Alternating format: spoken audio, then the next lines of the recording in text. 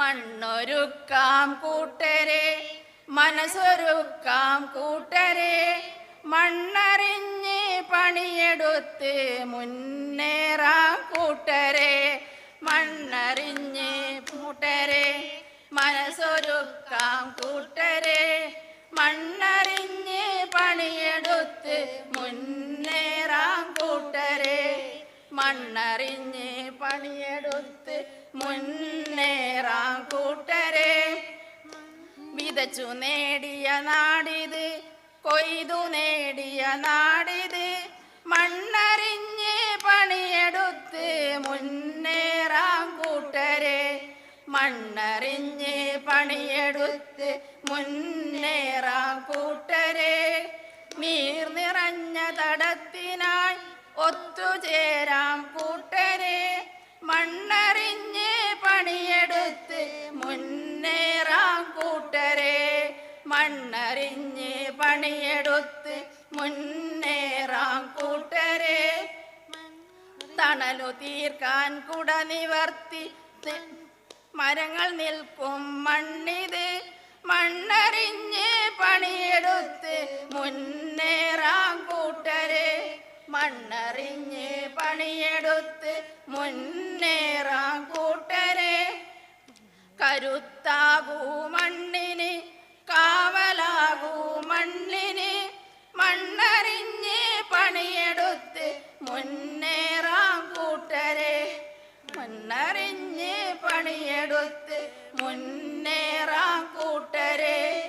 പൊന്നു വിളയും നാടിത്, പൊന്നുപോലെ കാക്കണം, മണ്ണറിഞ്ഞ് പണിയെടുത്ത് മുന്നേറാം കൂട്ടരെ. മണ്ണറിഞ്ഞ് പണിയെടുത്ത് മുന്നേറാം കൂട്ടരെ. കാലം കാക്കും സ്വപ്നമെല്ലാം സബലമാക്കുവാൻ കൂട്ടരെ. മണ്ണറിഞ്ഞ് പണിയെടുത്ത് മുന്നേറാം കൂട്ടരെ. മണ്ണറിഞ്ഞ് പണിയെടുത്ത് മുന്നേറാം കൂട്ടരെ. മണ്ണൊരുക്കാം കൂട്ടരെ, മനസ്സൊരുക്കാം കൂട്ടരെ, മണ്ണറിഞ്ഞ് പണിയെടുത്ത് മുന്നേറാം കൂട്ടരെ. മുന്നേറാം കൂട്ടരെ. പ്രിയപ്പെട്ടവരെ, കേരള ജൈവകർഷക സമിതിയുടെ 32ാം സംസ്ഥാന സമ്മേളനത്തിൻ്റെ 2ാം ദിവസമാണ് ഇന്ന്. നമ്മൾ ഇന്നലെ ഉദ്ഘാടന സെഷനും ശേഷം ഉണ്ടായിരുന്ന സെഷനുകളിലെല്ലാം ചർച്ച ചെയ്യപ്പെട്ട വിഷയത്തിൻ്റെ തുടർച്ചയാണ് ഇന്നത്തെ ആദ്യ സെഷൻ. പരിസ്ഥിതി, ആരോഗ്യം, കൃഷി എന്നീ മേഖലകളിലൂന്നി കഴിഞ്ഞ 3 ദശാബ്ദ കാലമായി കേരളത്തിൽ പ്രവർത്തിച്ചുകൊണ്ടിരിക്കുന്ന കേരള ജൈവകർഷക സമിതി എന്നും മുന്നോട്ട് വയ്ക്കുന്ന ആശയങ്ങളിൽ ഏറ്റവും പ്രധാനപ്പെട്ടതാണ് കൃഷിയോടൊപ്പം തന്നെ ഭക്ഷണവും ആരോഗ്യവും എന്നത്. നമ്മൾ എങ്ങനെ കൃഷി ചെയ്യണം, എങ്ങനെ ഭക്ഷിക്കണം, എന്തു ഭക്ഷിക്കണം, ഏതു രീതിയിൽ ഭക്ഷിക്കണം എന്നുള്ളതിനെക്കുറിച്ച് കഴിഞ്ഞ 3 പതിറ്റാണ്ടുകളായി ഈ മലയാള സമൂഹത്തെ ബോധ്യപ്പെടുത്തിക്കൊണ്ടിരിക്കുകയാണ്. ഈ കഴിഞ്ഞ കാലയളവിലെല്ലാം ജൈവകർഷക സമിതി മുന്നോട്ട് വെച്ച ആശയങ്ങൾക്ക് ഏറ്റവും പ്രസക്തിയേറിക്കൊണ്ടിരിക്കുന്ന ഒരു കാലഘട്ടത്തിലാണ് ഇന്ന് നാം ജീവിക്കുന്നത്. രോഗാതുരമായ സമൂഹം. ഇന്നലെ ഒരു പ്രഭാഷണത്തിൽ പ്രഭാഷകൻ പറയുകയുണ്ടായി, നമ്മളുടെ ഈ കാലഘട്ടത്ത്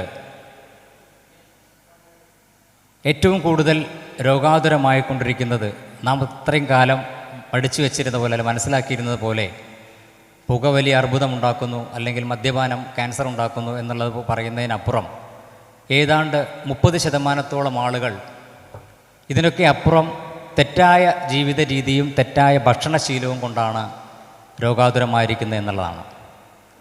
ലോകത്ത് ഏതാണ്ട് 11 ദശലക്ഷം മനുഷ്യർ ഓരോ വർഷവും മരിക്കുന്നത് തെറ്റായ ഭക്ഷണശീലം കൊണ്ടാണ്. അതുകൊണ്ട് തന്നെയാണ് ഇന്നത്തെ ഈ വിഷയം ഏറ്റവും പ്രസക്തമായിരിക്കുന്നത്. കഴിഞ്ഞ ദിവസം ഒരു റിപ്പോർട്ട് കാണുകയുണ്ടായി. ഏതാണ്ട് 32% ആളുകൾ ഇന്ത്യയിൽ മരുന്നുകളുടെ പാർശ്വഫലം കൊണ്ട് മരിക്കുന്നു എന്നുള്ളത്. ഈ രീതിയിലൊക്കെ മുന്നോട്ട് പോകുമ്പോൾ കാലം ആവശ്യപ്പെടുന്നതാണ് ഇതുപോലെയുള്ള സംഗമങ്ങളും ഇത്തരം വിഷയങ്ങൾ മേലുള്ള ചർച്ചകളുമെല്ലാം. നമ്മുടെ ഇന്നത്തെ ഈ ഒരു വിഷയത്തിൽ 3 പ്രഭാഷകരാണുള്ളത്. ആദ്യത്തെ വിഷയം കൈകാര്യം ചെയ്യുന്നത് ശ്രീ വിശാലക്ഷം മാഷാണ്. ആധുനിക ഭക്ഷണങ്ങളും ആരോഗ്യ പ്രശ്നങ്ങളും എന്നുള്ള വിഷയത്തെ മുൻനിർത്തിക്കൊണ്ട് അദ്ദേഹം സംസാരിക്കും. അതിനുശേഷം തിരിച്ചു പിടിക്കാം അടുക്കളത്തോട്ടങ്ങളെ എന്നുള്ള വിഷയത്തെ അധികരിച്ചുകൊണ്ട് ശ്രീ ചന്ദ്രൻ മാഷ് സംസാരിക്കും. കഴിഞ്ഞ ഏറെക്കാലമായി ജൈവകർഷക സമിതി മുന്നോട്ട് വയ്ക്കുന്ന ഒരു ആശയമാണ് രോഗമുക്ത വീട് എന്നുള്ളത്. ഈ വർഷവും സംഘടന ആ ഒരു വിഷയത്തെ മുൻനിർത്തിക്കൊണ്ട് കേരളത്തിൽ അങ്ങോളം ഇങ്ങോളം ഉള്ള ഗ്രാമങ്ങളെ കേന്ദ്രീകരിച്ചുകൊണ്ട് രോഗവിമുക്ത വീട് എന്നുള്ള ഒരു ആശയത്തിന് കൂടുതൽ പ്രചരണം നൽകിക്കൊണ്ട് പ്രവർത്തിക്കണമെന്ന് തീരുമാനിച്ചിരിക്കുകയാണ്. ഈ ഒരു അവസരത്തിൽ തീർച്ചയായും അവസരോചിതമായിക്കൊണ്ട് തന്നെയാണ് ഈ ഒരു പരിപാടിയിൽ ഈ ഒരു വിഷയം ഉൾപ്പെടുത്തിയിരിക്കുന്നത്. 3ാമത്തെ പ്രഭാഷണം നിർവഹിക്കുന്നത് ഡോക്ടർ പി എ രാധാകൃഷ്ണനാണ്. നാച്ചുറൽ ഹൈജീനിസ്റ്റായ ഡോക്ടർ പി എ രാധാകൃഷ്ണനെ ഒട്ടുമിക്ക ആളുകൾക്കും പരിചിതമാണെന്ന് വിചാരിക്കുന്നു. അദ്ദേഹത്തിൻ്റെ രോഗം തരാത്ത ഭക്ഷണം എന്ന വിഷയത്തെ അധികരിച്ചുകൊണ്ടുള്ള പ്രഭാഷണങ്ങളെല്ലാം നമ്മൾ ഒട്ടേറെ കേട്ടിട്ടുണ്ടാവണം. ഇന്ന് അദ്ദേഹം സംസാരിക്കുന്ന കാർബൺ ന്യൂട്രൽ ഭക്ഷണം എന്ന വിഷയത്തെക്കുറിച്ചാണ്. നമുക്കറിയാം, ഇന്ന് ലോകം അഭിമുഖീകരിക്കുന്ന ഏറ്റവും വലിയ പ്രശ്നമാണ് കാലാവസ്ഥാ വ്യതിയാനവും ആഗോളതാപനവും എന്നുള്ളത്. കാലാവസ്ഥാ വ്യതിയാനത്തിൽ ഒറ്റയ്ക്കും കൂട്ടായും ഒട്ടേറെ പ്രശ്നങ്ങളിലേക്ക് വ്യക്തിപരമായും അല്ലെങ്കിൽ സർക്കാർ തലത്തിലുമെല്ലാം കാലാവസ്ഥാ വ്യതിയാനത്തെ രൂക്ഷപ്പെടുന്ന രീതിയിലുള്ള പ്രവർത്തനങ്ങൾ ഉണ്ടാകുന്നുണ്ട്. നമ്മൾ പറയുന്ന പോലെ കാർബൺ ഫുട് പ്രിൻറ്റ് ഒരു വ്യക്തിയായാലും ഒരു സമൂഹമായാലും ഒരു സർക്കാരായാലും പാരിസ്ഥിതിക വിഷയങ്ങളെ എത്രമാത്രം അവഗണിച്ചുകൊണ്ട് വികസനത്തിന് മുൻതൂക്കം നൽകുന്നു എന്നുള്ള കാര്യം, അത് എത്രമാത്രം പാരിസ്ഥിതിക ആഘാതങ്ങൾ ഉണ്ടാക്കുന്നു, അത് ഏതൊക്കെ രീതിയിൽ നമ്മുടെ കാലാവസ്ഥാ വ്യതിയാനത്തെയും ആഗോളതാപനത്തെയും രൂക്ഷമായി ബാധിക്കും എന്നുള്ളത് നമുക്കറിയാവുന്ന ഒരു കാരണമാണ്. ക്ലൈമറ്റ് ലെൻസ് അപ്രോച്ച് എന്നുള്ളത് ഒരു പുതിയ ഒരു സമവാക്യമാണ്. എന്തൊരു പ്രവൃത്തി ചെയ്യുമ്പോഴും അത് വ്യക്തിയായാലും സമൂഹമായാലും അത് പരിസ്ഥിതിയിൽ ഏത് തരത്തിലൊരു ആഘാതം ഉണ്ടാക്കുന്നു എന്നുള്ളത് മുൻകൂട്ടി അറിഞ്ഞ് അതിന് പരിഹാരമായ രീതിയിൽ പ്രവർത്തിക്കുക എന്നുള്ളതാണ് ക്ലൈമറ്റ് ലെൻസ് അപ്രോച്ച് എന്നതിനർത്ഥം. ഞാൻ നേരത്തെ സൂചിപ്പിച്ച കാർബൺ ഫുട് പ്രിൻറ്റും അത് തന്നെയാണ്. ഞാനും നിങ്ങളും ഓരോരുത്തരും എന്തുമാത്രം കാർബൺ ബഹിർഗമനത്തിന് നമ്മുടെ പ്രവൃത്തികൾ കേന്ദ്രമാകുന്നു അല്ലെങ്കിൽ നമ്മുടെ പ്രവൃത്തികൾ കാരണമാകുന്നു എന്നുള്ളതനുസരിച്ചുകൊണ്ട് അത് മനസ്സിലാക്കിക്കൊണ്ട് ഇടപെടുക എന്നുള്ളതാണ് ഏറ്റവും പ്രധാനപ്പെട്ട കാര്യം. അത് നമ്മുടെ ഭക്ഷണ കാര്യത്തിലും അങ്ങനെ തന്നെയാണ്.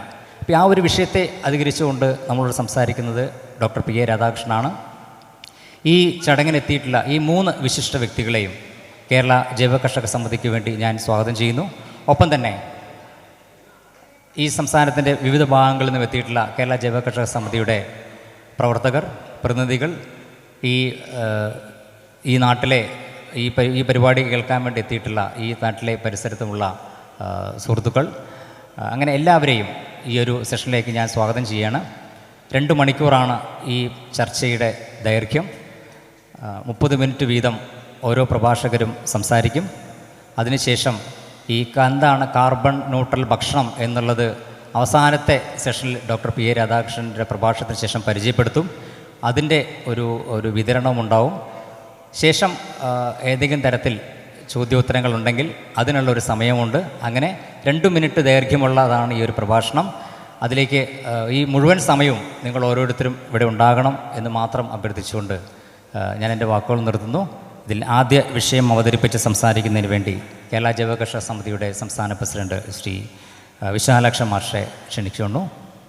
ഒരു അരമണിക്കൂറിനുള്ളിൽ കുറച്ച് വിഷയങ്ങൾ, അതായത് ആധുനിക തന്ന പ്രകാരം ആധുനിക ഭക്ഷണവും ആരോഗ്യ പ്രശ്നങ്ങളും എന്നുള്ളൊരു വിഷയമാണ് നിങ്ങളുമായിട്ട് അല്പം സമയം പങ്കുവെക്കാൻ എന്നോട് ആവശ്യപ്പെട്ടിട്ടുള്ളത്.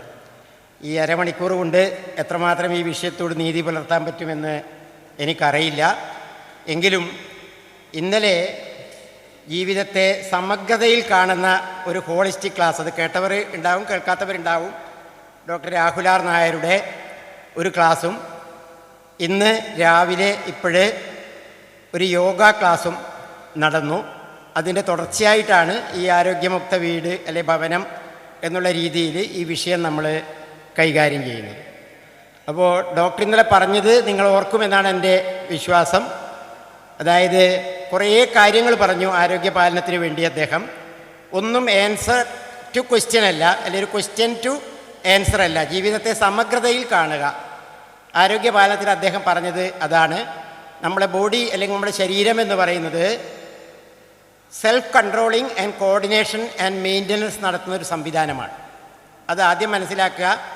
സ്വയം നിയന്ത്രിക്കുകയും ഏകോപിപ്പിക്കുകയും കേടുപാടുകൾ പരിഹരിക്കപ്പെടുകയും ചെയ്യുന്ന ഒരു സംവിധാനമാണ് നമ്മുടെ ശരീരം. അതിനുള്ള അവസരം ശരീരത്തിന് കൊടുത്തു കഴിഞ്ഞാൽ നമുക്ക് കുറേ കൂടി ആരോഗ്യവാനായി ജീവിക്കാം. ആരോഗ്യവാൻ എന്നുള്ള ആ വാക്കിന് പല വിശേഷണങ്ങളും പല നിർവചനങ്ങളുമുണ്ട്. പക്ഷേ പഴയ ഭാരതീയ കാഴ്ചപ്പാടിലേക്ക്, നാടൻ കാഴ്ചപ്പാടിൽ ആരോഗ്യത്തിന് വളരെ സംക്ഷിപ്തമായ ഒരു നിർവചനമുണ്ട്: സദാ സന്തോഷവാനായിരിക്കുക. സദാ സന്തോഷമുള്ള ഒരാൾക്ക് ആരോഗ്യ പ്രശ്നങ്ങളില്ല. അത്രയേ ഉള്ളൂ പ്രശ്നം. അതിനെന്താ ചെയ്യുക? ഡോക്ടർ ഇന്നലെ കുറേ പറഞ്ഞു. അതിനെ നമുക്ക് വളരെ ലഘുവായി എനിക്ക് തോന്നി ക്രോഡീകരിച്ചാൽ ജീവിതചര്യകൾ ചിട്ടപ്പെടുത്തുക. ജീവിതചര്യയിൽ പെടുന്നത് ദിനചര്യ, രാത്രിചര്യ, ഋതുചര്യ, ഭക്ഷണചര്യ, 4 ചര്യകൾ. ഇതൊന്നും പറയാൻ സമയമില്ലാത്തതുകൊണ്ട് ഞാൻ പറയില്ല. പകൽ ചെയ്യുന്നുണ്ട് പകൽ ചെയ്യുക, രാത്രി ചെയ്യുന്നുണ്ട് രാത്രി ചെയ്യുക. അതുപോലെ കാലാവസ്ഥാ വ്യതിയാനം അല്ലെങ്കിൽ ഓരോ സീസണിലും ചെയ്യേണ്ട കാര്യങ്ങൾ അപ്പോൾ ചെയ്യുക.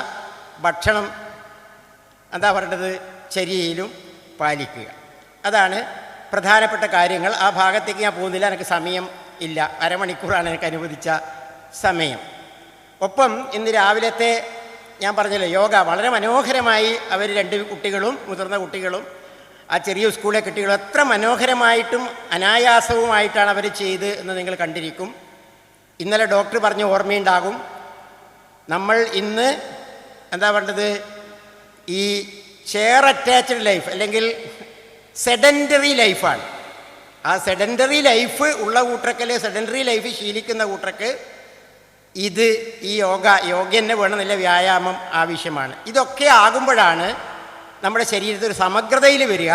ഇവർ രണ്ടിലും പറഞ്ഞതിൽ ഒരു കാര്യം കൂടി പറഞ്ഞ് ഞാൻ എൻ്റെ വിഷയത്തിലേക്ക് കടക്കുന്നു. ഇതിനോടൊപ്പം ചില സംവിധാനങ്ങൾ കൂടി നമ്മൾ തടസ്സപ്പെടുത്തരുത്. അതിന് വേഗങ്ങൾ എന്നാണ് പറയുക. മലമൂത്ര വിസർജനം മുതൽ, വിയർപ്പ് മുതൽ, ഏമ്പക്കം മുതൽ, തുമ്മൽ മുതൽ, ചുമ മുതൽ, ഛർദി മുതൽ, അല്പം നേരിയ തോതിലുള്ള വയറിളക്കം വരെ അവയൊന്നും തടഞ്ഞു നിർത്താൻ പാടില്ല. കുറേ ഉണ്ട്, ഞാനെല്ലാം ഒന്നും പറയുന്നില്ല. അവയൊന്നും തടഞ്ഞു നിർത്തരുത്. പോകേണ്ടത് പോകണം. അതാണ് ഒന്ന്. വേഗനിരോധനം രോഗം എന്നാണ് അടിസ്ഥാനം. ഇത്തരം വേഗങ്ങളെ തടസ്സപ്പെടുത്തുന്നതാണ് രോഗത്തിൻ്റെ അടിത്തറ.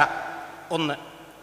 പിന്നെ നിയന്ത്രിക്കേണ്ട വേഗങ്ങളുണ്ട്. ഞാൻ ആദ്യം പറഞ്ഞൊക്കെ ശാരീരിക വേഗങ്ങളാണ്. നിയന്ത്രിക്കേണ്ട വേഗങ്ങളുണ്ട്.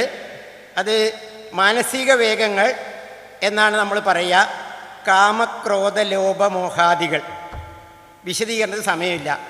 ഇതെല്ലാം നിയന്ത്രിക്കേണ്ടതാണ്. നിയന്ത്രിച്ചിട്ടില്ലെങ്കിൽ ഞാൻ നേരത്തെ പറഞ്ഞ സെൽഫ് കൺട്രോൾ ആൻഡ് കോർഡിനേഷൻ നടക്കില്ല. രാവിലെ നടക്കാൻ ഇറങ്ങിയിട്ട് പോകുന്ന വഴിയിൽ നിങ്ങൾ അപ്രതീക്ഷിതമായ ഒരാൾ വന്ന് നിങ്ങളെ ചീത്ത പറഞ്ഞു കഴിഞ്ഞാൽ, ചീത്ത പറയുന്ന ആക്കും മോശമാണ്, അത് കേട്ട നിങ്ങൾക്കും പ്രകോപിതമാകും, നിങ്ങളുടെ ശരീരം അസ്വസ്ഥമാകും, നിങ്ങളുടെ ഹോർമോണൽ സിസ്റ്റം ഇംബാലൻസ് ആകും, ഒരുപാട് സമ്മർദ്ദങ്ങൾ ഉണ്ടാകും, ഒരുപാട് പ്രശ്നങ്ങളുണ്ടാകും. ഞാൻ ചുരുക്കി അതേ പറയുന്നുള്ളൂ. ഞാൻ എൻ്റെ വിഷയത്തിലേക്ക് വരുന്നു. അതായത് ആധുനിക ഭക്ഷണവും ആരോഗ്യ പ്രശ്നവും. എനിക്ക് തോന്നി ആധുനിക ഭക്ഷണവും ആരോഗ്യ പ്രശ്നവും എന്ന് പറയുന്നതിനേക്കാളും അതിന് ഹെഡിങ് കൊടുക്കാൻ ഞാനും നമ്മളെ കൂടി അങ്ങേ കൊടുത്തു എന്നേ ഉള്ളൂ. ആധുനിക മനുഷ്യൻ്റെ ഭക്ഷണവും ആരോഗ്യ പ്രശ്നങ്ങളൊന്നായിരിക്കും നല്ലത്. ഭക്ഷണത്തിന് അങ്ങനെ പ്രാചീനവും നവീനവും ആധുനികമൊന്നുമില്ല. വിധിക്കപ്പെട്ട ആഹാരം വിധി പോലെ കഴിച്ചാൽ, ഡോക്ടർ ഇന്നലെ പറഞ്ഞല്ലോ, പ്രശ്നങ്ങൾ തീർന്നു. അങ്ങനെ വിധിക്കപ്പെട്ട ആഹാരം വിധി പോലെ കഴിക്കാത്തതാണ് നമ്മൾ ആധുനിക ഭക്ഷണം എന്ന് പറയുന്നത്. ഞങ്ങളൊക്കെ കുട്ടിക്കാലത്ത് ഭക്ഷണം എന്ന് പറയുന്നത് അഭക്ഷണവും വേണ്ടത്ര തിന്നാൻ കിട്ടാത്തത്, അപര്യാപ്ത ഭക്ഷണവുമാണ് പ്രശ്നങ്ങൾ ഉണ്ടാക്കിയിട്ടുള്ളതെങ്കിൽ ഇന്നത്തെ പ്രശ്നം ഇത് രണ്ടുമല്ല. അഭക്ഷണവുമല്ല, അപര്യാപ്ത ഭക്ഷണമല്ല, ചുരുക്കം ചില മേഖലകളിൽ അപര്യാപ്തത ഉണ്ടാകാം. ഇന്നത്തെ പ്രശ്നം എന്താ? അമിത ഭക്ഷണവും വികല ഭക്ഷണവും വികൃത ഭക്ഷണവുമാണ്. അമിത ഭക്ഷണം, വികല ഭക്ഷണം, വികൃത ഭക്ഷണം. അപ്പോൾ എന്താണിതെന്ന് ചോദിച്ചാൽ ഓരോന്നും പറയാൻ സമയമില്ലാത്തത് കൊണ്ട് ഞാൻ നേരത്തെ പറഞ്ഞ ആ കാര്യം തന്നെ, വിധി പോലെ വിധിക്കപ്പെട്ട ആഹാരം കഴിക്കാത്തതാണ് ഈ ഞാൻ പറഞ്ഞ ഈ 3 നിർവചനങ്ങളിൽ ഉൾപ്പെടുക. അപ്പം ഞാൻ ഇത് തുടങ്ങുന്നതിന് മുമ്പ് 2 ദിവസം മുമ്പ് പത്രത്തിൽ വന്ന ഒരു വാർത്ത ഞാൻ വായിക്കാം. 11/7/24 മാതൃഭൂമി പത്രം വായിച്ചവർ ശ്രദ്ധയിൽപ്പെട്ടിട്ടുണ്ടെങ്കിൽ, കേരളം കേന്ദ്രമായി പ്രവർത്തിക്കുന്ന ടേസ്റ്റി നിബിൾസ് 11 ഇനം റെഡി ടു ഈറ്റ് പോത്തിറച്ചി ബ്രാക്കറ്റിൽ ബഫലോ മീറ്റ് വിഭവങ്ങൾ വിപണിയിൽ എത്തിച്ചു. പോത്തിറച്ചിയുടെ 11 ഇനം വിഭവങ്ങൾ റെഡി ടു ഈറ്റാണ്, റെഡി ടു ഈറ്റ് എത്തിച്ചു. ഇന്നലെ ഡോക്ടർ എടുക്കും പറഞ്ഞു, ഇറച്ചിയാകാം, റെഡ് മീറ്റും ആകാം, കുഴപ്പമൊന്നുമില്ല. പക്ഷേ എന്തായി റെഡി ടു ഈറ്റ് 11 ഇനം എന്നുള്ളതാണ് പ്രശ്നം.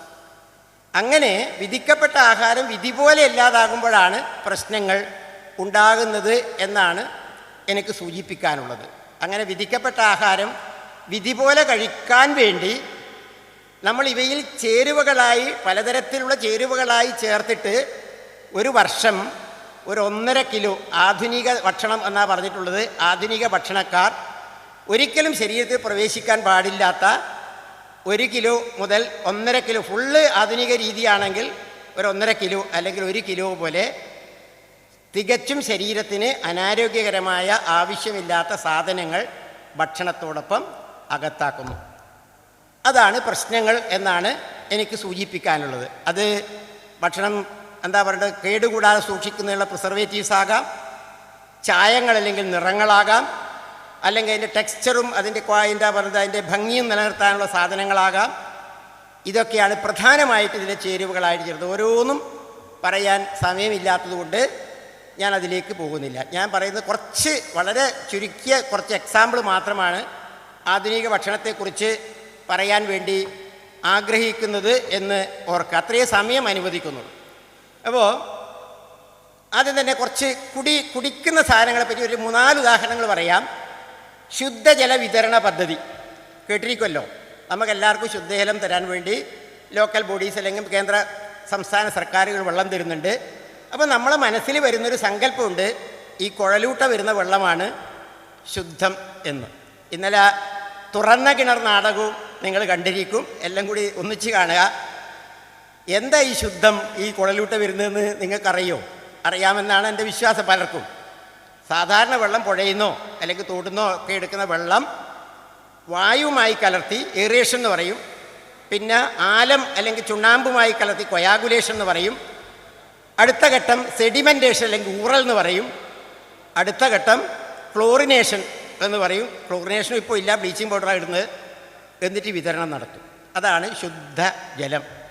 ജലം ശുദ്ധമായോ എന്താ അത് നമ്മളിങ്ങനെ നമ്മളെ സങ്കല്പത്തിൽ വന്നിട്ട് നമ്മൾ കിണറിൽ നിന്ന് എടുക്കുന്ന വെള്ളം ശുദ്ധമല്ല കേട്ടോ, ശുദ്ധമല്ല. പൈപ്പിലൂടെ വരുന്ന വെള്ളമാണ് ശുദ്ധം എന്നുള്ളൊരു സങ്കല്പം ഇങ്ങനെ പറഞ്ഞ് നമ്മളെ മനസ്സിൽ വന്നിട്ട് ഓർക്കേണ്ട കാര്യം, അതിലെ ചില അലേയ വസ്തുക്കൾ ഈ എന്താ പറയുക ഊറാൻ വെക്കുമ്പോൾ, കലക്കി ഊറാൻ വെക്കുമ്പോൾ, നാടൻ ഭാഷയിൽ പറഞ്ഞാൽ കൊയാഗുലേഷനും സെഡിമെൻറ്റേഷനും പറയുന്നത് കലക്കി ഊറാൻ വെക്കുന്ന ഈ ആലം ചേർത്ത് അടിച്ച് ഊറാൻ വെക്കുമ്പോൾ ഒരുപാട് അതിൻ്റെ അകത്ത് വെള്ളത്തിൽ പൊങ്ങിക്കിടക്കുകയോ അല്ലെങ്കിൽ അരിയാതെ കിടക്കുകയോ ചെയ്യുന്ന ഈ ഫിൽട്രേഷൻ നടത്തുമ്പോൾ, അതായത് അടി ഊറ്റുമ്പോൾ ഫിൽട്രേഷൻ നടത്തുമ്പോൾ മാറുമെന്നുള്ള കാര്യത്തിൽ യാതൊരു സംശയവുമില്ല. അക്കാര്യത്തിൽ ശുദ്ധമാണ്. പിന്നെ ഇവർ പറയുന്ന സങ്കല്പത്തിൽ ക്ലോറിനേഷൻ നടത്തുമ്പോൾ അതിലെ ജീവാണുക്കൾ അല്ലെങ്കിൽ രോഗാണു എന്ന് ഞാൻ പറയുന്ന ജീവാണുക്കൾ അല്ലെങ്കിൽ സൂക്ഷ്മാണുക്കളും നശിച്ചു പോകും. അതുകൊണ്ട് മാത്രം ശുദ്ധമായോ എന്ന് ചോദിച്ചാൽ ഞാൻ പറയാ ഇല്ല എന്നാണ്. കാരണം ഈ വെള്ളത്തിൽ കലർന്നിരിക്കുന്ന ഘനലോഹങ്ങൾ, ലോഹധാതുക്കൾ, ഹെവി മെറ്റൽസ്, ഒരുപാട് ഹെവി മെറ്റൽസ് ഉണ്ട്. പ്രത്യേകിച്ച് ഇലക്ട്രോണിക്സ് യുഗത്തിൽ ജീവിക്കുന്ന നമ്മളുടെ വെള്ളത്തിൽ ധാരാളം ഹെവി മെറ്റൽസ് ഉണ്ട്. ആ ഹെവി മെറ്റൽസ് ഒന്നും നീക്കം ചെയ്യാനുള്ള അല്ലെങ്കിൽ കീടനാശിനികൾ, വിഷങ്ങൾ, ഇവയൊന്നും നീക്കം ചെയ്യാനുള്ള ഒരു ശുദ്ധജല വിതരണ പദ്ധതിയല്ല നമ്മുടെ നാട്ടിൽ പ്രവർത്തിക്കുന്നത് എന്ന് മനസ്സിലാക്കുക. ഈ ഹെവി മെറ്റൽസൊക്കെ ശരീരത്തിലേക്ക് വന്നു കഴിഞ്ഞാൽ ഒരു പ്രശ്നവുമില്ല. എത്ര വരെ? അതിന് ശരീരത്തിൽ താങ്ങാൻ പറ്റുന്ന ഒരു ലിമിറ്റ് ഉണ്ട്. ആ ലിമിറ്റ് വരെ ഒരു പ്രശ്നവുമില്ല. ആ ലിമിറ്റ് വരെ നിങ്ങൾ ആരും ഒന്നും അറിയാനും പോകുന്നില്ല. സ്ലോ പോയിസണിങ് എന്നാണ് പറയുക. ആ സ്ലോ പോയിസണിങ് താങ്ങാൻ പറ്റാത്ത അവസ്ഥയിലാവുമ്പോഴാണ് കരൾ, വൃക്ക, അതുപോലെ തലച്ചോറ്, അത് ഓരോ ഹെവി മെറ്റൽസിനനുസരിച്ച് ചില വ്യത്യാസങ്ങളുണ്ട്. അതൊന്നും ഇപ്പം പറയാൻ സമയം അനുവദിക്കുന്നില്ല. ലെഡ് ആണെങ്കിൽ തലയിൽ ബാധിക്കും, ചിലതാണെങ്കിൽ മറ്റ് വിഷവസ്തുക്കളാണ് കരളിനെയും വൃക്കയെയും ബാധിക്കും. ആരോഗ്യശാസ്ത്രപ്രകാരം നിങ്ങൾക്കറിയാലോ, പോർട്ടൽ ഹെപ്പാറ്റിക് പോർട്ടൽ സിസ്റ്റം എന്നൊക്കെ പറയാം. അതൊക്കെ താറുമാറാകും. മാത്രമല്ല, ഈ രണ്ട് അവയവങ്ങളെക്കുറിച്ച് പറയാനുള്ളത് 80% നശിക്കുന്നത് വരെ നിങ്ങൾക്ക് യാതൊരുവിധ രോഗാതുരതയോ പ്രശ്നങ്ങളോ അനുഭവിക്കുന്നില്ല. അതിലധികമാകുമ്പോൾ മാത്രമേ നിങ്ങൾക്ക് എന്തെങ്കിലും പ്രശ്നമുണ്ടെന്ന് നിങ്ങൾ തിരിച്ചറിയൂ. അപ്പോഴേക്കും വളരെ വൈകിയിരിക്കും എന്ന് ഓർക്കുക എന്നാണ് എനിക്ക് അതിനെക്കുറിച്ച് സൂചിപ്പിക്കാനുള്ളത്. പിന്നെ അധികം വിശദങ്ങളിലേക്ക് പോകുന്നില്ല. ഇന്ന് കുടിക്കാൻ കിട്ടുന്ന പാനീയങ്ങളാണ്. നമ്മുടെ ഓപ്പൺ മാർക്കറ്റിൽ നിന്ന് കുട്ടികളൊക്കെ ഈ ബോട്ടിൽഡ് സോഫ്റ്റ് ഡ്രിങ്ക്സ് എന്ന് പറയും. ബോട്ടിൽഡ് സോഫ്റ്റ് ഡ്രിങ്ക്സ് ഞാൻ പറയേണ്ട, നിങ്ങളതിൻ്റെ ഇൻഗ്രീഡിയൻസ് നോക്കുക. അതിൽ ന്യൂട്രിറ്റീവായിട്ടൊരു സാധനവുമില്ല. കുറച്ച് എംറ്റി കലോറി മാത്രമാണുള്ളത്. അവയെല്ലാം ആസിഡ് മയമുള്ളതാണ്. അതിനകത്തുള്ള ടേസ്റ്റുകളെല്ലാം രാസവസ്തുക്കളാണ്. എല്ലാ ഫ്രൂട്ടിൻ്റെയും ടേസ്റ്റാക്കാൻ ഇന്ന് നമ്മുടെ രസതന്ത്രം വികസിച്ചു കഴിഞ്ഞു. എസ്റ്റേഴ്സ് എന്ന് പറയും. ഒരു എക്സാമ്പിളായിട്ട് ഞാൻ 3-4 ഉദാഹരണങ്ങൾ മാത്രം നിങ്ങളോട് പറയുന്നു. ഒക്ടൈൽ അസറ്റേറ്റ് ഉണ്ടെങ്കിൽ ഓറഞ്ചിൻ്റെ സ്വാദുണ്ടാക്കാം. ഓറഞ്ചിൻ്റെ ആവശ്യമേ ഇല്ല. ഈതയിൽ അസറ്റേറ്റ് ഉണ്ടെങ്കിൽ കൈതച്ചക്കൻ്റെ നാട്ടിലേ പോണ്ട, കൈതച്ചക്ക ജ്യൂസിന് സമാനമായ കൈതച്ചക്ക ചാറ്, കൃത്രിമ ചാറുണ്ടാക്കാം. പെൻറ്റയിൽ വാൾറേറ്റ് ആണെങ്കിൽ ആപ്പിൾ ഉണ്ടാക്കാം. അമൈൽ അസറ്റേറ്റ് ആണെങ്കിൽ വാഴപ്പഴം ഉണ്ടാക്കാം. ആൽഡിഹൈഡ് C7 എന്ന് പറയുന്ന അസ്റ്റർ ഉണ്ടെങ്കിൽ ചെറി ഉണ്ടാക്കാം. പിപ്രനോൾ എന്ന് പറയുന്ന ഈ എസ്റ്റർ ഉണ്ടെങ്കിൽ വാനില ഉണ്ടാക്കാം. ഇതാണ് ബോട്ടിൽഡ് സോഫ്റ്റ് ഡ്രിങ്ക്സ്. എല്ലാം ഞാൻ പറയുന്നില്ല. ഈ ബോട്ടിൽഡ് സോഫ്റ്റ് ഡ്രിങ്ക്സിൽ കൃത്രിമ രുചി വസ്തുക്കളായിട്ട് ചേർക്കുന്നത് എന്ന് ഓർക്കുക. ഇവയൊന്നും ആരോഗ്യകരമായി ശരീരത്തിലേക്ക് എത്തേണ്ടത് അല്ല. അത് ഓർക്കുക. പിന്നെ ഈ സോഫ്റ്റ് ബോട്ടിൽഡ് ഡ്രിങ്ക്സിൽ ഈ ചിൽഡായിട്ട് കുടിക്കുക എന്നാണ് പറയുക. അത് തണുപ്പിച്ചാൽ കട്ട പിടിക്കാതിരിക്കാൻ വേണ്ടി, ഫ്രീസറിൽ വെച്ചാൽ പോലും കട്ട പിടിക്കാതിരിക്കാൻ വേണ്ടി അതിൽ ചേർക്കുന്നത് പ്ലാസ്റ്റിക് അല്ലെങ്കിൽ പെട്രോളിയം സാധനമാണ് അതിൽ കൂട്ടുന്നത്. ഈ പ്രൊപ്പിലിൻ ഗ്ലൈക്കോൾ, എത്തിലിൻ ഗ്ലൈക്കോൾ എന്ന് പറയുന്ന 2 ഓർഗാനിക് അത് പെട്രോളിയം ഉൽപ്പന്നമാണ്. ശൈത്യരാജ്യങ്ങളിൽ ഈ ഡീസൽ വാഹന ഇന്ധനങ്ങൾ ഈ അറയിൽ നിറച്ചു കഴിഞ്ഞാൽ, അണ്ടർഗ്രൗണ്ട് നിറച്ചു കഴിഞ്ഞാൽ അത് പമ്പ് ചെയ്ത് പുറത്തെടുക്കാൻ പറ്റില്ല. കാരണം അത് ഫ്രീസായി സോപ്പ് പോലെയാകും. അപ്പോൾ അതിൽ കൂട്ടാൻ വേണ്ടി ഉപയോഗിക്കുന്ന സാധനമാണ് എത്തിലിൻ ഗ്ലൈക്കോളും പ്രൊപ്പിലിൻ ഗ്ലൈക്കോളും. ഇവ നിങ്ങളുടെ ശരീരത്തിലേക്ക് ഇത് കഴിക്കുമ്പോൾ ഉണ്ടാകും. ഒരു ദിവസം കഴിച്ചാൽ ഡോക്ടർ ഇന്നലെ പറഞ്ഞ പോലെ വലിയ പ്രശ്നമൊന്നും ഉണ്ടായില്ല. പക്ഷേ ഇതൊരു ഹാബിറ്റാക്കി കഴിഞ്ഞാൽ, ഒരു ശീലമാക്കി കഴിഞ്ഞാൽ അത് ക്രമേണ നിങ്ങളുടെ സിസ്റ്റത്തെ ബാധിക്കും എന്ന് യാതൊരു തർക്കവും ഇല്ല.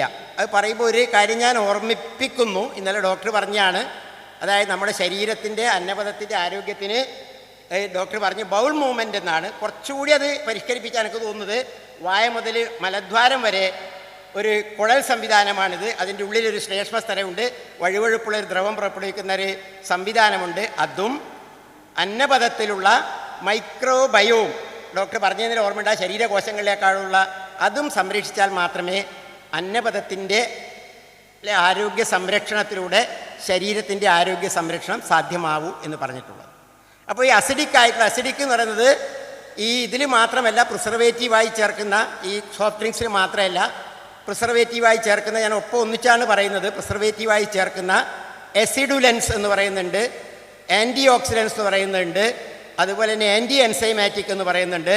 അതിൽ ആൻറ്റി ബാക്ടീരിയ ആയിട്ട് ഉപയോഗിക്കുന്നത് മിക്കതും ഈ അസിഡുലൻസ് എന്ന് പറയുന്നത് ആസിഡുകളാണ്. Benzoic acid, sodium bisulphate, potassium bisulphate, പിന്നെ ബെൻസോയിക് ആസിഡ് ഞാൻ പറഞ്ഞു, അതുപോലെ തന്നെ സിട്രിക് ആസിഡ്, ഫോസ്ഫോറിക് ആസിഡ്. ഇതൊക്കെ നിങ്ങളെ ഈ കുപ്പീൻ്റെ മേലെയൊക്കെ പരിശോധിച്ച് കഴിഞ്ഞാൽ കാണാം. ഫോസ്ഫോറിക് ആസിഡിൻ്റെ ഇൻഡസ്ട്രിയൽ ആവശ്യം എന്ന് പറഞ്ഞു കഴിഞ്ഞാൽ വാഹന നിർമ്മാണത്തിന്, വാഹനത്തിൻ്റെ ബോഡിയൊക്കെ ആയിക്കഴിഞ്ഞാൽ അത് പെയിൻറ്റ് ചെയ്യാൻ വേണ്ടി ഇങ്ങനെ ബ്രഷോടൊന്നുമല്ല പെയിൻറ്റിങ്, അല്ല നിങ്ങൾക്ക് എല്ലാവർക്കും അറിയാം. ഈ ഗാഢ ഫോസ്ഫോറിക് ആസിഡിൻ്റെ ആ പാർട്ട് മുഴുവൻ അങ്ങ് ഹോളായിട്ട് അങ്ങ് മുക്കിക്കഴിഞ്ഞാൽ ഇതിനുള്ള തുരുമ്പിച്ച അല്ലെങ്കിൽ ദ്രവിച്ച ഭാഗങ്ങളൊക്കെ ഫോസ്ഫോറിക് ആസിഡിൽ അലിഞ്ഞു പോകും. അതേപോലെ പെയിൻറ്റിൽ ഡിപ്പ് ചെയ്ത് ഇങ്ങെടുക്കും. അതിനുപയോഗിക്കുന്ന സാധനം തന്നെ നിങ്ങൾ എന്താ പറയുക, പ്രിസർവേറ്റീവ്സ് ആയിട്ടും കൂൾ ഡ്രിങ്ക്സിലൊക്കെ പ്രിസർവേറ്റീവ് ആയിട്ടും ഉപയോഗിക്കുക എന്ന് പറയുന്നത് ഞാൻ നേരത്തെ പറഞ്ഞ ഇന്നലെ ഡോക്ടർ ക്ലാസ് എടുത്ത ഈ അന്നപഥത്തിൻ്റെ ഉൾവശത്തുള്ള ശ്ലേഷ്മസ്തരത്തെ എങ്ങനെ ബാധിക്കുമെന്ന് ഞാൻ പറയേണ്ടതില്ല. അത് ഒരു ദിവസമല്ല, കുറച്ച് കുടിക്കുമ്പോൾ ആ ശ്ലേഷ്മസ്തരത്തിൽ എന്താ പറയുക, കോശങ്ങൾ നശിച്ചു പോവും, ശ്ലേഷ്മം പുറപ്പെടുവിക്കാൻ കഴിയില്ല, അവിടെ ഒരു ക്യാവിറ്റി ഫോം ചെയ്യും, വളരെ നേരിയ തോതിലായിരിക്കും.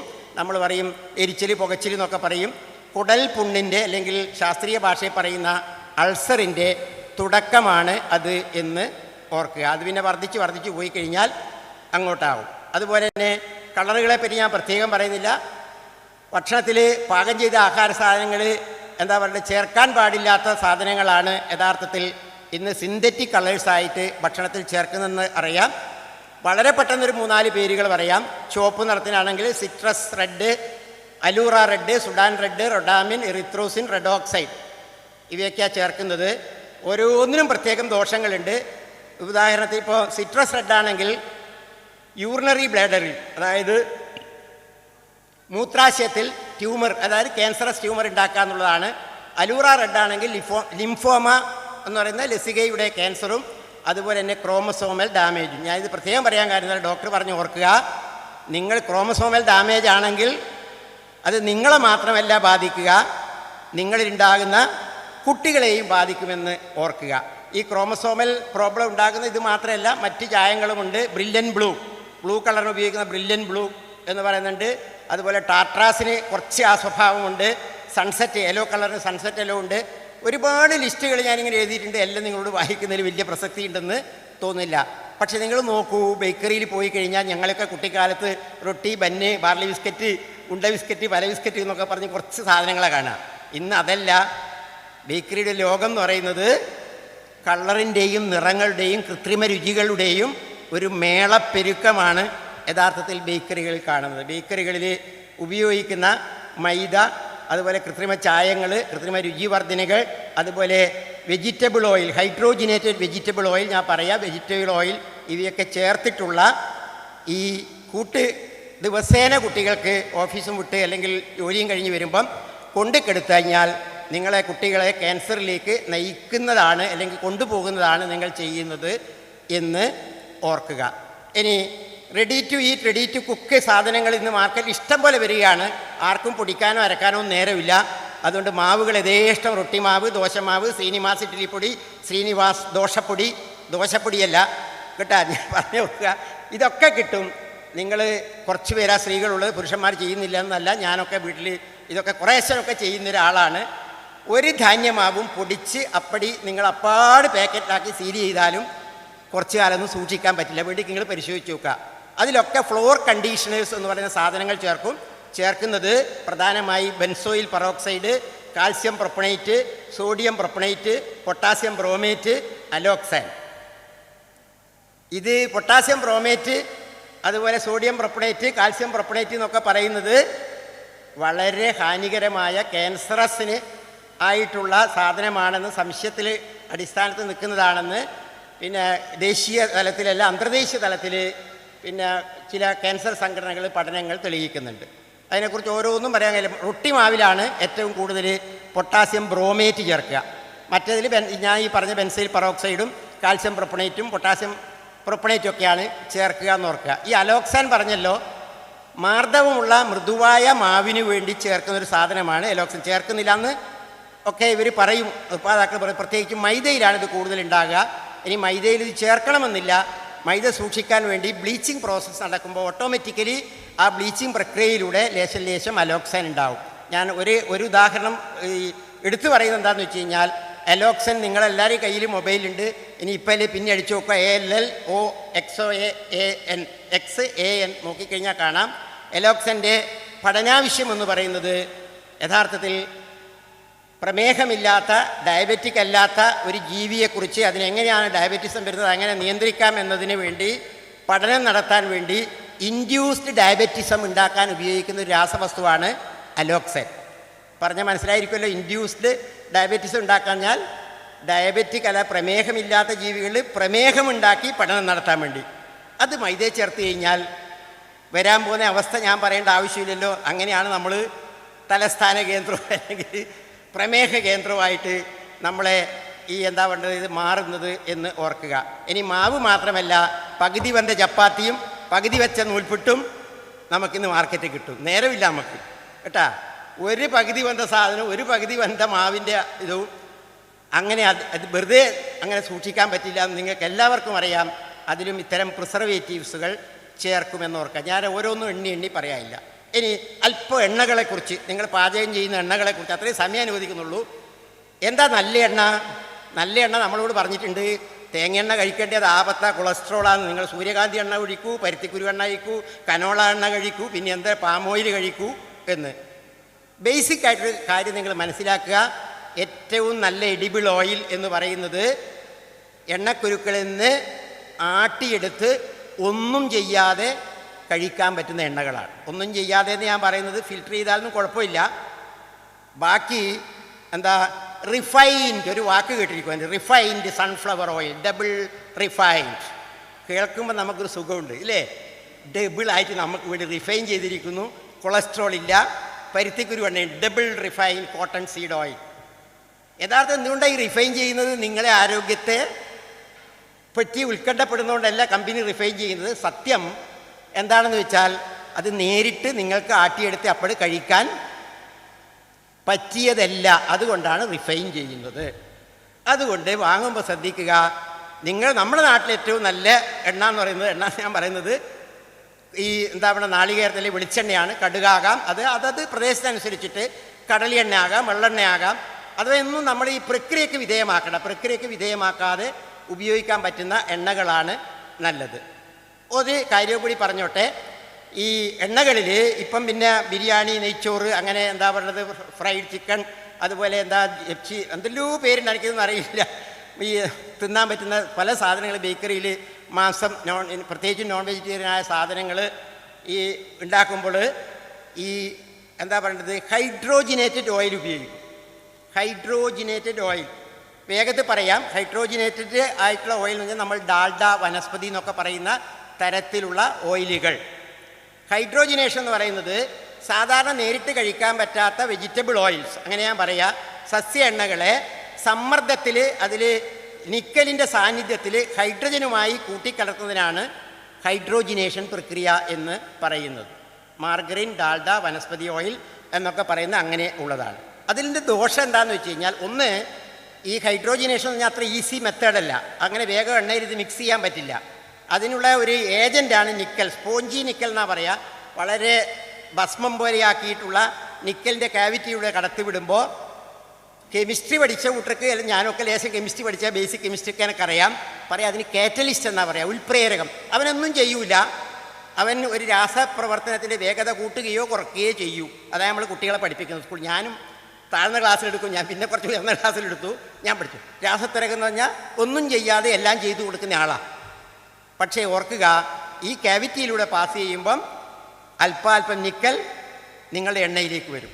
വളരെ ഹാനികരമാണ്. സ്റ്റെയിൻലെസ് സ്റ്റീൽ പോലും നല്ലതില്ലെങ്കിൽ ഉപയോഗിക്കുന്നത് ഹാനികരമാണ്. അതിൽ നിക്കലുണ്ട്, ഹെവി മെറ്റലാണ്, ഒന്നും ചെയ്യാൻ പറ്റില്ല. നേരത്തെ പറഞ്ഞത് ഓർക്കുക. പിന്നെ ഇതിൻ്റെ വേറൊരു പ്രശ്നം, ഞാൻ ഈ പറഞ്ഞ ഹൈഡ്രോജിനേറ്റഡ് ഓയിൽ ഉപയോഗിക്കുമ്പോൾ ഉണ്ടാകുന്ന ഒരു വലിയ പ്രശ്നം ട്രാൻസ് ഫാറ്റുകളുടെ ഫോർമേഷനാണ്. ട്രാൻസ് ഫാറ്റ് എന്ന് പറഞ്ഞാൽ ഒരു അൺസാച്ചുറേറ്റഡ് ആയിട്ടുള്ള കൊഴുപ്പാണ്. പ്രത്യേകിച്ചും നിങ്ങൾ പറയുന്ന കൊളസ്ട്രോൾ ശരീരത്തിന് ആവശ്യമുള്ളതാണ്. അതിൻ്റെ അളവും അതിൻ്റെ പിന്നെ സ്വഭാവമൊക്കെ വ്യത്യാസപ്പെട്ടിട്ടാണ് അതിൻ്റെ ദോഷം നല്ലതെന്നൊക്കെ പറയുന്നത്. ലോ ഡെൻസിറ്റി പിന്നെ ലിപ്പോ പ്രോട്ടീൻ, അതുപോലെ ഹൈ ഡെൻസിറ്റി ലിപ്പോ പ്രോട്ടീൻ എന്നൊക്കെ പറയുന്ന കൊഴുപ്പുകളിൽ ചിലതൊക്കെ ഉണ്ട്, അതൊന്നും ഞാനിപ്പോൾ പറയാൻ പോകുന്നില്ല. ട്രാൻസ് ഫാറ്റ് ഉണ്ടാകും. ട്രാൻസ് ഫാറ്റ് ഉണ്ടായാൽ എന്താ കുഴപ്പമെന്ന് പറഞ്ഞാൽ, നിങ്ങളുടെ ശരീരത്തിൽ ട്രാൻസ് ഫാറ്റ് ഇൻഡ്യൂസ്ഡ്, പല കാരണങ്ങൾ കൊണ്ടും ഉണ്ടാകാം, ട്രാൻസ് ഫാറ്റ് ഇൻഡ്യൂസ്ഡ് ചെയ്യുന്ന ഫ്രീ റാഡിക്കൽസ് ഉണ്ടാകും. ഫ്രീ റാഡിക്കൽസിൻ്റെ ശാസ്ത്രം ഇപ്പം പറയാൻ നേരമില്ല.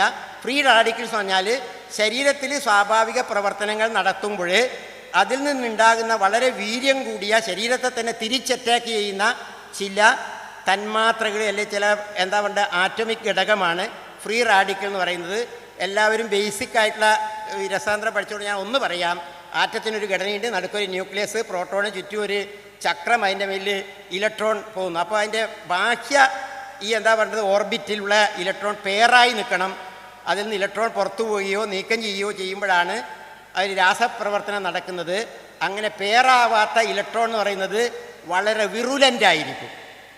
ഈ എന്താ പറയുക ഇലക്ട്രോൺ പോവുകയോ നീക്കം ചെയ്യുകയോ ചെയ്യുമ്പോൾ അതായത് ജോഡി ചേർന്ന് നിൽക്കാത്ത ഇലക്ട്രോണുള്ള ആറ്റങ്ങൾ അതീവ തീവ്രതയുള്ളതായിരിക്കും. ആ തീവ്രത നമ്മളെ കോശങ്ങളെ നശിപ്പിച്ചു കൊണ്ടിരിക്കുകയും അകാല വാർദ്ധക്യം, അകാല രോഗങ്ങൾ, ജീർണ രോഗങ്ങൾ, നിങ്ങൾ പറഞ്ഞ ഈ ജീവിതശൈലി രോഗങ്ങളിലേക്കൊക്കെ നയിക്കും. അതിനൊരു പ്രധാന കാരണം ട്രാൻസ്ഫാറ്റ് ഫോം ചെയ്യുന്നതാണ് എന്ന് ഓർക്കുക. അത് മാത്രമല്ല, ശരീരത്തിലുള്ള ഏതൊരു പ്രകോപനം പോലും, മാനസിക പ്രകോപനം പോലും ഫ്രീ റാഡിക്കൽ ഉണ്ടാക്കും. ഭക്ഷണമായതുകൊണ്ട് ഞാൻ ആ ഭാഗത്തേക്ക് കടക്കുന്നില്ല. പിന്നെ എണ്ണ ഉപയോഗിക്കുമ്പോൾ ശ്രദ്ധിക്കേണ്ട കാര്യങ്ങൾ, അത് കഴിവിൻ്റെ പരമാവധി അധികം ചൂടാക്കാതെ, തിളപ്പിച്ച് ചൂടാക്കാതിരിക്കുക. ചൂടാക്കുമ്പോൾ അതിൽ നൈട്രോ കോമ്പൗണ്ടുകൾ ഉണ്ടാകും. നൈട്രോ കോമ്പൗണ്ടുകൾ മിക്കവാറും ക്യാൻസറസ് ആണ്. അത് ഓർക്കേണ്ട ഒരു പ്രധാന കാര്യം, ഈ നിങ്ങൾ എണ്ണയിൽ വറക്കുന്നത് സ്റ്റാർച്ചാണെങ്കിൽ, അതായത് കാർബോഹൈഡ്രേറ്റ് അടങ്ങി സ്റ്റാർച്ചാണ്, ചിപ്സൊക്കെയാണ് വറക്കുന്നത്, കിഴങ്ങോ നേന്ത്രക്കായോ എന്തോ ആകട്ടെ വറക്കുന്നതെങ്കിൽ അതിൽ എണ്ണയുമായി ഈ സ്റ്റാർച്ച് ചേരുമ്പോഴുള്ള രാസപ്രവർത്തനത്തിൽ അക്രിലാമൈഡ് എന്ന് പറയുന്ന ഒരു കോമ്പൗണ്ട് ഫോം ചെയ്യും. ഈ വറക്കുന്ന സാധനം സ്റ്റാർച്ചല്ല, മാംസം, മത്സ്യമോ ആണെങ്കിൽ അതിലെ പ്രോട്ടീനുമായി ചേർന്ന് നൈട്രസോ അമീൻ സംയുക്തങ്ങൾ ഉണ്ടാവും. Both chemicals are carcinogenic. അക്രിലാമൈഡും അതുപോലെ തന്നെ നൈട്രസോ അമീൻ സംയുക്തങ്ങളും സംശയലേശമന്യേ ക്യാൻസറിന് പ്രേരണ നൽകുന്ന കാർസിനോജനിക് സംയുക്തങ്ങളാണെന്ന് international agency for research on cancer പഠനങ്ങളിലൂടെ തെളിയിച്ചതാണ്. ഞാൻ പറയുന്നൊന്നുമല്ല കേട്ടോ, അത് തെളിയിച്ചതാണ്, ഓർക്കുക. പിന്നെ നമ്മൾ വീട്ടിൽ ഉപയോഗിക്കുന്നില്ലെങ്കിലും കടകളിൽ ഇത്തരം പ്രയോഗങ്ങൾ നയിക്കുമ്പോൾ ആ എണ്ണ വീണ്ടും ഉപയോഗിക്കാൻ വേണ്ടി, എണ്ണകൾ ഓക്സിഡൈസ് ചെയ്യാതിരിക്കാൻ വേണ്ടി അതിൽ ചേർക്കുന്ന 2 പെട്രോളിയം കോമ്പൗണ്ടുകളുണ്ട്. ഇതൊന്നും നിങ്ങൾ കാണാൻ ചേർക്കില്ല. നിങ്ങൾ നാട്ടിൽ പോകുമ്പോൾ ആ നാട്ടിൽ നല്ല ചിപ്സ് ഉണ്ടാക്കുന്ന, മയിൽ ബസാറിന് ചിപ്സ് ഉണ്ടാക്കുന്നത്, അതിൻ്റെ അകത്ത് എന്താ ചേർക്കുന്നത്, ഒന്നും ചേർക്കുക, നമ്മളെ കണ്ണു മുമ്പിലല്ലേ ഉണ്ടാക്കുന്നതെന്ന് തോന്നും. ഈ എണ്ണയിൽ ഒരു ലേശം BHA അല്ലെങ്കിൽ BHT ചേർത്താൽ മതി. BHA എന്ന് പറഞ്ഞാൽ ബ്യൂട്ടിലേറ്റഡ് ഹൈഡ്രോക്സി അനിസോളിൻ, BHT എന്ന് പറഞ്ഞാൽ ബ്യൂട്ടിലേറ്റഡ് ഹൈഡ്രോക്സി ടൊളുവിൻ. ഇത് ചേർത്ത് കഴിഞ്ഞാൽ നിങ്ങൾ ഈ വറുത്തെടുത്ത സാധനങ്ങൾ, ചിപ്സ്, ഒരു കാരണവശാലും പെട്ടെന്ന് കാറിപ്പോവില്ല. അല്ലെങ്കിൽ നമ്മളെ ഭാഷയിൽ കാറിപ്പോവുക എന്നാണ് പറയുക. കനക്കുക എന്നുള്ള ഒരു ടേസ്റ്റ് വ്യത്യാസം വരുമല്ലോ, വരില്ല. പോരാത്തത് നിങ്ങൾക്ക് ചിപ്സിന് ക്രിസ്പ് കറുമുറു, അതാണ് നമ്മൾ നാടൻ ഭാഷ പറയാം, കറുമുറു വേണ്ടിക്കൽ അതിൽ ലേശം എണ്ണയിൽ കുറച്ച് മതി, മെഴുകിട്ടാൽ മതി. അതും പ്രാവർത്തികമായി ഈ വിപണന രംഗത്തുള്ള കൂട്ടി ചെയ്യുന്നുണ്ട്. മെഴുക് ഈ എന്താ പറയുന്നത്, നമ്മുടെ തേൻ മെഴുകാണെങ്കിൽ വലിയ കുഴപ്പമൊന്നുമില്ല. തേനീച്ച കൊണ്ടുവരുന്ന മെഴുകാണെങ്കിൽ വലിയ കുഴപ്പമൊന്നുമില്ല. ഔഷധക്കൂട്ടുകളിൽ ചില അകത്ത് കൊടുക്കുന്ന മരുന്നുകൾ പോലും പക്ഷേ ചേർക്കുന്നത് ആ മെഴുകല്ല, മെഴുകുതിരി ഉണ്ടാക്കുന്ന പാരഫിൻ വാക്സ്. കർഷണം മതി, വളരെ കുറച്ച് മതി, ലിറ്റർ കണക്കിന് എണ്ണയിൽ വളരെ കുറച്ച് മതി. അപ്പോൾ നിങ്ങൾക്കറിയാം ആ പ്രക്രിയ. ഇത് ഈ ചൂടാക്കിയ എണ്ണയിൽ ഉരുകി ചിപ്സ് കോരിയെടുക്കുമ്പം അതിന് തിൻ ഫിലിം കോട്ട്, ഒരു എയർ ടൈറ്റ് അല്ലെങ്കിൽ ഹ്യൂമിഡിറ്റി അബ്സോർവ് ചെയ്യാതിരിക്കാൻ വേണ്ടിയുള്ള ഒരു കോട്ടുണ്ടാവും. അതോടുകൂടി നിങ്ങളുടെ ചിപ്സ് ക്രിസ്പായി കറുമുറയായി, ഞാൻ പറഞ്ഞ BHAയും BHTയും കൂട്ടിയിട്ടുണ്ടെങ്കിൽ മാസങ്ങളോളം വെച്ച് കഴിഞ്ഞാൽ സുഖം. നിങ്ങൾ വീട്ടിലാക്കി ഒരു പാട്ടലിട്ട് വെച്ച് നോക്ക്, നിങ്ങൾക്ക് അറിയാം അതിൻ്റെ വ്യത്യാസം കേട്ടോ. അതുകൊണ്ട് എണ്ണ ഉപയോഗിക്കുമ്പോൾ ഇത്തരം കാര്യങ്ങൾ വളരെ പ്രധാനമായി ശ്രദ്ധിക്കുക എന്നാണ് എനിക്ക് നിങ്ങളോട് ഓർമ്മപ്പെടുത്താനുള്ളത്. പിന്നെ സമയം ഏകദേശം ആകുന്നു, ഒരു 5 മിനിറ്റ് കൂടി ഞാൻ എടുക്കട്ടെ. ഇറച്ചിയെപ്പറ്റി പറഞ്ഞു കേട്ടോ. ഇന്നലെ ഡോക്ടറും പറഞ്ഞു ഇന്നലെ ഇറച്ചി കഴിക്കാമെന്നാണ്. ഞാനും അതേ ആശയക്കാരനാണ്. എന്ത് കഴിക്കാമെന്ന് ചോദിച്ചാൽ എൻ്റെ ഉത്തരം എന്താണെന്ന് ചോദിച്ചു കഴിഞ്ഞാൽ, നിങ്ങൾക്ക് തിന്നാൻ പറ്റുന്ന എല്ലാം നിങ്ങൾ തിന്നോ, പക്ഷേ അതിന് പാലിക്കേണ്ട ചില നിബന്ധനകളുണ്ട്. ഇതൊന്നും ഈ നമ്മുടെ ആഹാരവുമായി ബന്ധപ്പെട്ടൊരു 3-4 പ്രക്രിയകളുണ്ട്. അതൊന്നും തടസ്സപ്പെടരുത്. ആഹാരം എളുപ്പത്തിൽ അകത്താക്കണം, ദഹനം നടക്കണം, ആഗിരണം നടക്കണം പോഷകങ്ങൾ. ആ ആഗിരണം നടത്ത പോഷകങ്ങളെ കൊണ്ട് ശരീര നിർമ്മിതിക്ക് ഉപയോഗിക്കണം. സ്വാംശീകരണം എന്ന് പറയും. ആട്ടിറച്ചി തിന്നാർ, ആട്ടിറച്ചിയല്ല നമ്മളെ ശരീരത്തിലെ ഇറച്ചി, ആട്ടിറച്ചീൻ്റെ ഇറച്ചി പൊളിച്ച് നമ്മളെ ശരീരത്തെ ഇറച്ചിയാക്കി മാറ്റണം. അമിനോ ആസിഡാക്കി വീണ്ടും അമിനോ ആസിഡ് സിന്തസൈസ് നമ്മളെ പ്രോട്ടീനാക്കി മാറ്റണം. ആൻഡ് ഡോക്ടർ പറഞ്ഞത് ഓർമ്മയുണ്ടല്ലോ, എക്സ്ക്രീഷൻ, അതും നടക്കണം. ഈ പ്രക്രിയകൾ തടസ്സപ്പെടുത്താതെ നിങ്ങൾക്ക് തിന്നാൻ പറ്റുന്നത് എന്തും തിന്നാം. ആഹാരത്തിൽ മിതത്വം പാലിക്കുക, അതുപോലെ എന്താ പറയേണ്ടത്, പിന്നെ ഹൃദ്യമായത് കഴിക്കുക, അതുപോലെ പിന്നെ ഈ ഹിതമായിട്ടുള്ള കഴിക്കുക. ഹിതമായിട്ടുള്ള ഇഷ്ടപ്പെട്ട ആഹാരമേ കഴിക്കാവൂ. ഒരാൾക്ക് ഇറച്ചി ഇഷ്ടമാണ്, അവർ കഴിച്ചോട്ടെ, നിങ്ങൾക്ക് ഇഷ്ടമില്ലെങ്കിൽ നിങ്ങൾ കഴിക്കരുത്. അങ്ങനെ മിതബുക്ക്, ഹിതബുക്ക്, സകാല ബുക്ക്, ഋതുബുക്ക്, കാലത്തിനനുസരിച്ച് കഴിക്കുക. ഇന്നലെ ഡോക്ടർ പറഞ്ഞ് ഞാൻ വീണ്ടും ആവർത്തിക്കുന്നു, കാലത്തിന് പറ്റുന്നത് കഴിക്കുക. അതാണ് അക്കാര്യത്തിൽ സൂചിപ്പിക്കാൻ ഉള്ളത്. ഇത് നമ്മളെ ഡോക്ടർ ഇന്നലെ ചിലതൊക്കെ പറഞ്ഞിട്ടുണ്ട്. ഇതൊക്കെ വളരെ വളരെ പ്രാചീനമായ നമ്മുടെ അറിവുകളാണ്. അതായത് ആയുർ സത്വ ബലാരോഗ്യ ആരോഗ്യ സുഖപ്രദ, ഞാൻ തെറ്റിപ്പോയിന് ക്ഷമിക്കുക, രസ്യാസ്നിഗ്ധ സ്ഥിരാഹൃദ്യ എന്നാണ് ആഹാരത്തെ പറ്റി പറഞ്ഞിട്ടുള്ളത്. രസപൂർണം, രസവത്ത്, പോഷകസമൃദ്ധം, ഹൃദ്യം, സ്നിഗ്ധമായത്, കഴിക്കാൻ എളുപ്പത്തിൽ കഴിക്കാൻ പറ്റുന്നത്, അങ്ങനെയൊക്കെയുള്ള ആഹാരമാണ് നല്ലത് എന്ന് പറഞ്ഞിട്ടുണ്ട്. ആ രീതിയിലുള്ള ഏത് ആഹാരവും കഴിക്കുക. ഇറച്ചിയെപ്പറ്റി പറയുമ്പോൾ ഇന്ന് ഞാൻ ആ വാർത്ത നേരത്തെ വായിച്ചല്ലോ, ആ വാർത്തയ്ക്ക് 2 ദിവസം മുമ്പ് ചാനലുകാർ ഡിസ്ക്ലോസ് ചെയ്തൊരു വാർത്തയുണ്ട്. കേരളത്തിൽ കോഴിയിറച്ചിയുടെ അളവ് കുറഞ്ഞു വരികയും പന്നിയിറച്ചിയുടെയും പോത്തിറച്ചിയുടെയും ഉപഭോഗം കൂടുകയും ചെയ്യുന്നുവെന്നാണ്.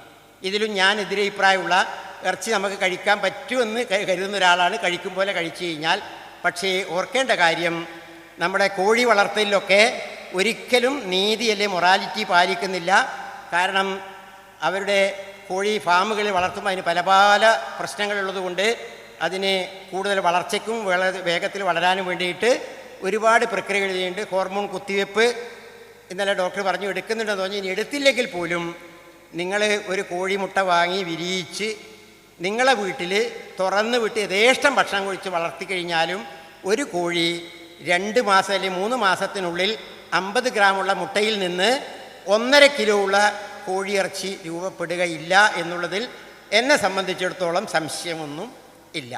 നിങ്ങളൊന്ന് പരീക്ഷിച്ച് നോക്കുക. അപ്പോൾ തീറ്റയിൽ തന്നെ സ്റ്റേജായിട്ട് അവർ തീറ്റ കൊടുക്കുക.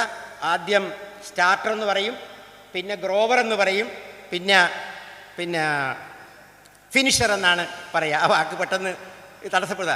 ഇതിലൊക്കെ ചില വളർച്ചയ്ക്ക് പ്രേരണ നൽകുന്നതും രോഗം വരാതിരിക്കുകയും ചെയ്യുന്നതിന് വേണ്ടിയുള്ള ചില ഹോർമോണൽ, കൃത്രിമ ഹോർമോൺ, ശരിയായ ഹോർമോൺ കുത്തിവെച്ചാൽ മാത്രമേ ഫലം ചെയ്യൂ. കൃത്രിമ ഹോർമോണുകൾ ഇഫക്റ്റുള്ള, അതായത് ഇൻസുലിന് പകരം നമ്മൾ ഗുളിക കുടിക്കുന്നില്ലേ, അതുപോലത്തുള്ള ഹോർമോണൽ ഇഫക്റ്റുള്ള സ്റ്റിറോയിഡ്സ് ഉള്ള അനാബോളിക് ഗ്രോത്ത് അല്ലെങ്കിൽ അനാബോളിക് സ്റ്റിറോയിഡ്സ് അടങ്ങിയ തീറ്റകൾ കൊടുക്കും. അപ്പോൾ അതിനനുസരിച്ച് ഞാൻ ഇവ വളരുമ്പോൾ അവയുടെ ഇറച്ചിയിൽ ഇതിൻ്റെ റെസിഡ്യുവൽ അല്ലെങ്കിൽ അതിൻ്റെ അവശേഷിപ്പ്, ഇന്നലെയും ഡോക്ടർ പറഞ്ഞിട്ട് അവശേഷിപ്പ് കൂടും. ഒരിക്കൽ കോഴി ഇറച്ചി തിന്നാലൊന്നും ബ്രോയിലർ കോഴി തിന്നാലും ചത്തു പോകുന്നില്ല, 2 വട്ടം തിന്നാലും തിന്നില്ല. പക്ഷേ if you are making it as a habit, no doubt അതേപോലെ നിങ്ങളും വളരും. അതേപോലെ നിങ്ങൾ വളർന്നു കഴിഞ്ഞാൽ അങ്ങനെ അങ്ങ് വളരില്ലല്ലോ മനുഷ്യൻ. അപ്പോൾ അതുകൊണ്ടുള്ള സ്റ്റിറോയിഡ് ഈ മരുന്നുകൾ പോലും ദോഷം ചെയ്യുന്നതാണ്. ആ മരുന്നുകൾ പോലെ ഉണ്ടാകുന്ന ശരീരത്തെ തടുക്കി വല്ലാതെ വീർക്കുകയും പല പല തരത്തിലുള്ള സന്ധി പ്രശ്നങ്ങളും ഈ നാഡീ സംബന്ധമായ പ്രശ്നങ്ങൾ, ഹൃദ്രോഗങ്ങൾക്കൊക്കെ അത് പ്രേരണ നൽകുമെന്ന് ഓർക്കുക. ഇത് പറയുമ്പോൾ ഒന്നുകൂടി പറഞ്ഞോട്ടെ, ഇന്ത്യയിലെ ഏറ്റവും വലിയ, ഏഷ്യയിൽ തന്നെ ഏറ്റവും വലിയ കോഴിക്കച്ചവടക്കാരൻ എന്ന് പറയുന്നത് ഹൈദരാബാദ് കേന്ദ്രമായിട്ട് പ്രവർത്തിക്കുന്ന വെങ്കീസ് പോൾട്രിയാണ്.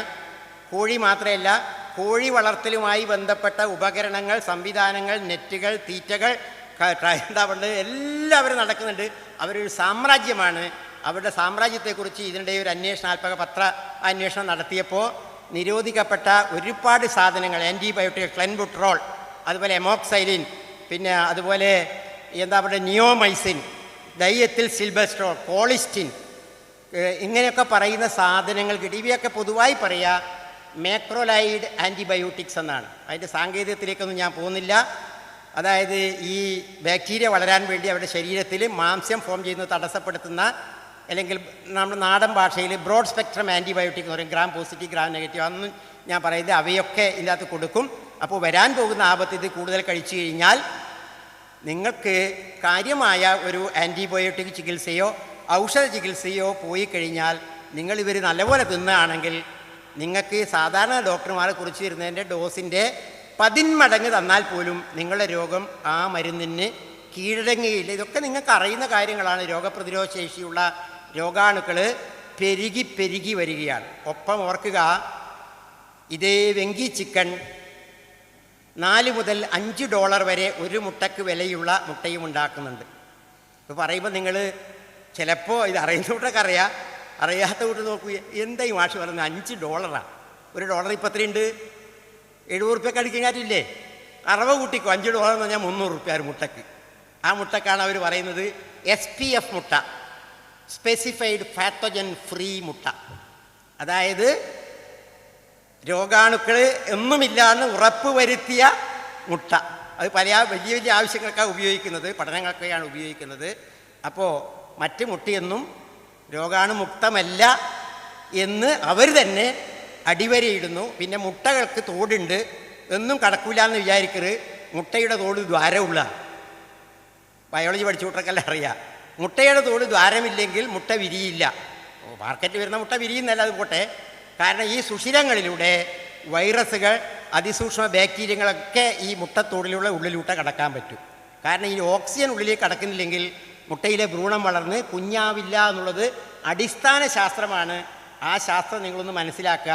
അതുപോലെ ഫാമുകളിൽ വളർത്തുന്ന മുട്ടകളിൽ കീടനാശിനി, ഞാൻ ഈ പറഞ്ഞ ഈസ്ട്രജൻ ഹോർമോൺ ഇവയൊക്കെ ചേർത്തുകൊണ്ടുള്ള ഒരു കൂട്ടാണ് അവർക്ക് കൊടുക്കുന്നത്. അതുകൊണ്ട് തന്നെ അവർക്ക് ഇതിൻ്റെയൊക്കെ പ്രശ്നങ്ങൾ ഉണ്ടാകും. പാലിനെക്കുറിച്ച് ഒരുപാട് കാര്യം പറയാനുണ്ട്, ഞാൻ പറയുന്നില്ല കാരണം സമയമില്ല. ഒരു കാര്യം മാത്രം സൂചിപ്പിച്ചോട്ടെ. അതായത് വലിയ വടക്കേ ഇന്ത്യൻ ഫാമുകൾ ഇവിടെ ഇല്ല. കറവയ്ക്ക് മുമ്പ് ഞാൻ ഹരിയാനയിലൊരു ഫാം കണ്ടിട്ടുണ്ട്. ആ ഫാം കണ്ടാൽ തന്നെ പിന്നെ ആ പാല് കുടിക്കില്ല. അത്ര വൃത്തിഹീനമായ, അതായത് വെറും പശു എന്ന് പറയുന്നത് പാലെടുക്കാനുള്ളൊരു സാധനമില്ല. അതിന് മാറ്റി മറിയാതെ ജീവനുള്ളതാണോ വളരേണ്ടതാണോ ജീവിയാണോ എന്ന് പോലും സങ്കല്പമില്ലാതെ വളർത്തുന്ന ഇതുണ്ട്. അത്തരം ഫാമുകളിൽ കറവയ്ക്ക് മുമ്പ് ഇന്ന് ഓക്സിറ്റോസിൻ പോലും കുത്തിവെക്കുന്നുണ്ട് എന്ന് പറഞ്ഞാൽ നിങ്ങൾ അംഗീകരിച്ചെന്ന് വരില്ല. ഓക്സിറ്റോസിൻ എന്ന് പറഞ്ഞു കഴിഞ്ഞാൽ ഗർഭിണികളിൽ ഗർഭകാല വളർച്ച പൂർത്തിയാകുന്നവരെ ചില സംവിധാനങ്ങൾക്ക് ആവശ്യമുള്ള ഒരു ഹോർമോണാണ് ഓക്സിറ്റോസിൻ. തലച്ചോറിലെ പീനിയൽ ഹൈപ്പോതലാമസ് ഭാഗത്താണ് ഉണ്ടാക്കുക. അത് 9 മാസം കഴിയുന്നതോടുകൂടി അതിൻ്റെ ഉൽപ്പാദനം അല്പം കൂട്ടും. അപ്പോൾ നിങ്ങളെ എന്താ പറയുക, യൂട്രസ് അല്ലെങ്കിൽ ഗർഭാശയം സങ്കോചിക്കുകയും വികസിക്കുകയും ചെയ്യും, ഗർഭം നടക്കും. ഓക്സിറ്റോസിൻ്റെ പ്രവർത്തനം അഥവാണ്. അപ്പോൾ ചിലപ്പോൾ ഡോക്ടർമാർ സാധാരണ നമ്മളെ ഈ എന്താ പറയുക മനുഷ്യരിലും അഡ്മിറ്റ് ചെയ്യുമ്പോൾ ഈ ഡെലിവറി എന്താ പറയുക സിസേറിയൻ ഒഴിവാക്കാൻ വേണ്ടി അതിന് മുമ്പ് നോക്കാമെന്ന് പറഞ്ഞ് കൊടുക്കുന്ന ഇഞ്ചക്ഷൻ ഓക്സിറ്റോസിൻ കോമ്പൗണ്ട് വരും. അപ്പോൾ നോർമൽ ആയിട്ട് നടക്കും. പക്ഷേ ഓർക്കേണ്ട കാര്യം, സ്മൂത്ത് മസിൽ ലൂസൻ ചെയ്യുന്നതാണ് ഓക്സിറ്റോസിൻ. അത് കഴിഞ്ഞ് പ്രസവം കഴിഞ്ഞ ഉടൻ ഇനി ഓരോന്നിനും ശരീരത്തിൽ ഓരോ പ്രക്രിയ. പ്രസവം കഴിഞ്ഞാൽ പിന്നെ പ്രസവത്തിന് ആവശ്യമില്ല. അപ്പോൾ ഓക്സിറ്റോസിൻ്റെ ജോലി എന്താ? സ്തനഗ്രന്ഥികളിൽ നിന്ന് അല്ലെങ്കിൽ നമ്മുടെ സ്തനത്തിൽ നിന്ന് ക്ഷീരമല്ലേ പാൽ ഉൽപ്പാദിപ്പിക്കുകയാണ്. ആ ഒറ്റ കണ്ണ് വെച്ചിട്ടാണ് ഓക്സിറ്റോസിൻ കൊടുക്കുന്നത്. പക്ഷേ ഓക്സിറ്റോസിൻ കൊടുത്ത പശുക്കളുടെ ഗർഭാശയം 1, 2, 3 പ്രസവം കഴിഞ്ഞാൽ സ്ഥാനത്ത് നിൽക്കില്ല, തള്ളി എന്താ പറയുന്നത് അതിൻ്റെ മൂത്രം ഒഴിക്കുന്ന അവയവത്തിൻ്റെ ഭാഗത്തൂടെ പുറത്തേക്ക് തള്ളി വരും. അന്നേരം നങ്കീസ് ഇട്ട് കിട്ടും. നങ്കീസ് എന്നാ പറയുക, ചൂണ്ടലിനൊക്കെ കിട്ടുന്ന പ്ലാസ്റ്റിക് കൂടുണ്ടല്ലോ, നിൽക്കില്ല. അത് ആ പാല് കുടിച്ച സ്ത്രീകൾക്കും, ആ പാലോ പാലുൽപ്പന്നമോ കുടിച്ച സ്ത്രീകൾക്കും 3-4 പ്രസവിക്കണ്ടല്ലപ്പാ, ഒന്നല്ലേ പ്രസവിക്കണ്ടു. അതും അവരെ സ്ഥാനത്ത് നിൽക്കില്ല. അതാണ് പ്രൊലാപ്സ് യൂട്രസ് എന്ന് പറയുക. ഇന്നലെ ഡോക്ടർ പറഞ്ഞു, രണ്ടും ഞാൻ കോർത്തി ഇണക്കിയിട്ടാണ് പറഞ്ഞത്, ഹിസ്റ്ററക്ടമി അതിൻ്റെപ്പ ഒന്ന് പ്രസവിച്ചില്ലേ കുട്ടിയിലെ, ഇനി എന്തിൻ്റെ ആവശ്യമോ? ഒരാവശ്യമില്ല. ചെറിയ നിസ്സാര ഓപ്പറേഷൻ. ഇപ്പം എന്താ മറ്റേ സൂചിക്കുഴൽ ഓപ്പറേഷനും കീ ഹോളും ഒക്കെ ഉണ്ട്, നിസ്സാരമായി എടുത്തുകളെ. ഓർക്കുക, സ്ത്രീകളുടെ ഗർഭാശയം എന്ന് പറയുന്നത് കേവലം പ്രസവിക്കാനുള്ള ഒരു സഞ്ചിയല്ല. അങ്ങനെ ധരിക്കരുത് സ്ത്രീകൾ. നിങ്ങളുടെ ശരീരത്തിൻ്റെ ആരോഗ്യം നിലനിർത്താൻ വേണ്ടിയുള്ള ഒട്ടനവധി സംവിധാനങ്ങൾ കൂട്ടായി പ്രവർത്തിക്കുന്ന ഒരു സിസ്റ്റമാണ് ഗർഭാശയവും അനുബന്ധ ഭാഗങ്ങളും. അതെടുത്തു കളഞ്ഞാൽ ചിലർക്ക് പ്രശ്നമൊന്നുമില്ലെങ്കിലും ചിലർക്ക് ശാരീരിക അസ്വസ്ഥതകൾ, നടുവേദനകൾ, അതുപോലെ പലതരത്തിലുള്ള പ്രശ്നങ്ങൾ, ശരീരത്തിൽ നീർക്കെട്ടുണ്ടാകുക, മാനസിക അസ്വാസ്ഥ്യം വരെ ചിലർക്കുണ്ടാകുമെന്ന് ഓർക്കുക. പാലിനെക്കുറിച്ച് ഒരുപാട് കാര്യങ്ങൾ പറയാനുണ്ട്, പറയുന്നേ ഇല്ല. അതുപോലെ എന്താ പറയേണ്ടത്, ഈ pickles, aluminium sulphate, aluminium silicate, potash aluminium സിലിക്കേറ്റായി ചേർക്കുക. അതിലൊന്ന് ഓർക്കുക, beer, soft drinks, dry fruits, wine, pickle ഇവയിലൊക്കെ ചേർക്കുന്ന ആൻറ്റി ഓക്സിഡൻറ്റ് പ്രിസർവേറ്റീവാണ് സൾഫർ ഡൈ ഓക്സൈഡ്. SO2, ഞാൻ ഒരു ഉദാഹരണം പറഞ്ഞു. SO2 കൂട്ടണം H2O എന്ന് എഴുതുക. ബേസിക് 10ാം ക്ലാസ് പഠിച്ചു കൂട്ടണം. H2O കൂട്ടണം, ഞാൻ നിർത്തി. H2O SO2 കൂട്ടണം H2O എന്ന് എഴുതുക. കിട്ടുക എന്താ? H2SO3. നിങ്ങൾ എഴുതി നോക്കൂ. എന്താ H2SO3? സൾഫ്യൂറസ് ആസിഡ് കേട്ടാ. അപ്പോൾ സൾഫർ ഡയോക്സൈഡ് ചേർത്തിട്ടുള്ള ഈ എന്താ പറയുക പ്രിസർവേഷൻ, പഞ്ചസാര ബ്ലീച്ച് ചെയ്യാനും സൾഫർ ഡയോക്സൈഡ് എടുക്കും. ഇവയൊക്കെ കഴിക്കുമ്പോൾ നിങ്ങളുടെ ശരീരത്തിൽ ആസിഡാണ് കലരാൻ പോകുന്നത്. അതുകൊണ്ട് ഉണ്ടാകുന്ന പ്രശ്നങ്ങൾ എന്താണെന്ന് നിങ്ങൾ ഊഹിച്ച് കൊള്ളുക. എൻ്റെ സമയം അതിക്രമിച്ചത് കൊണ്ട് ഞാൻ കുറച്ച് എക്സാമ്പിൾ, ഒരു ദിവസം മുഴുവൻ പറയാനുള്ള എക്സാമ്പിളും കാര്യങ്ങളും പറഞ്ഞ് ശീലമുള്ളതുകൊണ്ട് തുടർച്ചയായി പറയാം. പക്ഷേ അത് ഒരു മാന്യതയല്ല. എന്നെ 2 പ്രമുഖ വ്യക്തികൾ പറയാനുണ്ട്. അപ്പോൾ ഇങ്ങനെ ആധുനിക ഭക്ഷണത്തോട് ആഭിമുഖ്യം കാണിച്ച് ഹോട്ടൽ അറ്റാച്ച് അല്ലെങ്കിൽ ഫാസ്റ്റ് ഫുഡ് അറ്റാച്ച്ഡ് ലൈഫാണെങ്കിൽ ഹോസ്പിറ്റൽ അറ്റാച്ച്ഡ് ലൈഫിലേക്കാണ് നിങ്ങൾ പോവുക. ഭാരതീയ ചികിത്സാശാസ്ത്രപ്രകാരം ഒറ്റൊരു കാര്യം പറഞ്ഞ് ഞാൻ നിർത്തുന്നു. ചികിത്സാശാസ്ത്രപ്രകാരം എന്താണ്? ഒരു ചൊല്ലുണ്ട്, വൈദ്യരാജ നമസ്തുഭ്യം യമരാജ സഹോദരം യമസ്തു ഹരതിപ്രാണൻ വൈദ്യധനപ്രാണൻ നിജ എന്നാണ് എനിക്ക് നിങ്ങളോട് പറയാനുള്ളത്. അതിൻ്റെ അർത്ഥം ഇത്രയേ ഉള്ളൂ. അതായത് വൈദ്യരാജനും യമരാജനും സഹോദരങ്ങളാണ്. സഹോദരൻ എന്ന് പറഞ്ഞാൽ അറിയാലോ, യമനെയും നിങ്ങൾക്കറിയാം കേട്ടാ. യമൻ കൊന്നുകൊണ്ടുവന്ന ആളാണ്, വൈദ്യൻ ചികിത്സിച്ച് സുഖം തരുന്ന ആളാണ്. 2 പേരും വരുമ്പോഴേ നിങ്ങൾ ആരെ വന്ദിക്കണം, ആരെ ആദ്യം വന്നിച്ച് ബഹുമാനത്തോടു കൂടി സ്വീകരിക്കണം എന്ന് ചോദിച്ചു കഴിഞ്ഞാൽ ചിലപ്പോൾ ഞങ്ങളെ മനസ്സിൽ ഉത്തരം വരുന്ന കൊല്ലാൻ വരുന്ന ആളെ ഒന്ന് പ്രീതിപ്പെടുത്തിയേക്കാം. കാരണം എന്തായാലും കൊല്ലൂലല്ലോ എന്ന് വിചാരിക്കും. പക്ഷേ സത്യം എന്താണെന്ന് വെച്ച് കഴിഞ്ഞാൽ വൈദ്യരാജന് നമസ്തുഭ്യം പറയാം. കാരണം എന്താ? യമരാജൻ വന്നാലും കൊണ്ടുപോവുകയേ ഉള്ളൂ. പക്ഷേ സഹോദരനായ വൈദ്യൻ അല്ലെങ്കിൽ ഡോക്ടർ വന്നാൽ എന്താ ഞാൻ ചൊല്ലിയത്? വൈദ്യരാജ നമസ്തുഭ്യം യമരാജ സഹോദരം യമസ്തു ഹരതി പ്രാണൻ. യമൻ കൊണ്ടുപോവുകയേ ചെയ്യുള്ളൂ. വൈദ്യൻ വന്നാൽ ആദ്യം ധനം, പ്രാണൻ നിജ, തുടർന്ന് പ്രാണനും കൊണ്ടുപോകും. അപ്പോൾ ഈ വിഷമവൃത്തത്തിൽ നിന്ന് ആരോഗ്യശാസ്ത്രം ഇന്ന് നമ്മുടെ കേരളത്തിലൊക്കെ അങ്ങ് അഡ്വാൻസ് ചെയ്യുകയാണ്. ധാരാളം ആശുപത്രികൾ, ഡയാലിസിസ് സെൻ്ററുകൾ, സ്പെഷ്യലിസ്റ്റ് ആശുപത്രികൾ, ഇതൊക്കെ സൂചിപ്പിക്കുന്നത് ആരോഗ്യത്തിൻ്റെ ലക്ഷണമല്ല, രോഗത്തിൻ്റെ ലക്ഷണമാണ്. അതുപോലെ കൊണ്ട് സ്വസ്ഥവും ശാന്തവും സംതൃപ്തവുമായിട്ടുള്ള ഒരു ജീവിതത്തിന് എന്തൊക്കെയാണ് ജീവിതചര്യകൾ ക്രമപ്പെടുത്താൻ പറ്റുക, ആ ജീവിതചര്യകൾ ക്രമപ്പെടുത്തി ആരോഗ്യപാലനത്തിന് ഒരു മുഖ്യ പ്രാധാന്യം നൽകി ജീവിക്കണം, അല്ലെങ്കിൽ ജീവിക്കാൻ നിങ്ങൾ എന്താ പറയേണ്ടത്, മുതിരണം എന്നുള്ള ഒരു ഹമ്പിൾ റിക്വസ്റ്റോടുകൂടി ചുരുങ്ങിയ സമയത്തുള്ള കുറച്ച് കാര്യങ്ങൾ പറഞ്ഞ് ഞാൻ നിർത്തുന്നു. ഇതുവരെ കേട്ടതിന് നന്ദി. എന്തായാലും ഒരു കാര്യം വ്യക്തമാണ്, വിശാലാക്ഷ മാഷ് പറഞ്ഞ കാര്യങ്ങൾ ഈ ലോകത്ത് ആരെങ്കിലും മനസ്സിലാക്കിയാൽ അയാളുടെ വീട്ടിൽ സ്വാസ്ഥ്യത്തിൻ്റെ ലക്ഷണങ്ങൾ കണ്ടു തുടങ്ങും. കാരണം വൈകുന്നേരം പോരുമ്പോൾ ആ പൊരിക്കടിപ്പീടിയിൽ നിന്നും മുട്ടിന് പൊന്തിയ പൊരിക്കടിപ്പീടിയിൽ നിന്നും താൻ മൂക്കുമുട്ട തിന്നുമ്പോൾ വീട്ടിലുള്ള കുട്ടികളെക്കുറിച്ചും ഭാര്യയെക്കുറിച്ചും ഉള്ള സ്നേഹം ഓർമ്മ വരികയാണ്. അപ്പോൾ അവർക്കുള്ളതും കൂടി വാങ്ങി സന്ധ്യയ്ക്ക് കൊണ്ടുപോകുമ്പോൾ എന്താണ് ഈ പാക്കറ്റിനുള്ളിലെന്നും ഞാൻ എന്താണ് ചെയ്തുകൊണ്ടിരിക്കുന്നതെന്നും ഞാൻ ഇത് വാങ്ങാൻ വേണ്ടി എന്തൊക്കെ ചെയ്തു എന്നൊക്കെ ഒന്ന് ആലോചിക്കുന്നത് അതിന് അവസരം കിട്ടുകയാണെങ്കിൽ നന്നായിരിക്കും. അത്രേ ഇപ്പം ഇതിൽ പറയാനുള്ളൂ. ഞാൻ ഇതിൻ്റെ ഒരു മറുപുറമാണ് പറയുന്നത്.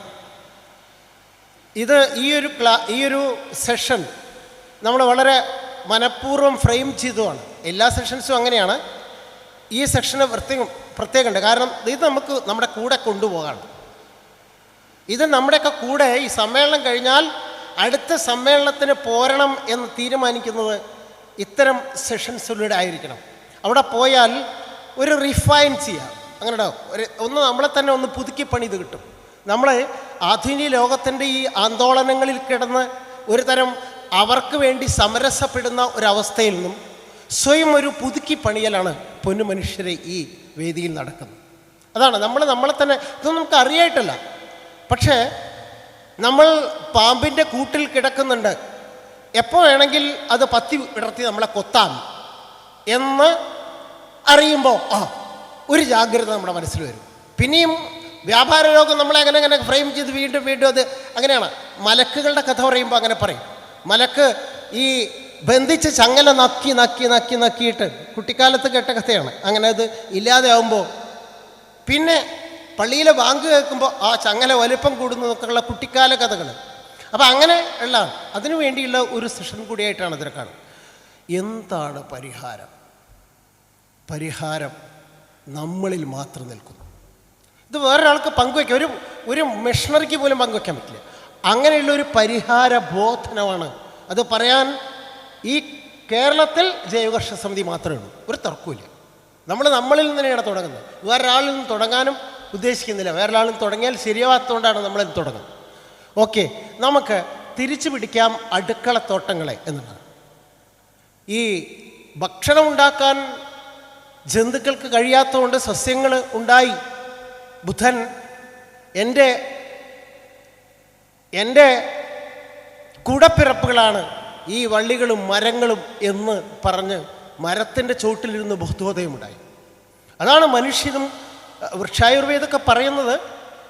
10 മക്കൾക്ക് തുല്യമാണ് ഒരു വൃക്ഷം എന്ന് പറയുമ്പോൾ അതിൻ്റെ ഗാഢത നമ്മളൊന്ന് ഉൾക്കൊള്ളണം. ആ വൃക്ഷം തന്നെയാണ് മനുഷ്യരെ ഈ കാര്യത്തിലും നമ്മളെ സഹായിക്കാനുള്ളത്. അതിന് നിങ്ങൾ തയ്യാറുണ്ടോ എന്നുള്ളത് മാത്രമാണ്. അങ്ങനെ തയ്യാറാവുകയാണെങ്കിൽ അത് എങ്ങനെയാവണം എന്നുള്ള എൻ്റെ ഒരു പരിപ്രേക്ഷ്യമാണ് അവതരിപ്പിക്കുന്നത്. ഇതിൽ നിങ്ങളുടെയൊക്കെ കൂടി കൂട്ടിച്ചേർത്താൽ നിങ്ങൾക്ക് പറ്റുന്നതാവും എന്ന് ഞാൻ വിശ്വസിക്കുന്നു.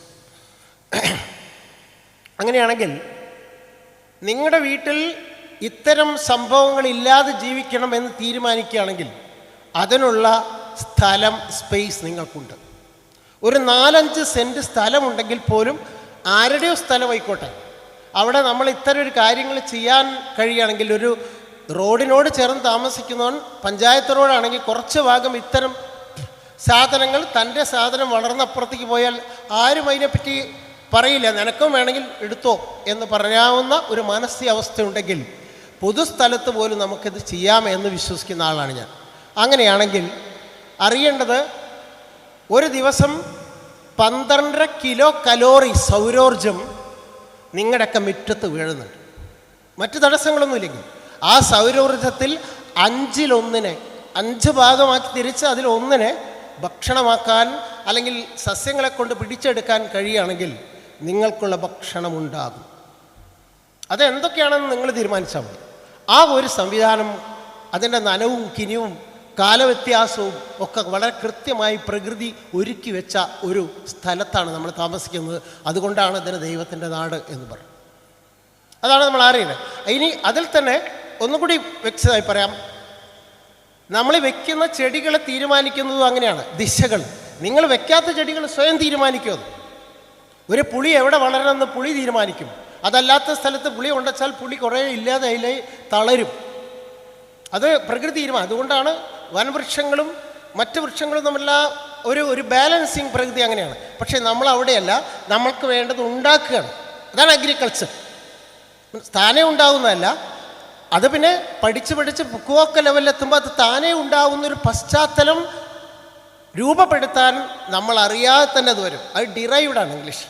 അവിടേക്ക് എത്തുന്നതിന് മുമ്പുള്ള കച്ചവടമാണ് ഇപ്പോൾ ഞാൻ പറയാം. അങ്ങനെയാണെങ്കിൽ നിങ്ങളുടെ ഏറ്റവും കേരളത്തിൻ്റെ കിടപ്പനുസരിച്ച് ഏറ്റവും കൂടുതൽ സ്ട്രോങ് ലൈറ്റ് അഥവാ കൂടുതൽ സൂര്യപ്രകാശം ഭക്ഷണമാക്കി വരണമെങ്കിൽ നിങ്ങളുടെ തെക്കു പടിഞ്ഞാറൻ വെയിൽ നിങ്ങൾക്ക് ഹാർവെസ്റ്റ് ചെയ്യാൻ കഴിയണം. അങ്ങനെയാണ് കേരളത്തിൻ്റെ ഒരു ഭൂമിശാസ്ത്രം. ഇതൊന്ന് മനസ്സിലാക്കിയതാണ്. അവ കൂടുതൽ കായ്ഫലങ്ങൾ കിട്ടുന്ന ചെടികൾ തെക്ക് പടിഞ്ഞാറ് ഭാഗത്ത് വെക്കാൻ കഴിയുകയാണെങ്കിൽ അതാണ് അടുക്കളത്തോട്ടത്തിൻ്റെ ഭക്ഷണത്തിൻ്റെ ഏറ്റവും യൂട്ടിലിറ്റി, അതായത് പരമാവധി പ്രയോഗം നടത്താൻ പറ്റും. അപ്പോൾ നിങ്ങൾ നിങ്ങളുടെ വീടിൻ്റെ കിഴക്ക് പടിഞ്ഞാറ് തീരുമാനിച്ച് വടക്ക് കിഴക്ക് ഭാഗത്ത് വരുന്നത് സ്ട്രോങ് ലോ ലൈറ്റ് ഡിമാൻഡേഴ്സ് ആണെങ്കിൽ അതതിൻ്റെ പണിക്കും. ഒരു വെണ്ടയെ കൊണ്ടുപോയി വടക്ക് കിഴക്ക് ഭാഗത്ത് വെച്ചാൽ അത് സ്ട്രോങ് ലൈറ്റ് ഡിമാൻഡാണ്. കാരണം 45 ദിവസം കൊണ്ട് വെണ്ട തരണം. ഒരു ലൈഫിൽ 16 വരെ വെണ്ട തരണം. 8-ൽ കുറയാത്ത വെണ്ട തരണം. ഇപ്പോഴത്തെ നമ്മുടെ ആനക്കൊമ്പനൊക്കെ ആണെങ്കിൽ 60 ദിവസം കഴിഞ്ഞാൽ ബ്രാഞ്ചായി അതിൻ്റെ ഉള്ളൊക്കെ ഉണ്ടാവും. അപ്പോൾ അത്രയും സാധനം വേണം അയാൾക്ക്. അയാളെ കൊണ്ടെങ്കിൽ വടക്ക് കിഴക്കെ മൂലയിൽ വെച്ചാൽ, പ്രത്യേകിച്ചും വേറെ എന്തെങ്കിലും ഷെയ്ഡ് കൂടി ഉണ്ടെങ്കിൽ അയാൾക്ക് തരാൻ കഴിയില്ല. ഇതാണ് അടുക്കളത്തോട്ടത്തിൻ്റെ ഒരു ശാസ്ത്രം. അങ്ങനെയാണെങ്കിൽ നിങ്ങൾ പ്രധാനപ്പെട്ട വിളകൾ ഉണ്ടാക്കുന്നത് ചീരയാണെങ്കിലും വെണ്ടയാണെങ്കിലും ഒക്കെ, അതായത് പെട്ടെന്ന് വെള്ളരി, നിങ്ങൾ വേനൽക്കാലത്ത് വെള്ളരി ചെയ്യുകയാണെങ്കിൽ തെക്ക് പടിഞ്ഞാറൻ വെയിൽ ഇഷ്ടം പോലെ കിട്ടുന്ന സ്ഥലമാണെങ്കിൽ ഒരു കുഴിയിൽ നിന്ന് 20 കിലോ കായ പൊട്ടിക്കാം, 3 വിത്തിട്ടാൽ മതി. നേരെ മറിച്ച് ഇതേ സാധനം വടക്ക് കിഴക്ക് ഭാഗത്ത് ഒരു 12 മണി വരെ സൂര്യപ്രകാശം കിട്ടും, 12 മണിക്ക് ശേഷം സൂര്യപ്രകാശം കുറയുന്ന സ്ഥലമാണെങ്കിൽ അതിൽ നിന്ന് 5 കിലോ വെള്ളരിക്ക കിട്ടിയാൽ ഗംഭീരായി. അപ്പോൾ അത് ആരാണെന്ന് തീരുമാനിക്കുന്നത് നമ്മളാണ്. ഇത്രയേ ഉള്ളൂ ഈ കാര്യത്തിൽ തീരുമാനിക്കണം. ഇതാണ് അതിൻ്റെ ഒരു ഇത്. കാരണം സൂര്യപ്രകാശമാണ് ഭക്ഷണമായി മാറുന്നത്. അതിലാർക്കും തർക്കം വേണ്ട, അല്ലാണ്ട് നമ്മുടെ മിടുക്കൊന്നുമല്ല. അതിന് വേണ്ട സപ്പോർട്ടുകൾ ചെയ്തു കൊടുക്കാൻ മാത്രമേ നമുക്ക് കഴിയുള്ളൂ. അപ്പോൾ പ്രകൃതിയുടെ ഇത്തരം സപ്പോർട്ടുകളെ പരമാവധി അറിഞ്ഞ് പ്രകടമായി പ്രാവർത്തികമാക്കാൻ നമുക്ക് കഴിയണം. അതിൻ്റെ സാധ്യതകൾ ഓരോരുത്തരും എക്സ്പ്ലോയിറ്റ് ചെയ്യുന്നത് അവരവൻ്റെ സാഹചര്യത്തിനനുസരിച്ച്. ഇനി വടക്ക് കിഴക്ക് ലൈറ്റ് കിട്ടുന്ന സ്ഥലം മാത്രമേ എനിക്കുള്ളൂ, എന്നാൽ ഞാൻ ഒന്നും ചെയ്യണ്ടല്ലോ എന്ന് ഒരാൾ തീരുമാനിക്കാൻ അതിന് മറുപടിയില്ല. അപ്പോൾ അത്തരം പ്ലാൻ ചെയ്യണം. അങ്ങനെയാണെങ്കിൽ നമുക്ക് എന്തൊക്കെ ഒരു ഭക്ഷണവുമായി ബന്ധപ്പെട്ട മാഷ് പറഞ്ഞ ആ ഒരു പോഷണശാസ്ത്രത്തിൻ്റെ ഉള്ളിൽ നിന്നുകൊണ്ട് നമുക്ക് വളരെ ലളിതമായി നട്ടു വളർത്താവുന്ന കുറച്ച് സംഭവങ്ങളാണ് പറയുന്നത്. ഇപ്പം നിങ്ങൾ ചേമ്പ് വയ്ക്കുമ്പോൾ ചേമ്പും ചേനയും പറഞ്ഞാൽ 40% മുതൽ 60% വരെ സൂര്യപ്രകാശം ആവശ്യമുണ്ട്. ആ ചേമ്പ് നിങ്ങൾ ഒരു തെങ്ങോ അല്ലെങ്കിൽ 2 കവുങ്ങോ അല്ലെങ്കിൽ കുറച്ച് ഇതിനിടയ്ക്ക് സ്പേസ് ഉള്ളൊരു സ്ഥലത്താണെങ്കിൽ പോലും ഉച്ചയ്ക്കും വെയിൽ കിട്ടും, 4 മണിക്ക് ശേഷം കുറച്ച് കിട്ടും, രാവിലെയും കുറച്ച് അയളുണ്ടാവും. അപ്പോൾ ബാക്കി കാര്യം നോക്കാം. അപ്പോൾ അങ്ങനെയുള്ള ഇഞ്ചിയോ മഞ്ഞളോ ചേമ്പോ ചേനയോ അങ്ങനെയുള്ള സാധനങ്ങൾക്ക് നമ്മളെ വടക്ക് കിഴക്കൻ, അതാണ് വടക്കിന് ഇഞ്ചയ്ക്കാകാം എന്ന് പറയാൻ. ഇതൊക്കെ പ്രാദേശിക അറിവുകളായി നമ്മുടെ ആളുകൾ ഇതൊക്കെ സൂക്ഷിച്ച് വെച്ചിരുന്നു. അവർക്ക് ആവശ്യമുള്ളപ്പോൾ അടുത്ത തലമുറയ്ക്ക് കൊടുക്കാൻ വേണ്ടി സൂക്ഷിച്ചു. അതാണ് നമ്മുടെ ഇത്തരം നാട്ടറിവുകൾ. അവിടേക്കൊന്നും ഇപ്പോൾ നമ്മൾ പോകാൻ സമയമില്ല, മാഷ് പറഞ്ഞ മാതിരി.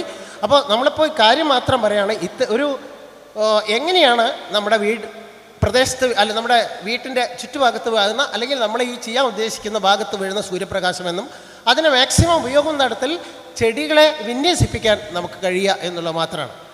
ഇതിൻ്റെ ചാക്രികത പൂർത്തിയാകുമ്പോൾ ഡോക്ടറും കൂടി പറഞ്ഞു തരുമ്പോൾ ഈ സാധനം എങ്ങനെ പാചകം ചെയ്യണമെന്ന് കൂടി പറഞ്ഞാൽ ഒരു ചാക്രികതയുടെ ഒരു ഘട്ടം പൂർത്തിയാവും. ഇനി മാവോ പറഞ്ഞ മാതിരി ഇതിൻ്റെ ഇംപ്ലിമെൻറ്റേഷൻ നിങ്ങളാണ്. അത് നിങ്ങളേതായ ചുറ്റുപാടിൽ ഇംപ്ലിമെൻ്റ് ചെയ്യുമ്പോൾ അതിൻ്റെ പരിമിതികളെ മറികടക്കേണ്ടതും അതിനുള്ള സൂത്രവാക്യങ്ങൾ ഉണ്ടാക്കുന്നതും നിങ്ങളാണെന്നാണ് എനിക്ക് പറയാനുള്ളത്. അപ്പോൾ അങ്ങനെയാണെങ്കിൽ എല്ലാവരുടെ തെക്ക് പടിഞ്ഞാറൻ ഭാഗത്തും തെക്ക് പടിഞ്ഞാറൻ അതിർത്തിയോട് ചേർന്ന ഭാഗത്തും 3 മുരിങ്ങ പിടിപ്പിക്കണം നിർബന്ധമാണ്.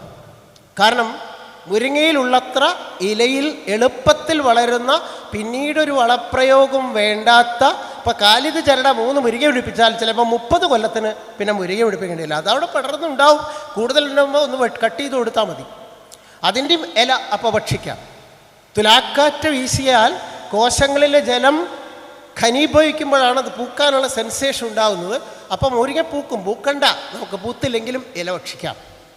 അങ്ങനെയാണെങ്കിൽ നിങ്ങൾ പറയുന്ന മഗ്നീഷ്യം, കാൽസ്യം, പൊട്ടാസ്യം, ഇരുമ്പ്, ഫോസ്ഫറസ്, സോഡിയം, നാരുകൾ, vitamin A, B, C, B6, B9 മുതലായിട്ടുള്ള 11ഓളം പോഷകങ്ങളുള്ള മലയാളിക്ക് ഒരു പ്രവർത്തനം ചെയ്യാവുന്ന ഏറ്റവും ലളിതമായ സാധനമാണ്. 3 പിടിപ്പിക്കാൻ പറഞ്ഞത് വേറെ ഒന്നുമല്ല, കായ പൊട്ടിക്കണം എന്ന് മോഹിക്കുന്നെങ്കിൽ കൂടുതൽ ഇല പൊട്ടിച്ചാൽ കായ ഉണ്ടാവില്ല, കുറവായിരിക്കുമല്ലോ, അതറിയാലോ. കാരണം മൂപ്പര് സ്റ്റോക്ക് ചെയ്യുന്നില്ല. സ്റ്റോക്ക് ചെയ്യുന്നതൊക്കെ നിങ്ങൾ എടുത്തുകൊണ്ട് പോവാണ്.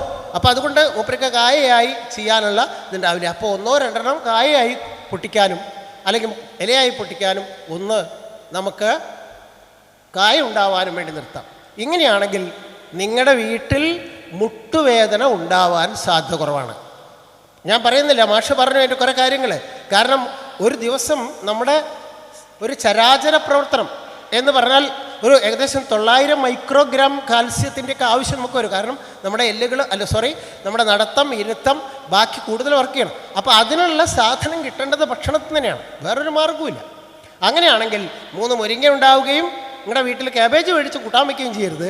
പകരം അതിൻ്റെ തന്നെ ആയിരിക്കണം. കാരണം അതിൻ്റെ കോമ്പിനേഷൻസൊക്കെ നമ്മൾ ഉണ്ടാക്കണം. ചക്ക ഉണ്ടാകുന്ന കാലത്ത് ചക്കക്കുരുവാവാം, മുരിങ്ങ കോമ്പിനേഷൻ, വേറെ എന്തൊക്കെയാണെന്ന് നിങ്ങൾ തീരുമാനിക്കുക. അങ്ങനെ വൈവിധ്യമാർന്ന രൂപത്തിൽ ഇത് 2-3 ദിവസം ആഴ്ചയിൽ ഭക്ഷിക്കാൻ നമുക്ക് കഴിയും. അതാണ് നമ്മുടെ ഭക്ഷ്യസുരക്ഷ. ഇത് ഒരാൾക്കും തകർക്കാനും കഴിയില്ല. അത് തീരുമാനിക്കുന്നവരായിരിക്കണം നമ്മൾ ഈ ഇരിക്കുന്നവരൊക്കെ. അങ്ങനെയാണ് നമ്മൾ ഈ മാർക്കറ്റുകളെ അതിജീവിക്കാനുള്ള ചില രസതന്ത്രങ്ങൾ നമുക്ക് ഉണ്ടാക്കേണ്ടത്. ഇതാണ് തുറന്നു പറയാനുള്ളത്. അങ്ങനെയാണെങ്കിൽ നിങ്ങളുടെ വീട്ടിൽ ദഹനക്കേടുണ്ടാവില്ല. മാത്രമല്ല നിങ്ങളുടെ കാഴ്ച, ചർമ്മത്തിൻ്റെ ഒരുപാട് കാര്യങ്ങൾ ഇതിൽ പറയുന്നുണ്ട്. കാഴ്ച, ചർമ്മ സംരക്ഷണം, രക്താതിസമ്മർദ്ദം കുറയ്ക്കൽ, അതുപോലെ പ്രമേഹം നിയന്ത്രിക്കൽ, അതുപോലെ ഗർഭകാലത്ത് ഛർദി, ഹോർമോൺ ബാലൻസ് ചെയ്യാൻ ശരീരം ശ്രമിക്കുന്ന ആ കാലത്ത് ഛർദി മുതൽ പ്രസവിച്ചു കഴിഞ്ഞാൽ മുലപ്പാലുണ്ടാവാൻ വരെ സഹായിക്കും എന്നതാണ് മുരിങ്ങക്കൂട്ട്. മുരിങ്ങയുണ്ടേൽ മരുന്ന് വേണ്ട എന്നാണ്. മുരിങ്ങ 300 രോഗങ്ങൾക്ക് ഔഷധം. ഇനി എന്താ വേണ്ട? ഇതാണ് വൃക്ഷായുർവേദം. ഇനി കൂടുതലൊന്നും പറയാനില്ല. അപ്പോൾ നിങ്ങൾക്ക് താല്പര്യമുണ്ടെങ്കിൽ 3 മുരിങ്ങ പിടിപ്പിക്കണം കൂട്ടരെ. അത് തന്നെ ആയിരിക്കണം നമ്മുടെ ഭക്ഷണത്തിൻ്റെ ഒരു ചേരുവ. ഞാൻ ഫിക്സ് ചെയ്തു കഴിഞ്ഞു. ഇതാണ് ഇവിടെ പറയാനുള്ളത്.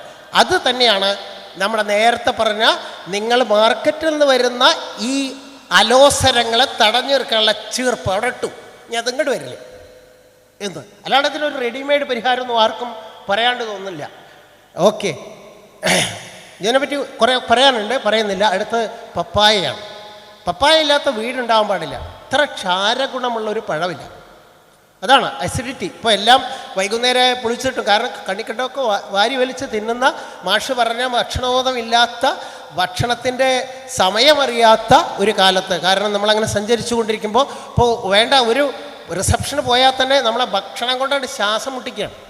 അപ്പോൾ നമ്മളറിയാതെ നമ്മുടെ രസമുകളങ്ങൾ ത്രസിച്ച് നമ്മളെ അങ്ങോട്ട് വശംവദനാക്കുക എന്നൊക്കെ പറയില്ലേ, അങ്ങനെ വദനമാക്കി പോലും നമ്മൾ ദിവസവും ഓരോ റിസപ്ഷന് പോകുന്നവരാ. അപ്പോൾ ഇത്തരം കാര്യങ്ങളിലൊക്കെ ഉണ്ടാകുന്ന പ്രശ്നങ്ങൾ പോലും പരിഹരിക്കാൻ ഇത്തരം പഴങ്ങൾക്കോ സാധനങ്ങൾക്കോ കഴിയും എന്നുള്ളതാണ്. മഗ്നീഷ്യവും കാൽസ്യം, പൊട്ടാസ്യം, ഇരുമ്പും ഫോസ്ഫറസും സോഡിയം നാരുകളും വിറ്റാമിൻ എ, ബി, സിയും സമൃദ്ധമാണ് നിങ്ങളുടെ പപ്പായ, അറിഞ്ഞോണം. മാത്രമല്ല ദഹനക്കേട്, കുടൽ സംബന്ധമായ വിരശല്യത്തെക്കുറിച്ച് പറയാറുണ്ട് പപ്പായയിൽ. അതിനെക്കുറിച്ച് പറയാറുണ്ട്. ഞാൻ അതിന് സയൻസിലേക്ക് പോകുന്നില്ല, അതൊക്കെ മാഷ് പറഞ്ഞു. അപ്പോൾ 2-3 പപ്പായ പിടിപ്പിക്കുക. ഇത് ഒരേ സമയം പഴമാണ്, പച്ചക്കറിയാണ്. വൃക്കയുടെ ആരോഗ്യം മുതൽ ഹൃദയാരോഗ്യം വരെയുള്ള കാര്യങ്ങൾക്ക് കഴിയുന്ന, നമ്മളെ സഹായിക്കുന്ന ഒരു സാധനമാണ്. സിമ്പിളായിട്ടാണ്. നമ്മുടെ മക്കൾ കഴിക്കില്ല, അവർക്ക് ക്യാബേജ് പറ്റുണ്ടാവുള്ളൂ. അത് 4 ദിവസം നിങ്ങൾ ശരിയാക്കി ചെയ്താൽ വരും. അതൊന്നും നമ്മുടെ ചർച്ചയ്ക്ക് വിധേയമല്ല.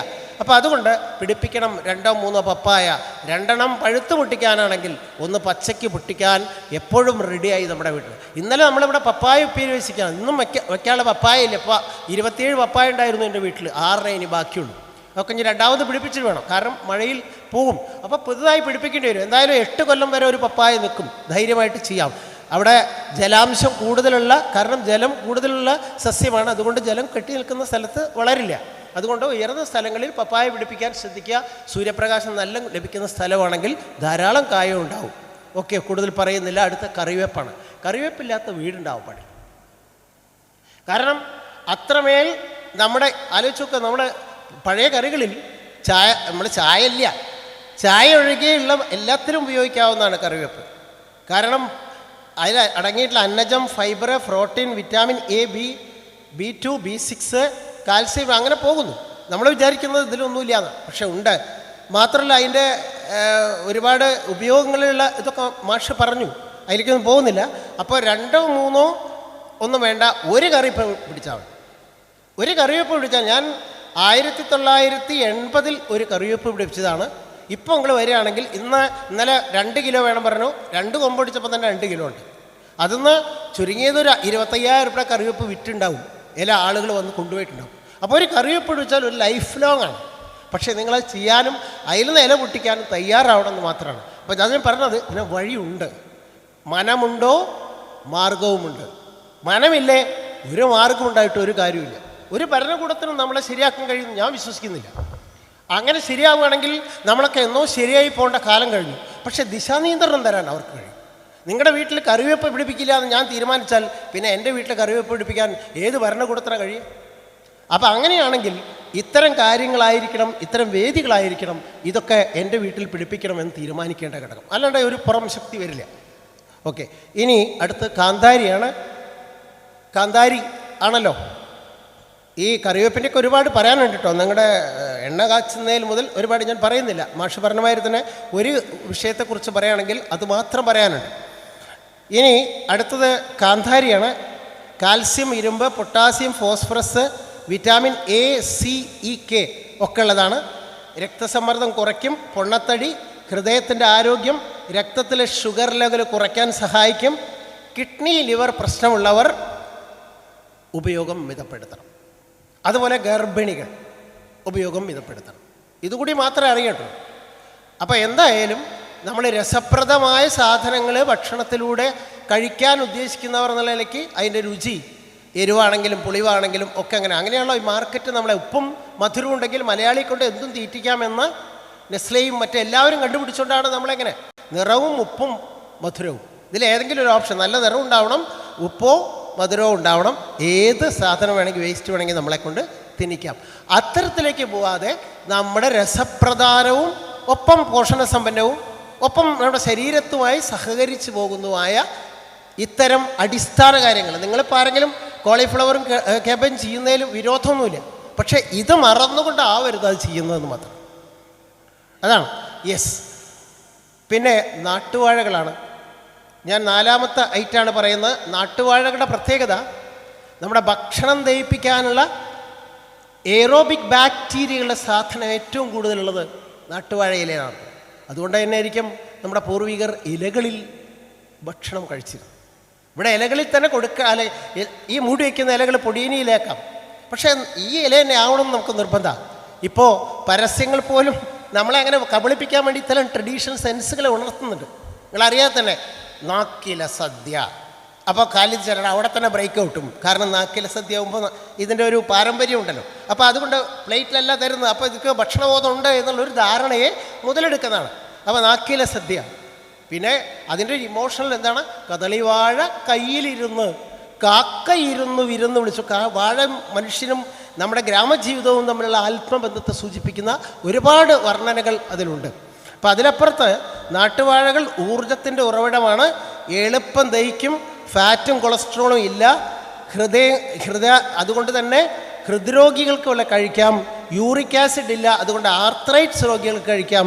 ഹൈഡ്രോക്ലോറിക് ആസിഡിനെ കുറയ്ക്കാൻ സവിശേഷ ശേഷിയുള്ള പഴം കൂടിയാണ് നമ്മുടെ നാട്ടുവാഴപ്പഴം.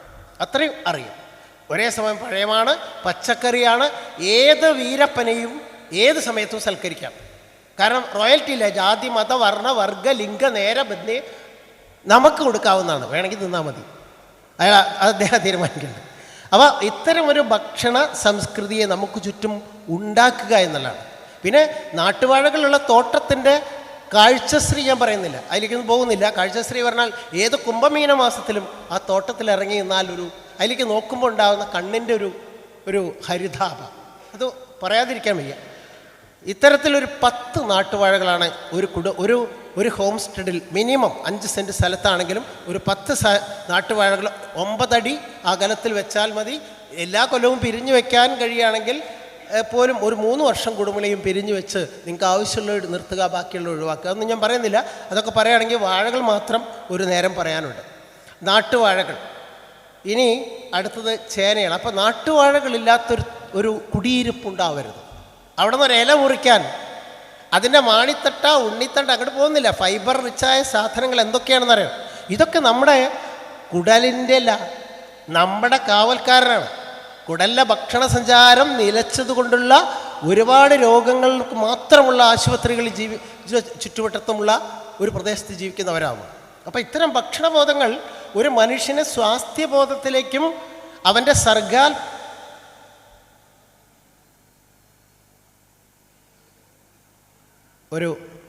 ഇതിൽ ഒരു ഗതാഗത കുരുക്ക് വന്നിട്ടുണ്ട്. വണ്ടി ഗതാഗത തടസ്സം സൃഷ്ടിച്ചിരിക്കുന്നു. KL 51B283 അത് പ്ലീസ് ഒന്ന് ഒഴിവാക്കി കൊടുക്കുക. നമ്മൾ കുടലിലെ ഗതാഗത തടസ്സമാണ് ഇപ്പോൾ ചർച്ച ചെയ്യുന്നത്. അതിൻ്റെ ഒപ്പം വണ്ടിയുടെ ഗതാഗത തടസ്സം കൂടി പോട്ടെ. അപ്പോൾ ഈ വണ്ടി നമ്പർ ഒന്ന് ഉടമസ്ഥൻ ശ്രദ്ധിച്ചാൽ ഒരു സഹായമായിരുന്നു. KL 51B283 അതൊന്ന് അദ്ദേഹം ശ്രദ്ധിക്കുമെന്ന് വിചാരിക്കുന്നു. ഒന്ന് മാറ്റിക്കൊടുക്കുക. അവിടുന്ന് വേറൊരു വണ്ടിക്ക് പോകേണ്ടതുണ്ട്. അപ്പം നാട്ടുവാഴകളില്ലാത്ത തോട്ടം മലയാളത്തിലെ തോട്ടമല്ല എന്ന് വിശ്വസിക്കുന്നവരാണ് ഞാൻ. അത്രമേൽ ആർദ്രതയും സമ്പന്നതയാണ്. ഇപ്പോഴും ഒരു വിരുന്നുകാരൻ വരുമ്പോൾ അയാൾ വന്നു കഴിഞ്ഞാൽ ഇല മുറിച്ചിങ്ങനെ കൊടുക്കുക, നർഗിസ് ടീച്ചറെ. അപ്പണിട്ട് വിളമ്പുന്ന അതിൻ്റെ മനസ്സിലായില്ല, നമ്മൾ എന്താ ഉണ്ടാക്കിയെന്നാണ് കൊടുക്കുക. അതുപോലെ അതിൻ്റെ ഉണ്ണിപ്പിണ്ടിയും മാണിത്തട്ടയും ഒക്കെ നിങ്ങളുടെ ജീവിതത്തിൽ ചേരുമ്പോൾ ഞാൻ നേരത്തെ പറഞ്ഞ മാതിരി ഈ വണ്ടി മാർഗ്ഗതടസ്സം ഉണ്ടാക്കിയ മാതിരിയുള്ള എല്ലാ കുടലിലെ മാർഗ്ഗതടസ്സങ്ങളും മൂപ്പര് തട്ടിക്കൊണ്ടുപോകും. കാരണം അത്രമേൽ ഫൈബർ റിച്ചാണ്. ഫൈബറിനെ കൈകാര്യം ചെയ്യാൻ നമ്മുടെ എൻസൈമിന് കഴിയില്ല. അത്രയും കാലം നമ്മുടെ ഭക്ഷണത്തിൻ്റെ മോമെൻറ്റ് വളരെ കറക്റ്റായിരിക്കും. ഇത്രയും അറിഞ്ഞാൽ തന്നെ നാട്ടുവാഴകൾ വെക്കാനുള്ള മിനിമം ഒരു കുടിയിരുപ്പിൽ 10 നാട്ടുവാഴകളെങ്കിലും ഉണ്ടാവണം എന്ന് ഒരു പ്രാർത്ഥനയുണ്ട്. കഴിയാവുന്നവർ ചെയ്യുക. ഇനി അടുത്തത് ചേന. 10 ചേന പിടിപ്പിക്കണം. പറ്റുകയാണെങ്കിൽ 5 സെൻറ്റ് സ്ഥലത്ത് ഇതൊക്കെ ചെയ്യാൻ ആർക്കെങ്കിലും സംശയം ഉണ്ടെങ്കിൽ, ഇതിൻ്റെ ലൈറ്റ്നിങ് പർപ്പസുമായിട്ടുള്ള സെർച്ച് ഉണ്ടെങ്കിൽ ഇത് ഞാൻ നോൺ നമ്പർ തരാം, അതിന് സഹായിക്കാം. ഇനി ഏതെങ്കിലും ചെടി പിടിക്കാതെ പോകുന്നുണ്ടെങ്കിൽ അത് പറഞ്ഞാൽ മതി. ഇപ്പോൾ 10 പേർക്ക് നമ്മുടെ എന്താ പറയുക, കറിവേപ്പ് വീട്ടിൽ പിടിക്കുന്നില്ല, ബാക്കിയെല്ലാം പിടിച്ചിട്ടുണ്ട്. കറിവേപ്പ് കഴിഞ്ഞ ഒരു മാസത്തോട് നമ്മൾ പിടിപ്പിച്ചു കൊടുത്തിട്ടുണ്ട്. കാരണം മണ്ണിലെ ഫാറ്റിൻ്റെ സാധ്യതകൾ കുറവാണ്. അതുകൊണ്ടായിരുന്നു ആ പ്രശ്നം. നമ്മൾ മത്സ്യം കഴുകിയ വെള്ളം ആഴ്ചയിൽ 2 തവണ എന്ന തോതിൽ മത്തി വാങ്ങിയ വെള്ളം ഒഴിച്ച്, അതിൻ്റെ സയൻസൊന്നും നമ്മൾ പോണ്ട. ഇപ്പോൾ അവിടെ കറിവേപ്പ് ശബളാപമായി നിൽക്കുന്നുണ്ട്, 6 ബ്രാഞ്ചായി നിൽക്കുന്നുണ്ട്. അയാൾ ഫോട്ടോ എടുത്ത് അയച്ചു തന്നു. എന്തായാലും നമ്മുടെ ആ വൈദ്യം ഏറ്റു എന്നുള്ളതാണ്. അപ്പോൾ അത്തരത്തിൽ പോലും നമ്മൾക്ക് ഗ്രാമപരമായ ഇത്തരം നാട്ട് നന്മകളെയും അറിവുകളെയും പരസ്പരം പങ്കുവെച്ച് ഇനിയും ഒരംഗത്തിനല്ല 2 അംഗത്തിന് ബാല്യമുണ്ടെന്ന് അറിയിക്കാനാണ് ഞാനിവിടെ കയറിയുന്നത്. ഓക്കെ, വരാം. അടുത്ത ചേനയാണ്. Power house of nutrients with low cost എന്നാണ് പറയുന്നത്. പക്ഷെ ഇപ്പോൾ ചേന 70 ഉറുപ്പ്യുണ്ട് കേട്ടോ. പക്ഷെ എന്നാലും ആവറേജ് ഒക്ടോബർ നവംബറിൽ എന്താ ഒരു 40-നും 30-നും ഇടയ്ക്ക് വിലയിൽ കിട്ടുന്ന സാധനമാണ് ചേന. വാങ്ങണ്ട, നിങ്ങൾ ഉണ്ടാക്കണം. മാത്രമല്ല 3 ഋതുവിലെ ഭക്ഷണമാണ്. 3 ഋതു പറഞ്ഞാൽ ഇതിൻ്റെ ഇല വർഷഋതുവിൽ, ഇടവും ഇതിനെ കർക്കിടം, മാഷ് പറഞ്ഞിടത്തേക്ക് ഒന്ന് ടച്ച് ചെയ്യണം. അതിൻ്റെ ഇല ഭക്ഷിക്കണം. മനസ്സിലായല്ലോ? ചേമ്പിൻ്റെയും ചേനയുടെയും ഇലയുടെ സവിശേഷതകൾ പറയേണ്ട ആവശ്യമില്ല, ഇല ഭക്ഷിക്കണം. ഇനി ചിങ്ങം കന്നി തുലാം ഇതിൻ്റെ തണ്ട് ഭക്ഷിക്കാൻ പറ്റിയ സമയമാണ്. വൃശ്ചികം ധനു മകരം, അപ്പോൾ അതിൻ്റെ കിഴങ്ങുകൾ ഭക്ഷിക്കാം. അങ്ങനെ 3 ഋതുവിൽ ഭക്ഷണം തരാൻ കഴിവുള്ള ഋതുഭക്ഷണ സാധ്യതയും കൂടിയുള്ളതാണ്. 10 ചേന പിടിപ്പിച്ചാൽ 4 ആൾ കുടുംബ വീട്ടിൽ ചേനയുടെ ആവശ്യം മാത്രമല്ല, അവിടുത്തെ പവർ ഹൗസ് ഓഫ് ന്യൂട്രിയൻസ് ശരിയാണെന്ന് ഞാൻ വിശ്വസിക്കും. നിങ്ങൾക്ക് എങ്ങനെ വേണമെങ്കിൽ വിശ്വസിക്കാം. ഇനി ഇതിൻ്റെ പ്രത്യേകത, ഇതൊക്കെ പ്രമേഹനാകുമ്പോൾ കഴിക്കാൻ പറ്റുമെന്നാണ്. ഇതിൽ ഒരു കാര്യം കൂടി ശ്രദ്ധിച്ചാൽ നന്ന്, ഇത് പ്രമേഹ രോഗികൾക്കും വർജ്യമല്ല. അത് പറഞ്ഞു കൊടുക്കാൻ നമുക്ക് പറ്റും. കാരണം ഇതിൻ്റെ ഗ്ലൈസമിക് ഇൻഡെക്സ് വളരെ കുറവാണ്. അതായത് മറ്റു ന്യൂട്രിയൻസിൻ്റെ കൂടെ വളരെ സ്ലോ ആയിട്ട് മാത്രമേ ഇതിൽ അന്നജം നമ്മുടെ ശരീരത്തിലേക്ക് അബ്സോർവ് ചെയ്യപ്പെടും. അപ്പോൾ അതുകൊണ്ട് പെട്ടെന്ന് നിങ്ങളുടെ ഗ്ലൂക്കോസ് ലെവൽ കൂടില്ല, അഥവാ നിങ്ങളുടെ ഷുഗർ ലെവൽ കൂടില്ല. ഇതെങ്ങനെയാണ്? പപ്പായയ്ക്കും ഇതിനൊക്കെ ഇതിൻ്റെ ഒരു സവിശേഷത ഉണ്ട്. ഇനി മാത്രമല്ല ധാരാളം നാരുള്ളത് കൊണ്ട് കൂടി ഇതിൻ്റെ അബ്സോർപ്ഷൻ വളരെ സ്ലോയിൽ നടക്കുള്ളൂ. അതുകൊണ്ട് തന്നെ നമ്മുടെ ബ്ലഡ് ഷുഗർ പെട്ടെന്ന് കൂടുന്ന പ്രശ്നമേ ഇല്ല എന്നർത്ഥം. മാത്രമല്ല ഇത്തരം ഭക്ഷണം നിങ്ങൾ ഒരു ശീലമാക്കുകയാണെങ്കിൽ മൂലവ്യാധികൾ, എന്താ മൂലവ്യാധി പറഞ്ഞാൽ കക്കൂസ് പോകാത്തതുകൊണ്ടുള്ള പ്രശ്നങ്ങൾ, അങ്ങനെയല്ല. എന്നാലും ഡോക്ടർ പറഞ്ഞു എത്ര ഭക്ഷണം കഴിക്കുന്നുണ്ടോ അത്രയും തവണ കക്കൂസ് പോകണമെന്ന് ഇന്നലെ ഡോക്ടർ പറഞ്ഞു. രാധാകൃഷ്ണൻ ഡോക്ടർ മുമ്പ് ഒരു പ്രഭാഷണത്തിൽ പറയുന്നത് ഞാൻ കേട്ടിട്ടുണ്ട്, അദ്ദേഹം ഇവിടെ ഉണ്ട്. അപ്പോൾ അങ്ങനെ ഒന്നും വേസ്റ്റായി സൂക്ഷിക്കാത്ത ഒരു ശരീരത്തിൻ്റെ കുടൽ ഭാഗം നിങ്ങൾക്കും ഉണ്ടാവണം. അത് തന്നെയാണ് ഇത്തരം സാധനങ്ങൾ. അത് നിങ്ങളുടെ വീട്ടിലുണ്ടാവണം. നമുക്ക് ചുറ്റും ഇങ്ങനെ നോക്കിയാൽ ഇതൊക്കെ നമ്മുടെ രക്ഷകന്മാരാണ്. നിങ്ങളുടെ രക്ഷകന്മാർ തോക്ക് പിടിച്ച് നിൽക്കുന്ന സായുധ അവരല്ല. നിങ്ങളെ രക്ഷിക്കേണ്ടവർ ഈ സസ്യകുലങ്ങളാണ്. അവരെക്കുറിച്ചുള്ള ഒരു ചെറിയ ഒരു യാത്രയാണ് ഇപ്പോൾ ഞാൻ പറയുന്നത്. എത്രയും വേഗം അവസാനിപ്പിക്കുക. അടുത്ത ചേമ്പാണ്, കൂടുതൽ പറയുന്നില്ല. കാർബോഹൈഡ്രേറ്റ് മാത്രമല്ല ഫുഡ് കലോറി ഏറ്റവും കൂടുതലാണ്. അപ്പോൾ നിങ്ങളുടെ കുട്ടികൾക്ക് എനിക്ക് തോന്നുന്നത് ചേമ്പിൻ്റെ സീസണിൽ നിങ്ങൾ ആ ഹോർലിക്സ് നിങ്ങളാരും കൊടുക്കണ്ടാവില്ല. ആ ഹോർലിക്സ് ഒഴിവാക്കിയിട്ട് അവർക്ക് കലോറി കൂടണമെങ്കിൽ അവർക്ക് ചേമ്പും ചേനയൊക്കെ കൊടുത്താൽ ചേമ്പ് അതിൽ മിടുക്കനാണ്. മാത്രമല്ല ഇതിൽ നാരുകളുണ്ട്. തളർച്ച, ക്ഷീണം മുതലായവയ്ക്ക് പെട്ടെന്ന് അബ്സോർവ് ചെയ്തിട്ട് നമ്മളെ എന്ത് ചെയ്യാം, സജീവമാക്കാൻ കഴിയും എന്ന് പറയുന്നു. അതുകൊണ്ട് തന്നെ ഇപ്പോൾ വളരെ കൃശരായിട്ടുള്ള എന്ന് പറഞ്ഞാൽ ശരീരമൊക്കെ മെലിഞ്ഞുള്ള കുട്ടികൾ അല്ലെങ്കിൽ സ്ത്രീകളൊക്കെ ആണെങ്കിൽ അവർക്ക് ചേമ്പ് ഉപയോഗിച്ചുള്ള ഭക്ഷണപദാർത്ഥങ്ങൾ ശരീരഭാരം വർദ്ധിപ്പിക്കാനും തടി, തൂക്കം മുതലായപ്പോൾ തൂക്കം കൂടിയിട്ടുള്ള ബുദ്ധിമുട്ടാണല്ലേ. അപ്പം അങ്ങനെയുള്ള ആളുകൾ എന്ത് ചെയ്യുന്നതെന്ന് വെച്ചാൽ മിതമായി കഴിക്കണം, അത് പറയേണ്ട ആവശ്യമില്ലല്ലോ. Vitamin A, vitamin C, calcium, potassium തുടങ്ങിയിട്ടുള്ള ഒരുപാട്, എല്ലാത്തിനെ കുറിച്ചും ഡീറ്റെയിൽ ആയി പറയുന്നില്ല, ഒരുപാടുണ്ട്. ആൻറ്റി ഓക്സിഡൻസ് ധാരാളമാണ്. മാഷ് പറഞ്ഞു ആൻറ്റി ഓക്സിഡൻസ് എങ്ങനെയാണ് നമ്മുടെ കോശങ്ങളെ ക്ലിയർ ചെയ്യുന്നൊക്കെ പറഞ്ഞു. പിന്നെ കൊളസ്ട്രോളിനെ കുറയ്ക്കും, അതുകൊണ്ട് തന്നെ ഹൃദയാരോഗ്യം നിലനിർത്തും. ഇതിലടങ്ങിയുള്ള സോഡിയം, മഗ്നീഷ്യം, പൊട്ടാസ്യം തുടങ്ങിയ ഘടകങ്ങൾ രക്താതി സമ്മർദ്ദത്തെ ക്രമപ്പെടുത്താൻ സഹായിക്കും. ഇതാണ് അറിയേണ്ടത്. അപ്പോൾ ഞാൻ നേരത്തെ പറഞ്ഞത്, ഒരു ചേമ്പ്, ഒരു വാഴ വയ്ക്കാം. 10 അടി അകലത്തിലാണ് വാഴ വെച്ചിട്ടുണ്ടെങ്കിൽ അതിൻ്റെ ഇടയിൽ സ്ഥലം കുറഞ്ഞ ആൾക്ക് ഒരു ചേമ്പും വയ്ക്കാം. നേരത്തെ പറഞ്ഞ ഓർത്താൽ മതി. 40 മുതൽ 60% സൂര്യപ്രകാശമേ വേണ്ടൂ ഹാറൂൺ സാറേ. അപ്പോൾ വാഴയിൽ നിന്നും പുറത്ത് വരുന്ന സൂര്യപ്രകാശം ഉണ്ടെങ്കിൽ മാത്രം ചേമ്പും ചേനയും വളരും. തണ്ട് കഴിക്കേണ്ട കാലത്ത് തണ്ട് കഴിക്കാം, ഇല കഴിക്കേണ്ട വർഷ ഋതുവിൽ അത് കഴിക്കാം, വസന്ത ഋതുവിൽ തണ്ട് കഴിക്കാം, ഹേമന്ത ഋതുവിൽ കിഴങ്ങും കഴിക്കാം. പിന്നെ ഒരു ഋതു ബാക്കിയുള്ളൂ, അപ്പോൾ നമുക്ക് ചക്കയുമായും വരുന്നുണ്ട്. മനസ്സിലായില്ലേ? അങ്ങനെ ഋതുഭക്ഷണത്തിൻ്റെ ഒരു താളം, എന്ത് റിതമിക്കായ താളമാണ് ആലോചിച്ചൊക്കെ. ഇതൊക്കെ കയ്യിലുണ്ടായിട്ട് പോലും നമ്മളെ ഈ ഭക്ഷണത്തിലെ അബദ്ധ സഞ്ചാരങ്ങൾക്ക് അറിയാതെ അടിമകളായി പോകുന്നു എന്നുള്ള, അതിൽ ചില കണിശതകളൊക്കെ ആക്കാൻ നമ്മുടെ ജൈവ കർഷകർക്ക് കഴിയണം. മാത്രമല്ല, ഇതുകൂടി എനിക്ക് പറയാനുണ്ട്, നിങ്ങളുടെ വീടിന് ചുറ്റും ഇത് ഉണ്ടാകുമ്പോൾ ഞാനൊരു ജൈവ കർഷകനാണെന്നും ഭക്ഷണത്തെക്കുറിച്ച് ഒരു ബോധമുള്ളവനാണെന്നുള്ള ഒരു സർട്ടിഫിക്കറ്റാണ്. ആണല്ലോ. കാലിത് ചരടെ വീട്ടിൽ ചെന്നപ്പോൾ അവിടെ ഇതൊക്കെ ഇങ്ങനെ കാണുക. അപ്പോൾ ഇവിടെ ഈ ഒരു ഭക്ഷണബോധമുള്ള മനുഷ്യരാണ്. അവിടുന്ന് കിട്ടിയ ഭക്ഷണം ഇതാണ് പറയുമ്പോൾ അതൊരു ഗ്രേറ്റാണ്. അത് വേറൊരാൾക്ക് ഉണ്ടാക്കാൻ കഴിയാത്തതാണ്, നിങ്ങളുടെ ജീവിതത്തിൽ നിന്ന് അയാൾ പകർത്തിയെടുക്കുന്നതാണ്. ഓക്കെ, വരാം. അടുത്തത് ഇഞ്ചിയും മഞ്ഞളും. നിർബന്ധമായിട്ടും ഔഷധ സ്വഭാവവും ഭക്ഷണ സ്വഭാവവും കൂടി ചേരുന്ന പറയിപെറ്റ പന്തീർക്കുലം മുതലുള്ള കഥകൾ കോപ്പിയിൽ എഴുതി പഠിച്ച നമ്മുടെ വീട്ടിൽ ഇഞ്ചി ദിവസവും കാശ് കൊടുത്തതാണ്. കാരണം ഇതൊക്കെ കോശങ്ങളിൽ ജലമുള്ളതായ കാരണം പെട്ടെന്ന് ഫംഗസ് വരും. അപ്പോൾ ആൻറ്റി ഫംഗൽ ഉപയോഗിച്ചാൽ മാത്രമേ ഇത് കേടുവരാണ്ട് ഉണ്ടാവൂ. അതുപയോഗിക്കും, ഉണ്ടാക്കണവർ മുഴുവൻ ഉപയോഗിക്കും. അപ്പോൾ അതുകൊണ്ട് നിങ്ങൾ വാങ്ങുന്ന ഇഞ്ചി അതിൻ്റെ ഔഷധപരമായ ഗുണത്തെ മറികടക്കുകയും അതിൻ്റെ ആരോഗ്യപരമായ എല്ലാ ദോഷങ്ങളും നിങ്ങൾക്ക് തരും ചെയ്യും. മനസ്സിലായി? അതുകൂടിയാണ് നമ്മൾ ഈ കാര്യങ്ങളെക്കുറിച്ച് പറഞ്ഞത്. ഇനി അതിന് ചെറിയൊരു മിനുക്കുപണിയും കൂടി ഞാൻ ചെയ്യാം. ഒരു 2 മീറ്റർ നീളം, എനിക്ക് സ്ഥലം കുറവാണ്, പുറമ്പോക്കിൽ പോലും 2 മീറ്റർ നീളം, 1 മീറ്റർ വീതിയുള്ള 2 തറ 15 സെൻറ്റിമീറ്റർ ഉയരത്തിൽ കളച്ചു കൂട്ടുക എന്ന് പറഞ്ഞാൽ, ഇഞ്ചി ലവലേശം വെള്ളം ഇഷ്ടപ്പെടാത്ത ആളാണ്, കുറഞ്ഞ സൂര്യപ്രകാശം മതി. 25 മുതൽ 40% സൂര്യപ്രകാശം ഉണ്ടെങ്കിലും ഇഞ്ചി വളരും. അങ്ങനെയാണെങ്കിൽ വടക്ക് ഭാഗത്ത്, വടക്ക് കിഴക്കൻ ഭാഗത്ത് വയ്ക്കാം. ഇഞ്ചിക്ക് മഞ്ഞളിന് മാവിൻ ചൂടും ഇഞ്ചിക്ക് പ്ലാവിൻ ചൂടുമാണ് പറഞ്ഞിട്ട്. പ്ലാവിൻ്റെ അടിയിൽ നിന്ന് എല്ലാ ഇലകളും ശേഖരിച്ച അവസാനം വരുന്ന ഊറ്റിപ്പിടുങ്ങി കിട്ടുന്ന സൂര്യപ്രകാശം ഉണ്ടെങ്കിലും പോലും മൂപ്പര് വളരും. അതാണ് അതിൻ്റെ പ്രത്യേകത. അങ്ങനെയുള്ള ഇഞ്ചി നിങ്ങൾ ഒരു 2 മീറ്റർ, ഇതൊന്ന് ശ്രദ്ധിച്ചാൽ നന്ന്, 2 മീറ്റർ നീളവും 1 മീറ്റർ വീതിയുള്ള തറകളുടെ വീതി കുറയ്ക്കണം. കാരണം നമുക്ക് 2 ഭാഗത്തും പുല്ല് പറിക്കാനും ഒക്കെ കഴിയണം. ചവിട്ടി കയറിയാൽ അത് നന്നല്ല.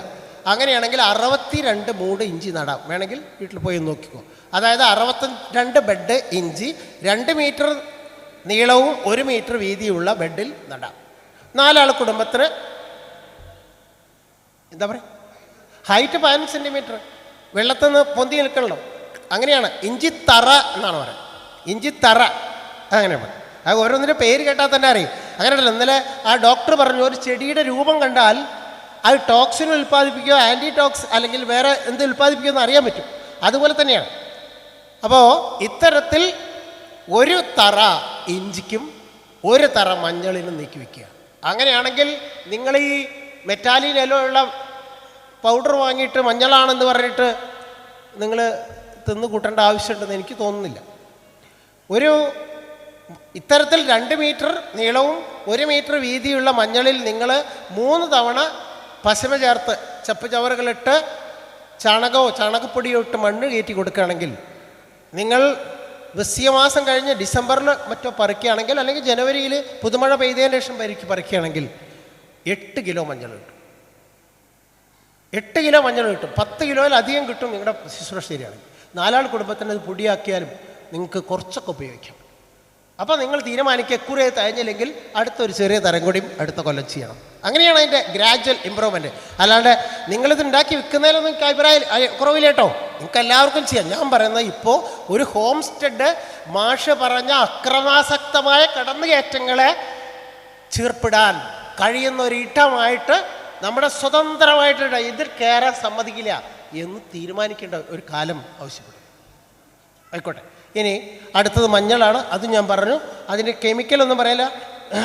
മാംഗനീസും ഫോസ്ഫറസും ധാതു ലവണങ്ങളും കുറുക്കുമിൻ ആൻറ്റി ഓക്സിഡൻസ് ഇതൊന്നും പറയുന്നില്ല. അത് മഞ്ഞളിനെ കുറിച്ച് ഒരുപാട് പാടാനുണ്ട്, പറയുന്നില്ല. സമയം അടുത്ത ആൾക്ക് കൊടുക്കേണ്ടതുണ്ട്. ഇനി അടുത്തത് കാച്ചിലാണ്. 2-3 മൂട് കാച്ചിൽ. നിങ്ങളുടെ എല്ലാ വേസ്റ്റുകളും, നിങ്ങളുടെ വീട്ടിലുള്ള അടിക്കാടുകൾ, എന്താ അടിക്കാട് പറഞ്ഞാൽ അടിച്ചു കൂട്ടുന്ന ചപ്പ് ചവറകൾ. പശുക്കളുണ്ടെങ്കിൽ പുല്ലൂട്ടി ഉണ്ടാവും. എന്താ പുല്ലൂട്ടി? ദിവസം പുല്ലൂട്ടി ഇടുക. ആ പുല്ലൂട്ടിയിലുള്ള എല്ലാ സാധനങ്ങളും ഒരു വർഷത്തിൽ 2-3 തവണ കുഴിച്ചു മൂടാനുള്ള സ്ഥലമാണ്. 2-3 കാവത്തും 2-3 കിഴങ്ങും, അത്രയേ ഉള്ളൂ സ്ഥലം. എത്ര വലിപ്പത്തിൽ വെള്ളം അടിയിലേക്ക് ചെന്നാൽ വെള്ളം ഉണ്ടാവരുത്, അത് വാട്ടർ ലെവൽ അത്ര മുട്ടരുത്, അത്ര വലിപ്പത്തിൽ കുഴിയെടുക്കുക. എന്നിട്ട് എന്തൊക്കെ ഉണ്ടോ അതിലിടുക. ഒരു കമ്പോസ്റ്റ് കുഴിയാക്കി അതിനെ മാറ്റുക. അവിടെ കിടക്കണം. കിടന്നിട്ട് നിങ്ങൾ കുമ്പത്തിലോ അല്ലെങ്കിൽ മീനത്തിലോ കാവത്ത് പറയും മുളച്ചു വരും. ഒരു കാവത്തിൻ്റെ ഒരു 250 ഗ്രാമിൽ താഴെയുള്ളൊരു മൂക്ക് അതിൽ വെച്ച് മീത വെച്ച് കുറച്ച് ചാണപ്പൊടി ഇട്ട് വെച്ച ശേഷം മണ്ണിട്ട് പോരുക. വളർന്നു വരുമ്പോൾ ഒരു കോല് കുത്തി ഇഷ്ടമുള്ള മരത്തിൻ്റെ ഉള്ളിലേക്ക് കയറ്റ്. പണി കഴിഞ്ഞു. 2 വേസ്റ്റ് നിർമ്മാർജ്ജനത്തിന് ഇത്ര പറ്റിയ സാധനമില്ല. ഒരു 3 കാവത്തുണ്ടെങ്കിൽ അതിൽ എല്ലാ വേസ്റ്റുകളും പോകും. ഇനി കർക്കിടകത്തിലോ അല്ലെങ്കിൽ മിഥുനത്തിലോ കർക്കിടകത്തിലോ 2 പ്രാവശ്യം കുറച്ച് ചപ്പിച്ചവറുകളും കൂട്ടി മണ്ണിട്ട് കൊടുക്കാൻ തയ്യാറാണെങ്കിൽ 5 മുതൽ 10 വരെയുള്ള കിലോ കാവത്ത് കിട്ടാൻ ഒരു ബുദ്ധിമുട്ടുമില്ല. ഏത് മാവിലേക്കാണെങ്കിൽ പടർത്താം. ഇരുത്തുന്ന സ്ഥലം മാത്രമേയാണ് നമുക്ക് ആവശ്യമുള്ളൂ. സൂര്യപ്രകാശം മൂപ്പര് ചെയ്തോളും. ഒരു കയറ് കെട്ടി കൊടുത്താൽ അങ്ങനെയുള്ള കാവത്ത് തുലാമാസത്തിൽ പറിച്ച് തിന്നാൽ ഡിസംബർ മാസത്തിൽ തിരുവാതിരയിൽ 8 അങ്ങാടി ഉണ്ടാക്കി തിന്നവരാ. 8 ധാന്യങ്ങളും 8 പുഴുക്കുകളും. ഭക്ഷണം എങ്ങനെയായിരുന്നു ആരോഗ്യ സംരക്ഷകനായി കഴിച്ചിരുന്നത് അതൊക്കെ അറിയണമെങ്കിൽ അതൊന്ന് നല്ലതാണ്. കിഴങ്ങുകളുടെ പ്രാധാന്യം അത് ഉണ്ടാകുമ്പോൾ കഴിക്കേണ്ട പ്രാധാന്യം. അങ്ങനെയാണെങ്കിൽ നിങ്ങളുടെ വീട്ടിലുണ്ടാവട്ടെ 2-3 കാവത്ത്. അത് നിങ്ങളുടെ സ്ത്രീകൾക്കൂടി. ഡയാസ്കോറിയ എസ്കുലൻ്റ ഡയാസ്കോറിയയാണ് 2 കിഴങ്ങുകൾ. ഒന്ന് ചെറുകിഴങ്ങും അതുപോലെ കാവത്തും. ഗർഭാശയ സംബന്ധമായ പ്രശ്നങ്ങൾക്ക് ഭിത്തിയുടെ കനം മറ്റു കാര്യങ്ങളൊക്കെ മാഷ് അതിനെക്കുറിച്ച് വാദോരാതെ സംസാരിക്കുന്ന ആളാണ്. അങ്ങനെ അതിൻ്റെ ശാസ്ത്രീയ കാര്യത്തിലേക്ക് ഞാൻ പോകുന്നില്ല. 2-3 കാവത്തുണ്ടാക്കുക, പറിക്കുക, ഭക്ഷിക്കുക. അന്നജം ഒരു നേരം അരിയാഹാരമുള്ളവർ അത് ഒഴിവാക്കി കാവത്ത് കഴിക്കണം ആ സീസൺ കഴിയണമെങ്കിൽ. അപ്പം 3 കാവത്തും 3 കിഴങ്ങും ഉണ്ടാവണം. 5 സെൻറ്റ് സ്ഥലമാണെങ്കിൽ പോലും അത് നമ്മുടെ രക്ഷകനാണ്.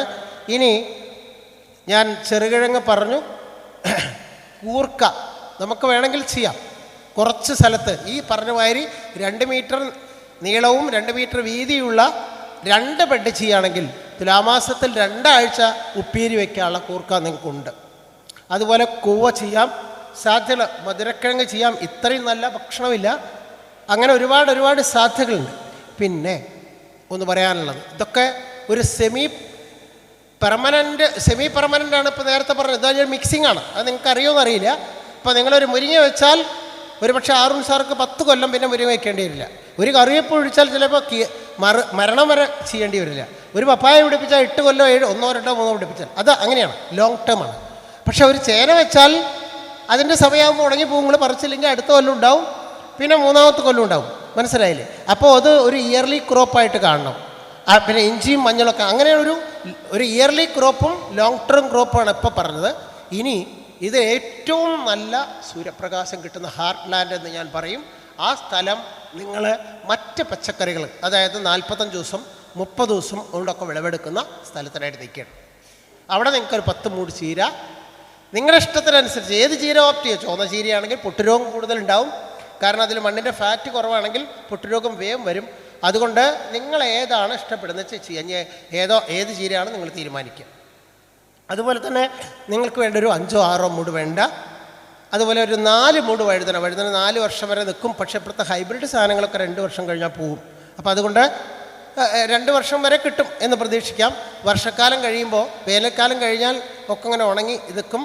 വർഷക്കാലം ഇടവപ്പാതി പെയ്താൽ പുതിയ ഇത് വരുമ്പോൾ അടിയിലുള്ള കമ്പളങ്ങൾ ചെറിയായിട്ട് കട്ട് ചെയ്ത് കൊടുക്കുകയാണെങ്കിൽ പുതിയ ബ്രാഞ്ച് ശക്തിയിൽ വരും. ബ്രൂണിങ് എന്ന് ഇംഗ്ലീഷിൽ പറയുന്നു, മലയാളത്തിൽ എന്തും പറയാം. ആവശ്യമില്ലാത്ത കട്ട് ചെയ്ത് മാറ്റി ആവശ്യമുള്ള നിർത്താം, അത്രയും. അപ്പോൾ എന്നിട്ട് പശമട്ട മണ്ണിട്ട് കൊടുത്തു കഴിഞ്ഞാൽ അത് വളരും. ഒരു 2-3 വഴുതന പിടിപ്പിക്കുക, അത് 2 വർഷത്തിനാവും. പിന്നെ നിങ്ങൾക്ക് വേണ്ട പയർ നടുമ്പോൾ എല്ലാവരും വാചാലമാവുന്ന പയറിൻ്റെ ഇതിനെക്കുറിച്ചാണ്. പയറിൻ്റെ ഇല ഭക്ഷിക്കാം. എല്ലാ സീസണിലും 45 ദിവസം കൊണ്ട് നമുക്ക് ഇല പൊട്ടിച്ച് ഭക്ഷിക്കാവുന്നൊരു സാധനമാണ് പയർ. എല്ലാ സീസണിലും ഉണ്ടാവും. വിതപ്പയർ എന്ന് പറഞ്ഞിട്ട് വേറെ തന്നെ കിട്ടും.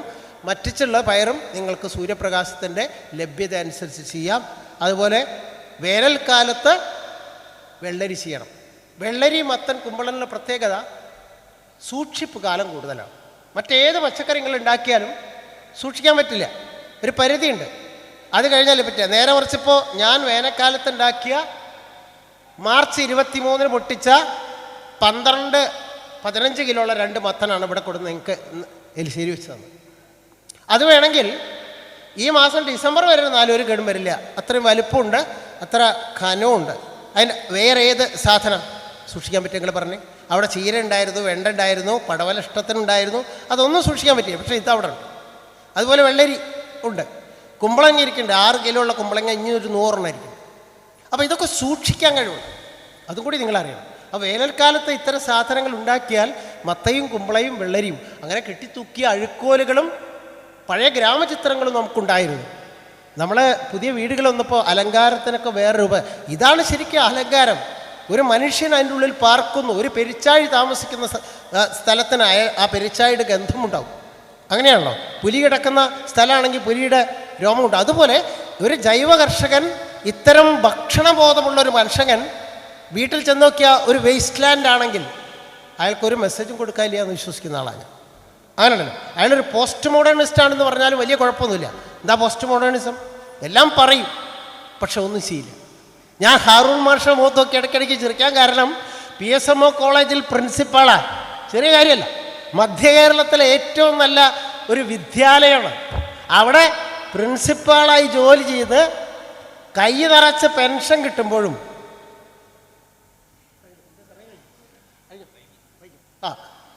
അദ്ദേഹം 1 ഏക്കർ സ്ഥലം വാങ്ങി കൃഷി ചെയ്യുന്നു എന്നുള്ളതാണ്. നെൽകൃഷി ചെയ്യുന്നു മാത്രമല്ല, ഒന്നും കൂടി കൂട്ടി പറയണം, ഈ 80 സെൻറ്റ് സ്ഥലത്തിൽ നെൽകൃഷി ചെയ്ത ചോറാണ് നിങ്ങൾ ഉണ്ണുന്നത്. അദ്ദേഹം 50 കിലോ ആയിരുന്നു ഇതിലേക്ക്. അതാണ് ഒന്ന് കൈ അടിക്കേണ്ടത്. അതൊക്കെ ഇനി എപ്പോഴാണ് അങ്ങനെ കൈ അടിക്കുക? അതാണ് അയാൾക്കതിൻ്റെ ഒന്നും ഒരു ആവശ്യമില്ല. ഈ മനുഷ്യനെ വെറുതെ പീഡനം പോയാൽ ഈ സാധനങ്ങൾ കിട്ടും. അതിനുള്ള കാശ് നമ്മുടെ എക്സിക്കറിൽ നിന്ന് പോകണമുണ്ട്. ഓക്കെ, അവസാനിപ്പിക്കുന്നു. അപ്പോൾ ഞാൻ എൻ്റെ വാക്കുകൾ നിർത്തുന്നു. അമരകൃഷിയെക്കുറിച്ചാണ് പറഞ്ഞത്. അമര തെക്ക് പടിഞ്ഞാറൻ ഭാഗത്താണ് ചെയ്യേണ്ടത്. ആൾ ശ്രദ്ധിക്കുക, ഒക്ടോബർ മാസത്തിലെ അമര കായ്ക്കുള്ളൂ. അതുപോലെ നാട്ടമരകൾ നിൽക്കും. ഒക്ടോബറിൽ ഹ്യൂമിഡിറ്റി കറക്റ്റ് ആവുന്ന സമയത്താണ് അമര കായ്ക്കുക. ഡിസംബർ, ജനുവരി, ഫെബ്രുവരി ആയി വീണ്ടും 3 സൈലൻ്റ് ആവും. 6 മാസം ഉറക്കവും 6 മാസം കായും ഉണ്ടാവുന്നതാണ് നാട്ടമരകൾ. ഹൈബ്രിഡ് പറഞ്ഞാൽ ഞാൻ അങ്ങോട്ട് പറയുന്നില്ല. തെക്ക് പടിഞ്ഞാറ് ഭാഗത്ത് വെയിൽ കിട്ടുന്ന തരത്തിൽ നടുത്തളത്തിലും വടക്കേ പുറത്തും വടക്കിരിക്ക് പുറത്തും ഉണ്ടാക്കിയിരുന്നതാണ് അമര. 2-3 കൊല്ലം പുതിയ കമ്പളങ്ങൾ ഉണ്ടായി കായ്ക്കും. അമരക്കടത്തിൽ തവള കരഞ്ഞു എന്നാണ് പറയുക. വെള്ളം ഏറ്റവും കൂടുതൽ ആവശ്യമാണ്. കഞ്ഞിവെള്ളമാണ് പഥ്യ ആഹാരം. കഞ്ഞിവെള്ളം ഡയലൂട്ട് ചെയ്ത് ഒഴിച്ചു കഴിഞ്ഞാൽ ഉണ്ടാവും, നന്നായി ഉണ്ടാകും. ഒരു കുറിപ്പ് വന്ന കാരണം നിർത്തുന്നു. എന്തായാലും നമ്മളൊരു പരിഹാര ബോധനത്തിലാണ്.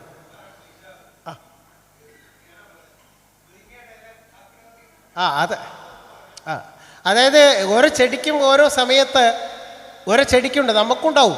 നമ്മുടെ ശരീരത്തിൽ അത്തരം മാറ്റങ്ങൾ പ്രകൃതി ഉണ്ടാക്കുന്നുണ്ട്. പക്ഷെ നമ്മളതൊന്നും മാറാത്ത, എന്നും ഉരുളക്കിഴങ്ങും ഉള്ളിയും വെളുത്തരിയും ഗോതമ്പും ചിക്കനും മാത്രം തിന്നുന്ന ഒരു വൃത്തത്തിലേക്ക് മാറിയതുകൊണ്ടാണ് പ്രകൃതി അതൊക്കെ പറയേണ്ട. ആ ശബ്ദം നമുക്ക് കേൾക്കാൻ കഴിയുന്നില്ല എന്ന് പറഞ്ഞാൽ എന്താ പറഞ്ഞ മാഷ് പറയുന്നത് എന്ന് പറഞ്ഞാൽ കർക്കിടകത്തിൽ നമ്മുടെ സൂര്യൻ്റെ ഒരു അയനം, പുതിയ അയനം വരികയാണ്. ആ സമയത്ത് മുരിങ്ങ വേനൽക്കാലത്ത് വെള്ളമില്ലാതെ നിന്ന് വെള്ളവും ഊർജവും കിട്ടി ധാരാളം ഇത് വരുന്ന സമയത്ത് ഇലകൾ വളരെ കനം കുറഞ്ഞായിരിക്കും. അപ്പോൾ മാഷ എന്താ ആസിഡിൻ്റെ പേര്? മണ്ണിൽ നിന്നല്ല എന്താ പറയുക, ഒരു ആസിഡ് വലിച്ച് ഇലകളെ കട്ടികൂട്ടും. എന്തിനാണെന്ന് വെച്ചാൽ അഗാധമായ ഈ സൂര്യപ്രകാശത്തെ തടയാൻ വേണ്ടിയിട്ട്. അതുകൊണ്ട് ആ ആസിഡിൻ്റെ അംശം കൂടുതലുണ്ടാകുമ്പോൾ ദഹിക്കാൻ വിഷമമുണ്ടാവും. മരിച്ചു പോകുന്നില്ല, മലയാളത്തിൽ കട്ട് എന്നാണ് പറയുന്നത്. അതാണ് അതിൻ്റെ സംഭവം. അത് 10 ദിവസം കഴിഞ്ഞ് സൂര്യൻ്റെ അയനത്തിൽ നമ്മുടെ സൂര്യൻ തിരിഞ്ഞു കഴിഞ്ഞാൽ അത് പോവുകയും ചെയ്യും. ചെടിക്ക് കൃത്യമായിട്ട് അറിയാം. അതുമാത്രമല്ല, അങ്ങനെ ചെടികളെക്കുറിച്ചുള്ള എല്ലാ കാര്യങ്ങളും നമ്മുടെ ഈ നാട്ടുശാസ്ത്രങ്ങളായിട്ടും നാട്ടറിവുകളായിട്ടും പങ്കുവച്ചിട്ടുണ്ട്. നമുക്കതിന് തന്നെ മാത്രം ഒരു സെഷൻ ചെയ്യാവുന്നതാണ്. എല്ലാവരും ഇത്തരത്തിലൊരു പച്ചപ്പ് തൻ്റെ വീടിൻ്റെ ചുറ്റും ഉണ്ടാകുന്നു എന്ന് പ്രാർത്ഥിക്കുകയും അതിനുവേണ്ടി പ്രവർത്തിക്കുകയും ചെയ്യണമെന്നും, അങ്ങനെയുള്ള ഒരവസ്ഥ തന്നെയാണ് നമ്മൾ ഇതിനെതിരെ പ്രതിരോധിക്കുന്നു എന്നുള്ളതിൻ്റെ ഐഡൻറ്റിറ്റിയായി നമ്മുടെ വീട്ടു പരിസരങ്ങളിൽ ഉണ്ടാവാൻ ആ ഒരു ഐഡൻറ്റിറ്റി നേടണം എന്ന് മാത്രം പറഞ്ഞുകൊണ്ട് എല്ലാവർക്കും നന്ദി. കേരള ജൈവ കർഷക സമിതിയുടെ പ്രവർത്തകരെ, വന്യ ഗുരുജനങ്ങളെ, വളരെ സുദീർഘമായ 2 പ്രസംഗങ്ങൾ ഈ സെഷനിൽ നടന്നു കഴിഞ്ഞു. എൻ്റെ മുന്നിലിരിക്കുന്ന ആളുകളിൽ 99% ആളുകൾക്കും അറിയാവുന്ന കാര്യങ്ങൾ തന്നെയാണ് നമ്മൾ പറഞ്ഞുകൊണ്ടേയിരിക്കുന്നത്. പക്ഷെ അത് പറയാതിരിക്കാൻ കഴിയില്ല. അതൊരു പുതുക്കലാണ്. നമ്മൾ മറക്കാനായിട്ട് ഒന്നും ചെയ്യേണ്ടതില്ല. അത് സ്വാഭാവികമായിട്ടും സംഭവിച്ചുകൊള്ളും. അതേ സ്ഥാനത്ത് ഓർക്കേണ്ടത് നമ്മൾ വീണ്ടും വീണ്ടും ശ്രമിച്ചുകൊണ്ടിരിക്കണം, ഓർത്തുകൊണ്ട് തന്നെ ഇരിക്കണം. നമ്മളുടെ ഭക്ഷണം നമ്മളായിട്ട് ചുറ്റപ്പെടുത്തിയതാണ്. സാധാരണ ഒരു ജീവിയെ സംബന്ധിച്ച് അതിൻ്റെ ഭക്ഷണത്തെക്കുറിച്ച് ആ ജീവിക്ക് പഠിക്കേണ്ടതില്ല, പഠിപ്പിക്കേണ്ടതില്ല. പക്ഷെ മനുഷ്യൻ്റെ ഭക്ഷണം അങ്ങനെയല്ല. മനുഷ്യൻ്റെ ഭക്ഷണം മനുഷ്യനായിട്ടുണ്ടാക്കിയതാണ്. പ്രകൃതിദത്ത ഭക്ഷണത്തിലല്ല നമ്മളിപ്പോൾ ജീവിക്കുന്നത്. നമുക്ക് വേവിച്ച ഭക്ഷണം ദഹിക്കുന്ന ഒരവസ്ഥയിലേക്ക് നമ്മൾ മാറിക്കഴിഞ്ഞു.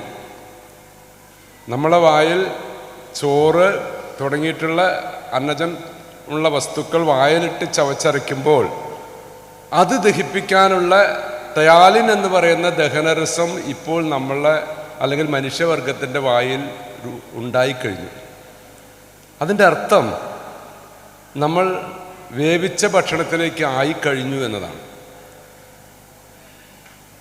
വേവിച്ച ഭക്ഷണം മാത്രം കഴിച്ച് നമുക്ക് ജീവിക്കാൻ പറ്റുമോ എന്ന് ചോദിച്ചാൽ ജീവിക്കാം.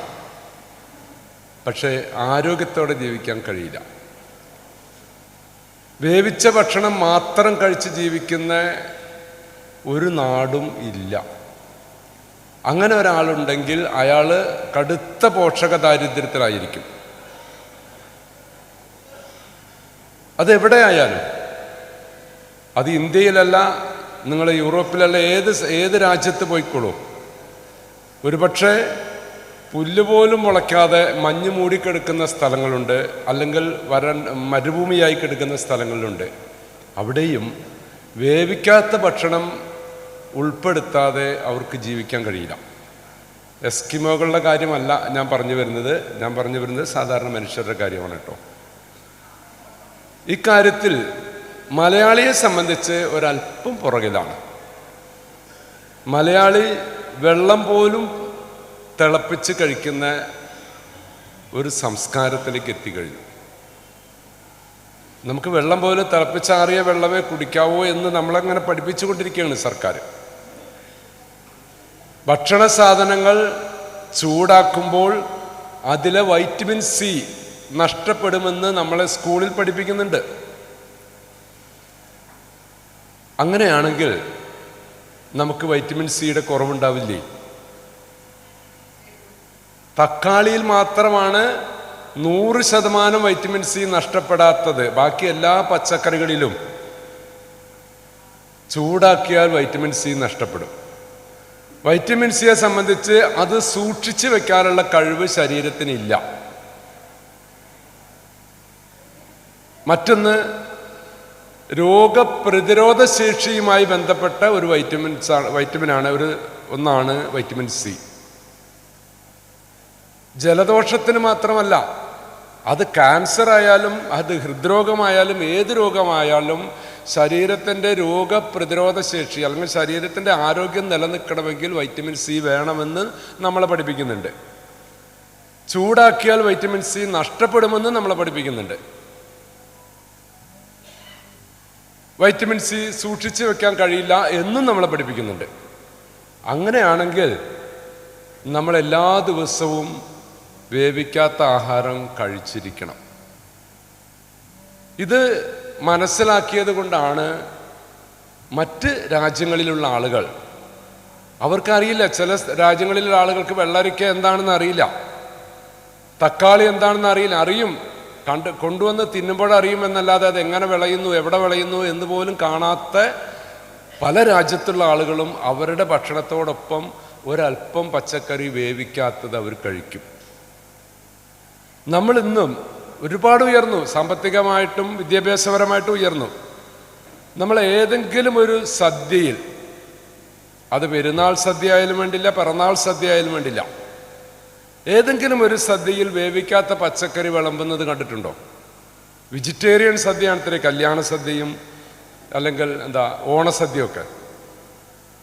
ഒരല്പം പച്ചക്കറി, 2 കഷ്ണം ക്യാരറ്റോ വെള്ളരിക്കയോ അതിൻ്റെ ഇടയിൽ മുറിച്ച് വെച്ചാൽ എങ്ങനെ ഉണ്ടാവും? ആ സദ്യ ഒരു അലങ്കോലമാവും, ഒരു ആചാര ലംഘനമായിട്ട് മാറും അത്. പച്ചക്കറി വേവിച്ചാൽ നമ്മൾ തിന്നും, ഒരു കൂട്ടാൻ്റെ രൂപത്തിൽ നമ്മൾ തിന്നും. സലാഡ് അല്ലെങ്കിൽ സാലഡ് എന്ന പേരിൽ ഇപ്പോൾ ഹോട്ടലുകളിലൊക്കെ കിട്ടും. ഒരു ഗ്രീൻ സലാഡ് വേണമെന്ന് പറഞ്ഞാൽ ഹോട്ടലിൽ കിട്ടാനുണ്ട്. പക്ഷെ നമ്മളുടെ മലയാളിയുടെ സംസ്കാരത്തിൽ, ഭക്ഷണ സംസ്കാരത്തിൽ സലാഡ് ഉണ്ടോ? അത് നമുക്കില്ല. അതിൻ്റെ കാരണം, നമ്മൾ ഒരു കാലത്ത് വലിയ ദാരിദ്ര്യത്തിലായിരുന്നു. നമ്മൾ കർഷകരായിരുന്നു, നമ്മളെ നാട്ടിൽ വെള്ളരിക്കയും വെണ്ടയ്ക്കയും ഒക്കെ ഉണ്ടായിരുന്നു. പക്ഷെ നമ്മളെ വീട്ടിലൊരമ്മ ഒരു വെള്ളരിക്ക അരിയുമ്പോൾ ആ അമ്മയുടെ മനസ്സിലുള്ളത് ഇത് 16 പാത്രത്തിൽ വിളമ്പണം. അതിനു വേണ്ടിയിട്ടാണ് കുറേ മുളകും പുളിയും ഉപ്പും ഒക്കെ ചേർത്തിട്ടുള്ള ഒരു വെള്ളത്തിലിട്ടിട്ട് അത് തിളപ്പിക്കുന്നത്. ഒരു കൂട്ടാൻ. സാമ്പാർ എന്ന് കേട്ടാൽ നമുക്ക് എല്ലാവർക്കും ഇഷ്ടമാണ്. സാമ്പാർ സദ്യയുടെ വലിയ കറിയായിട്ടാണ്, അല്ലെങ്കിൽ പ്രധാനപ്പെട്ട വിശേഷപ്പെട്ട കറിയായിട്ടാണ് നമ്മൾ കാണുന്നത്. ഇത്രയും വൃത്തിപ്പെട്ട ഒരു കറിയില്ല, ഇത്രയും ലാഭകരമായ ഒരു കറിയുമില്ല. വളരെ കുറച്ച് പച്ചക്കറി മതി. മലയാളിയുടെ പച്ചക്കറി കൂട്ടാനിൽ ഏറ്റവും ചെലവ് കുറഞ്ഞത്, ഏറ്റവും കാശ് കുറഞ്ഞ ഒരു കറിയാണ്, ചെലവ് കുറവുള്ള കറിയാണ് സാമ്പാർ. കാരണം അതിൽ 90% വെള്ളമാണ്. മുളകും പുളിയും ഉപ്പും കായവും കലക്കിയ ഒരു വെള്ളം, ഒരു ചെറിയ ശതമാനം മാത്രമാണ് അതിൽ പച്ചക്കറി ഉള്ളത്. അങ്ങനെ തന്നെയാണ് വെള്ളരിക്ക കൂട്ടാനും.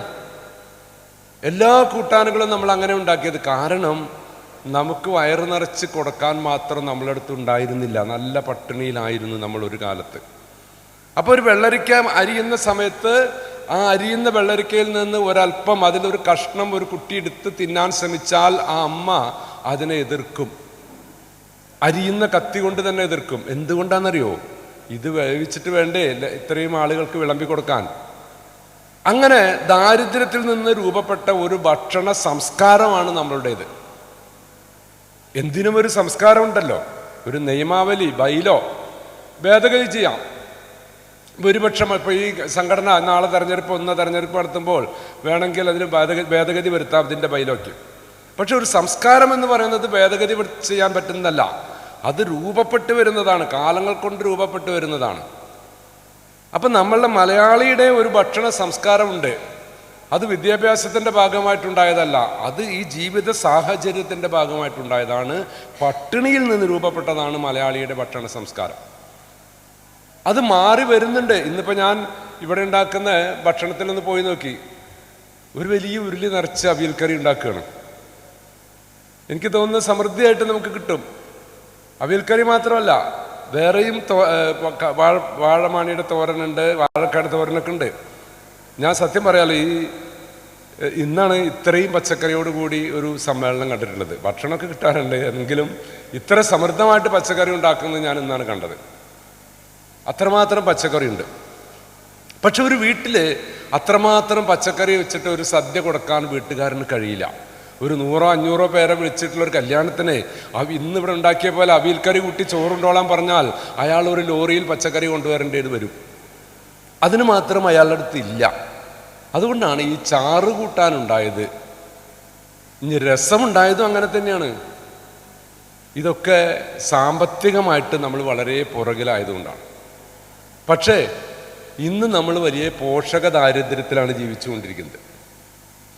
നമ്മളിന്ന് കുഞ്ചൻ നമ്പ്യാർ പറഞ്ഞ കഥാപാത്രങ്ങളായിട്ടാണ് ജീവിച്ചുകൊണ്ടിരിക്കുന്നത്. നമുക്ക് എന്തെങ്കിലും ഒരു വൈകല്യം ഇല്ലാത്ത ആളുകളുണ്ടോ? നേരത്തെ വിശാലാക്ഷ മാഷൊക്കെ കുറേ കാര്യങ്ങൾ പറഞ്ഞു.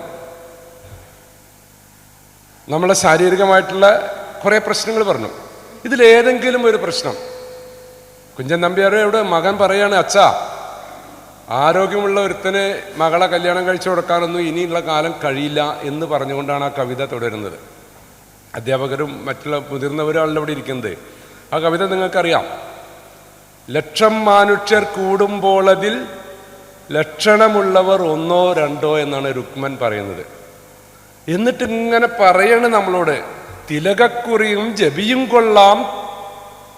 അടുത്ത വരി എന്താണില്ലേ? തലയിലവനൊരു രോമവുമില്ല, നല്ലൊരു വിദ്വാൻ അവനുടെ വായിൽ പല്ലുകളൊന്നും കാണാനില്ല. ആ കവിത മാത്രം എടുത്തിട്ട് നമുക്ക് പോഷക ദാരിദ്ര്യം അങ്ങനെ തെളിയിക്കാം. മനുഷ്യന്റെ വൈകല്യങ്ങൾ പോഷക ദാരിദ്ര്യം കൊണ്ടാണ് നമുക്കിന്ന് ഉണ്ടായിട്ടുള്ള പ്രശ്നങ്ങൾ എന്നുള്ളത് കൃത്യമായിട്ട് 400 വർഷം മുമ്പ് എഴുതിയ കവിത മാത്രം എടുത്ത് വായിച്ചാൽ നമുക്ക് മനസ്സിലാവും. നമ്മൾ ശരാശരി മലയാളിയുടെ പല്ലിൻ്റെ ആരോഗ്യം 20 വർഷമാണെന്നാണ് പറയുന്നത്. മലയാളിയുടെ പല്ലിൻ്റെ ആരോഗ്യം 20 വർഷം. നമുക്കറിയാം പല്ല് കേട് വരുന്നത് എന്തുകൊണ്ടാണ്? പല്ല് തേക്കാത്തതുകൊണ്ട് അല്ലേ? പല്ല് തേക്കാത്തതുകൊണ്ടല്ലേ? അല്ല, നിങ്ങൾക്ക് പറയാൻ പറ്റും. നിങ്ങളിലൊക്കെ പല്ല് കേട് വന്നിട്ടുണ്ട്, അതെനിക്കറിയാം. നിങ്ങളിൽ പലരുടെയും പല്ല് കേട് വന്നിട്ടുണ്ട്. നമ്മളെ പഠിപ്പിക്കുന്നത് അങ്ങനെയാണ്. കൃത്യമായിട്ട് ബ്രഷ് ചെയ്യാത്തതുകൊണ്ടാണ് പല്ല് കേട് വരുന്നത് എന്നാണ് നമ്മളെ പഠിപ്പിക്കുന്നത്. വില കൂടിയ ഈ ഇരിക്കുന്ന ആളുകളെ കുറിച്ച് അല്ലെങ്കിലും മലയാളികളായിട്ടുള്ള ആളുകൾ ഇത് വിശ്വസിച്ചിട്ട് വില കൂടിയ പേസ്റ്റ് ഉപയോഗിച്ച് പല്ല് തേക്കുന്ന, 2 നേരം പല്ല് തേക്കുന്ന, ബ്രഷ് ഉപയോഗിക്കുന്ന ഇന്ത്യയിൽ ഒരു സംസ്ഥാനത്തിലും ഇല്ല. പട്ടണങ്ങളിൽ മാത്രമുള്ളൂ. ഗ്രാമങ്ങളിൽ ഇപ്പോഴും ബ്രഷ് ഉപയോഗിക്കാൻ തുടങ്ങിയിട്ടില്ല. ഇഷ്ടികൊക്കെ കുത്തി പൊടിച്ചിട്ട് ഇപ്പോഴും തമിഴ്നാട്ടിൽ പല്ല് തേക്കണം. ഞാൻ കാണിച്ചു തരാം. എങ്ങനെയെങ്കിലും ഒരു പല്ല് തേക്കുകയാണ്. എന്തൊക്കെ ചിലർ പല്ല് തേക്കാത്തവരുണ്ട് പല സ്ഥലങ്ങളിലും. പക്ഷെ അവരുടെയൊക്കെ അപേക്ഷിച്ച് മലയാളിയുടെ പല്ലിൻ്റെ ആരോഗ്യമാണ് മോശമായിട്ടുള്ളത്. എങ്ങനെയാണ് നേരത്തെ തന്നെ നമ്മളെ പല്ല് കേടുവരുന്നത്? ബാക്ടീരിയകൾ കുത്തിയതാണോ? പോഷക ദാരിദ്ര്യമാണ് കാരണം. നമ്മൾ ജനിച്ചു കഴിഞ്ഞാൽ പിന്നെ ജീവിക്കണം. അത് ജീവിക്കാൻ വേണ്ടിയിട്ടുള്ള എല്ലാ സഹായവും ശരീരം ചെയ്തുകൊണ്ടേയിരിക്കും. അപ്പം ജീവിക്കണമെങ്കിൽ ഹൃദയം വേണം, ശ്വാസകോശങ്ങൾ വേണം, തലച്ചോറ് വേണം. ഇങ്ങനെ ആന്തരികമായിട്ടുള്ള അവയവങ്ങൾ ഉണ്ടെങ്കിലേ നമുക്ക് ജീവിക്കാൻ പറ്റൂ. അപ്പോൾ എല്ലാ അവയവങ്ങളും നിലനിൽക്കുന്നത് ഊർജത്തെ ആശ്രയിച്ച് മാത്രമല്ല. നമ്മൾ പഠിക്കുന്നത് നമുക്ക് ഊർജം വേണം ജോലി ചെയ്യാൻ, നമ്മളെ ശരീരത്തിന് ജീവിക്കാൻ ഊർജം വേണം, പ്രവർത്തിക്കാൻ ഊർജം വേണം എന്നൊക്കെ പഠിക്കുന്നുണ്ട്. പക്ഷേ ഒപ്പം നമ്മൾ പഠിക്കുന്നുണ്ട് ധാതു ലവണങ്ങൾ വേണമെന്ന്. അപ്പം നമ്മൾ കഴിക്കുന്ന ഭക്ഷണത്തിലൂടെ നമുക്ക് ആവശ്യത്തിനുള്ള ധാതു ലവണങ്ങൾ കിട്ടുന്നില്ലെങ്കിൽ, തികയുന്നില്ലെങ്കിൽ ശരീരം എന്ത് ചെയ്യുന്നറിയോ? ജീവൻ നിലനിർത്താൻ ആവശ്യമായിട്ടുള്ള നമ്മളുടെ ആന്തരിക അവയവങ്ങളെ രക്ഷിക്കാൻ തുടങ്ങും. നഖം, മുടി, തൊലി, പല്ല് തുടങ്ങിയിട്ടുള്ളതിനൊക്കെ അവഗണിക്കാൻ തുടങ്ങും. കാരണം പല്ലില്ലെങ്കിലും ജീവിക്കുമെന്നറിയാം, നഖമില്ലെങ്കിലും ജീവിക്കും, ജീവൻ നിലനിൽക്കും. ജീവിക്കാൻ മീൻസ് ജീവൻ നിലനിൽക്കും. അപ്പം ജീവൻ നിലനിർത്താൻ വേണ്ടി നമ്മൾ കഴിക്കുന്ന ഭക്ഷണത്തിൽ നിന്ന് ഉള്ള പോഷകങ്ങൾ, ഉള്ള ധാതു ലവണങ്ങൾ ഇത് അകത്തുള്ള പ്രധാനപ്പെട്ട ഗ്രന്ഥികൾക്ക് വിതരണം ചെയ്യും, മറ്റു ഭാഗങ്ങളെ അവഗണിക്കും. ഇനി ഇങ്ങനെ വിതരണം ചെയ്യാനും തികയുന്നില്ലെങ്കിലോ? അതിനും തികയുന്നില്ലെങ്കിൽ നമ്മളെ കയ്യിലുള്ളതിൽ നിന്ന് എടുക്കും, നമ്മളെ എല്ലിൽ നിന്നും പല്ലിൽ നിന്നും എടുക്കും. നമ്മളെ പല്ല് പുറത്തു നിന്നൊരു ബാക്ടീരിയ തുളച്ചതല്ല എന്ന് നിങ്ങൾക്കൊക്കെ മനസ്സിലാവും. നിങ്ങളുടെയൊക്കെ പല്ല് വന്നവരുണ്ടായിരിക്കും, ഇല്ലാതിരിക്കില്ല. ആ പല്ല് കേടുവന്നത് ഓർത്ത് നോക്കൂ. ഒരു സുപ്രഭാതത്തിൽ പല്ലിങ്ങനെ കുന്നിടിയുന്നത് പോലെ ഇടിഞ്ഞു പോയതാണ്. പുറമെ നിന്ന് അങ്ങോട്ട് ഓട്ടയുണ്ടായതല്ല. അതിൻ്റെ ഉള്ളിലുള്ള ലവണങ്ങൾ ശരീരം കുറേശ്ശെ ആയിട്ട് എടുത്ത് പല്ല് ഒരു ഉള്ളു പൊള്ളയായപ്പോഴാണ് അത് ഇങ്ങനെ എന്താ പറയുക ഓട്ടയായത്. എത്ര ആളുകളാണെന്നറിയോ? പണ്ട് ഈ പള്ളികളിലും ക്ഷേത്രങ്ങളിലൊക്കെ ഇരിക്കാനായിരുന്നു സൗകര്യങ്ങൾ. ഇപ്പോൾ പള്ളികളിലും ക്ഷേത്രങ്ങളിലൊക്കെ ഞാൻ തമിഴ്നാട്ടിലൊക്കെ പല ക്ഷേത്രങ്ങളിലും പോകാറുണ്ട്. ഇപ്പോൾ ക്ഷേത്രങ്ങളിലൊക്കെ കസേര ഇട്ട് കൊടുത്തിരിക്കുകയാണ് വരിയിൽ ഇരിക്കാനുള്ളത്. പള്ളികളിലും അങ്ങനെ ഉണ്ടെന്ന് എനിക്കറിയാം. ഞാൻ പല പള്ളികളിലും മനസ്സിലാക്കിയിട്ടുണ്ട്. അത് പള്ളികളിൽ കസേര ഇട്ടിട്ടാണ് ആളുകൾ ഇരിക്കുന്നത്. കാൽമുട്ട് തേയ്മാനം, ഓസ്റ്റിയോപൊറോസിസ് എന്ന് പറയുന്ന രോഗം, ആ രോഗവുമായിട്ട് നിങ്ങൾ ഡോക്ടറെ അടുത്ത് ചെന്നിട്ട് ഡോക്ടറോട് ചോദിക്കൂ എന്തുകൊണ്ട് എൻ്റെ കാൽമുട്ടിന് തേയ്മാനം വന്നു എന്ന് ചോദിച്ചാൽ അദ്ദേഹം പറയും പോഷക ദാരിദ്ര്യമാണെന്ന്. കാൽമുട്ട് തേയ്മാനം പോഷക ദാരിദ്ര്യമാണ്. 60ാമത്തെ വയസ്സിൽ അയാളത് അറിഞ്ഞിട്ട് എന്താ കാര്യം? അയാൾ അറിയേണ്ട കാലത്ത് അറിയിക്കേണ്ടതായിരുന്നു. പക്ഷെ അറിയിച്ചിട്ടും കാര്യമില്ല. മലയാളി അതനുസരിക്കില്ല. ഞാൻ പറഞ്ഞില്ലേ, അതൊരു സംസ്കാരമായി പോയി. കഴിഞ്ഞ 45 വർഷം മുമ്പ് വിദ്യാഭ്യാസ വകുപ്പും സർക്കാരും കൂടി എടുത്തൊരു തീരുമാനമുണ്ട്. വൈറ്റമിൻ എ മലയാളികളുടെ കുട്ടികളുടെ ഇടയിലൊക്കെ വൈറ്റമിൻ എ വളരെ കുറവാണ് എന്ന് മനസ്സിലാക്കിയിട്ട് ഏറ്റവും കൂടുതൽ വൈറ്റമിൻ എ ഉള്ള ഇല കറുത്ത ചേമ്പില എന്ന് നഴ്സറി തുടങ്ങിയ കാലത്തൊക്കെ എഴുതി വെപ്പിച്ചു. അമ്മമാർ കുട്ടികളെ കൊണ്ടുവന്നാക്കുമ്പോൾ നഴ്സറി കൊണ്ടുവന്ന് വിടുമ്പോൾ അവർ മനസ്സിലാക്കാൻ വേണ്ടിയിട്ടാണ് ഈ ചേമ്പിലയിൽ ഏറ്റവും കൂടുതൽ വൈറ്റമിൻ എ ഉള്ള ഇല കറുത്ത ചേമ്പില എന്ന്. 45 വർഷം കഴിഞ്ഞിട്ട് തിരിഞ്ഞു നോക്കുമ്പോൾ എന്തുണ്ടായിന്നറിയോ? മലയാളി ഇതുവരെ ചേമ്പില ഭക്ഷണമാക്കിയില്ല. അതിനുവേണ്ടി ഒരുപാട് കാശ് ചെലവാക്കി, പ്രചരിപ്പിച്ചു. ആ പ്രചരണത്തിന് വേണ്ടി കാശ് ചെലവായി എന്നല്ലാതെ മലയാളികൾ അത് തിന്നാൻ തുടങ്ങിയില്ല. ഇപ്പോൾ നമ്മളെ സർക്കാർ നമ്മളത് അംഗീകരിക്കുകയല്ല. ഇപ്പം നമ്മളെ സർക്കാർ ഈ പഠിപ്പിക്കലൊക്കെ നിർത്തിയിട്ട് ചെയ്തുകൊണ്ടിരിക്കണം എന്താണെന്നറിയോ? അരി സമ്പുഷ്ടീകരണം. മലയാളത്തിൽ അതിൻ്റെ റോമന പേരാണ്. അത് കേട്ടാൽ നമ്മൾ വിചാരിക്കും എന്തോ വലിയ സംഭവമാണെന്ന്. നമുക്ക് എല്ലാ വൈറ്റമിൻസും ചേർത്തിട്ടാണ് ഇപ്പോൾ അരിയും ഗോതമ്പും പരിപ്പൊക്കെ നമുക്ക് ഇനി തരാൻ പോകുന്നത്. തന്നു തുടങ്ങി, പരീക്ഷണം നടത്തി കഴിഞ്ഞു, തിന്നു തുടങ്ങി. നമ്മളെ പ്രകൃതിയിൽ നിന്ന് കിട്ടുന്നതിലെല്ലാം ഇതുണ്ട് എന്ന് തൊട്ട് മുമ്പ് ചന്ദ്രമാഷ് ഇവിടെ പറഞ്ഞു. അതിനു മുമ്പ് വിശാല മാഷ് പറഞ്ഞു. ഇതുണ്ടെങ്കിൽ എന്തുകൊണ്ട് നമുക്കത് കിട്ടുന്നില്ല? അത് നമ്മളുടെ പാചകമാണ്, നമ്മൾ അടുക്കള പാചകമാണ്. നമ്മളൊരു ഭക്ഷണത്തെ പാചകം ചെയ്യുമ്പോൾ അതിലെ ധാതു ലവണങ്ങൾ നഷ്ടപ്പെടുകയാണ് ചെയ്യുന്നത്. അതിലേക്ക് ധാതു ലവണങ്ങൾ വർദ്ധിക്കില്ല. അപ്പൊ കുറേശ്ശെ ഇട്ട് അരിയുമ്പോഴും കഴുകുമ്പോഴും വേവിക്കുമ്പോഴൊക്കെ ഈ ധാതു ലവണങ്ങൾ നഷ്ടപ്പെട്ടുകൊണ്ടിരിക്കുകയാണ്. ഇത് തിരിച്ചറിഞ്ഞിട്ടാണ് ലോകത്തുള്ള ആളുകളൊക്കെ ഒരല്പം സലാഡ്, ഒരല്പം പച്ചക്കറി പച്ചയായിട്ട് ഈ മാംസത്തോടൊപ്പമായാലും റൊട്ടിയോടൊപ്പമാണെങ്കിലും എന്തിനോടൊപ്പം ഒരല്പം പച്ചക്കറി പച്ചക്ക് കഴിക്കുന്നത്. ഇത് ഒരുപാടൊന്നും വേണ്ട, പക്ഷെ കുറച്ചായാലും വേണ്ടേ? മലയാളി പഴങ്ങളാണ്. ചക്കയും മാങ്ങയും തിന്നുന്നാണ് പറയുന്നത്. ചക്കയും മാങ്ങയും തിന്നുന്നൊക്കെ പറച്ചിൽ മാത്രമല്ല, എല്ലാവരും ഒന്നും തിന്നുന്നില്ല. വളരെ കുറച്ച് ആളുകളാണ് ചക്കയും മാങ്ങയൊക്കെ പഴുത്ത് തിന്നുന്നുള്ളൂ. പിന്നെ പ്രമേഹം പിടിപെട്ടാൽ പിന്നെ അതോടെ കഴിഞ്ഞു, ഒരു മധുരവും കഴിക്കാൻ പാടില്ലെന്നും വിശ്വസിക്കുന്നുണ്ട്. അപ്പോൾ നമുക്കിനി ഞങ്ങൾ ഈ പ്രകൃതി ജീവന രംഗത്ത് പ്രവർത്തിക്കുന്ന ഒരുപാട് ആളുകൾ ഇതിൽ തന്നെ പ്രകൃതി ജീവന രംഗത്ത് പ്രവർത്തിക്കുന്നവരുണ്ട്. കേരളത്തിൻ്റെ ചരിത്രം പരിശോധിച്ചാൽ ഒരു 100 വർഷമായി കേരളത്തിലെ പ്രകൃതി ചികിത്സാലയം തന്നെ തുടങ്ങിയിട്ട് 100 നൂറ്റാണ്ടിന് ചരിത്രമുണ്ട്. പ്രകൃതി ചികിത്സാലയങ്ങൾ, ആസ്പത്രി പോലും കേരളത്തിൽ തുടങ്ങിയിട്ട്. ഓരോ പ്രകൃതി ചികിത്സകനും ഓടി നടന്ന് ക്ലാസ്സുകൾ എടുക്കുകയാണ്. കേരളം മുഴുവൻ ഓടി നടന്നിട്ട് ക്ലാസ്സുകൾ എടുത്തു. ആ കാലം തൊട്ടേ ക്ലാസ്സുകൾ എടുക്കുകയാണ്. എത്ര ക്ലാസ് എടുത്തിട്ടും കാര്യമൊന്നും ഉണ്ടായില്ല. ഒരാളും ഞാനീ പറഞ്ഞ ഭക്ഷണ സംസ്കാരത്തിലേക്ക് മാറിയില്ല. ചില രോഗം വന്ന ആളുകൾ അവരവരുടെ ഭക്ഷണത്തിൽ ചില നിയന്ത്രണങ്ങൾ ഉണ്ടാക്കി, അല്ലെങ്കിൽ ചില ആളുകൾ പ്രകൃതി ജീവന പ്രവർത്തകർ എന്ന് പറഞ്ഞുകൊണ്ട് അവർ പ്രവർത്തിച്ചു എന്നല്ലാതെ സമൂഹത്തിൽ ഇത് ഏറ്റില്ല. 100 വർഷക്കാലം കേരളത്തിൽ അങ്ങോളം ഇങ്ങോളം ഓടി നടന്ന് ക്ലാസ്സുകൾ എടുത്തിട്ട് സമൂഹം ഇന്ന് വരെ അത് അംഗീകരിച്ചില്ല. അതേ സ്ഥാനത്ത് വെള്ളരിക്കയും തക്കാളിയും വിളയാത്ത നാട്ടിലെ ആളുകൾ അത് തിന്നുകയും ചെയ്യുന്നുണ്ട്. അപ്പോൾ എന്തുകൊണ്ടാണ് അത് ചെയ്യാത്തതെന്ന് ചോദിച്ചാൽ നമ്മളെ സംസ്കാരത്തിന് അത് യോജിക്കുന്നില്ല. വേവിക്കാത്ത പച്ചക്കറി, ഒരു സലാഡ് നമ്മളെ സദ്യയിൽ നമ്മൾ വിളമ്പിയാൽ നമ്മളെ മനസ്സങ്ങോട്ട് മാറുകയാണ്. പിന്നെ അതിനൊരൊറ്റ മാർഗമുള്ളൂ, ആ സംസ്കാരത്തിലേക്ക് അങ്ങോട്ട് മാറുക. ഇലയിൽ വിളമ്പുന്നത് കൂട്ടാനായിരിക്കണം, കറികളായിരിക്കണം എന്നുണ്ടല്ലോ നമുക്ക്. അപ്പൊ കറികളുടെ രൂപത്തിൽ പച്ചക്കറി ഉണ്ടാക്കിയാൽ മതി. അതുകൊണ്ടാണ് ഇന്ന് ചന്ദ്രമാഷിനോട് പറഞ്ഞു അതിനൊരു വഴി ഉണ്ടാക്കണം എന്ന് പറഞ്ഞിട്ടാണ് പച്ചടികൾ ഉണ്ടാക്കാനുള്ള തീരുമാനിച്ചത്. 5 തരം പച്ചടികളാണ് ഉണ്ടാക്കി കൊണ്ടുവന്നിട്ടുള്ളത്. ഇന്ന് അവിടെയും ഒരു പച്ചടി ഉണ്ടാക്കിയിട്ടുണ്ട് കേട്ടോ. നമ്മളെ സദ്യയിലൊരു പച്ചടി ഉണ്ട്, വേവിക്കാത്തൊരു വിഭവമുണ്ട്. 5 തരം പച്ചടികളാണ് ഉണ്ടാക്കി കൊടുത്തിട്ടുള്ളത്. ഈ പച്ചടികളിൽ നമുക്ക് കഴിഞ്ഞാൽ രുചിച്ച് നോക്കാമെന്നാണ് പറയുന്നത്. ഈ പച്ചടിക്കുള്ള പ്രത്യേകത എന്താണെന്ന് വെച്ചാൽ മലയാളിയുടെ കൂട്ടാൻ്റെ രൂപത്തിലാണത്. മലയാളിക്ക് കൂട്ടാനായാൽ മതി. അപ്പൊ പച്ചടികൾ കൂട്ടാൻ്റെ രൂപത്തിലാണ്. പടവലങ്ങ കൊണ്ടും ബീട്രൂട്ട് കൊണ്ടും ക്യാരറ്റ് കൊണ്ടൊക്കെയാണ് പച്ചടി ഉണ്ടാക്കിയിട്ടുള്ളത്.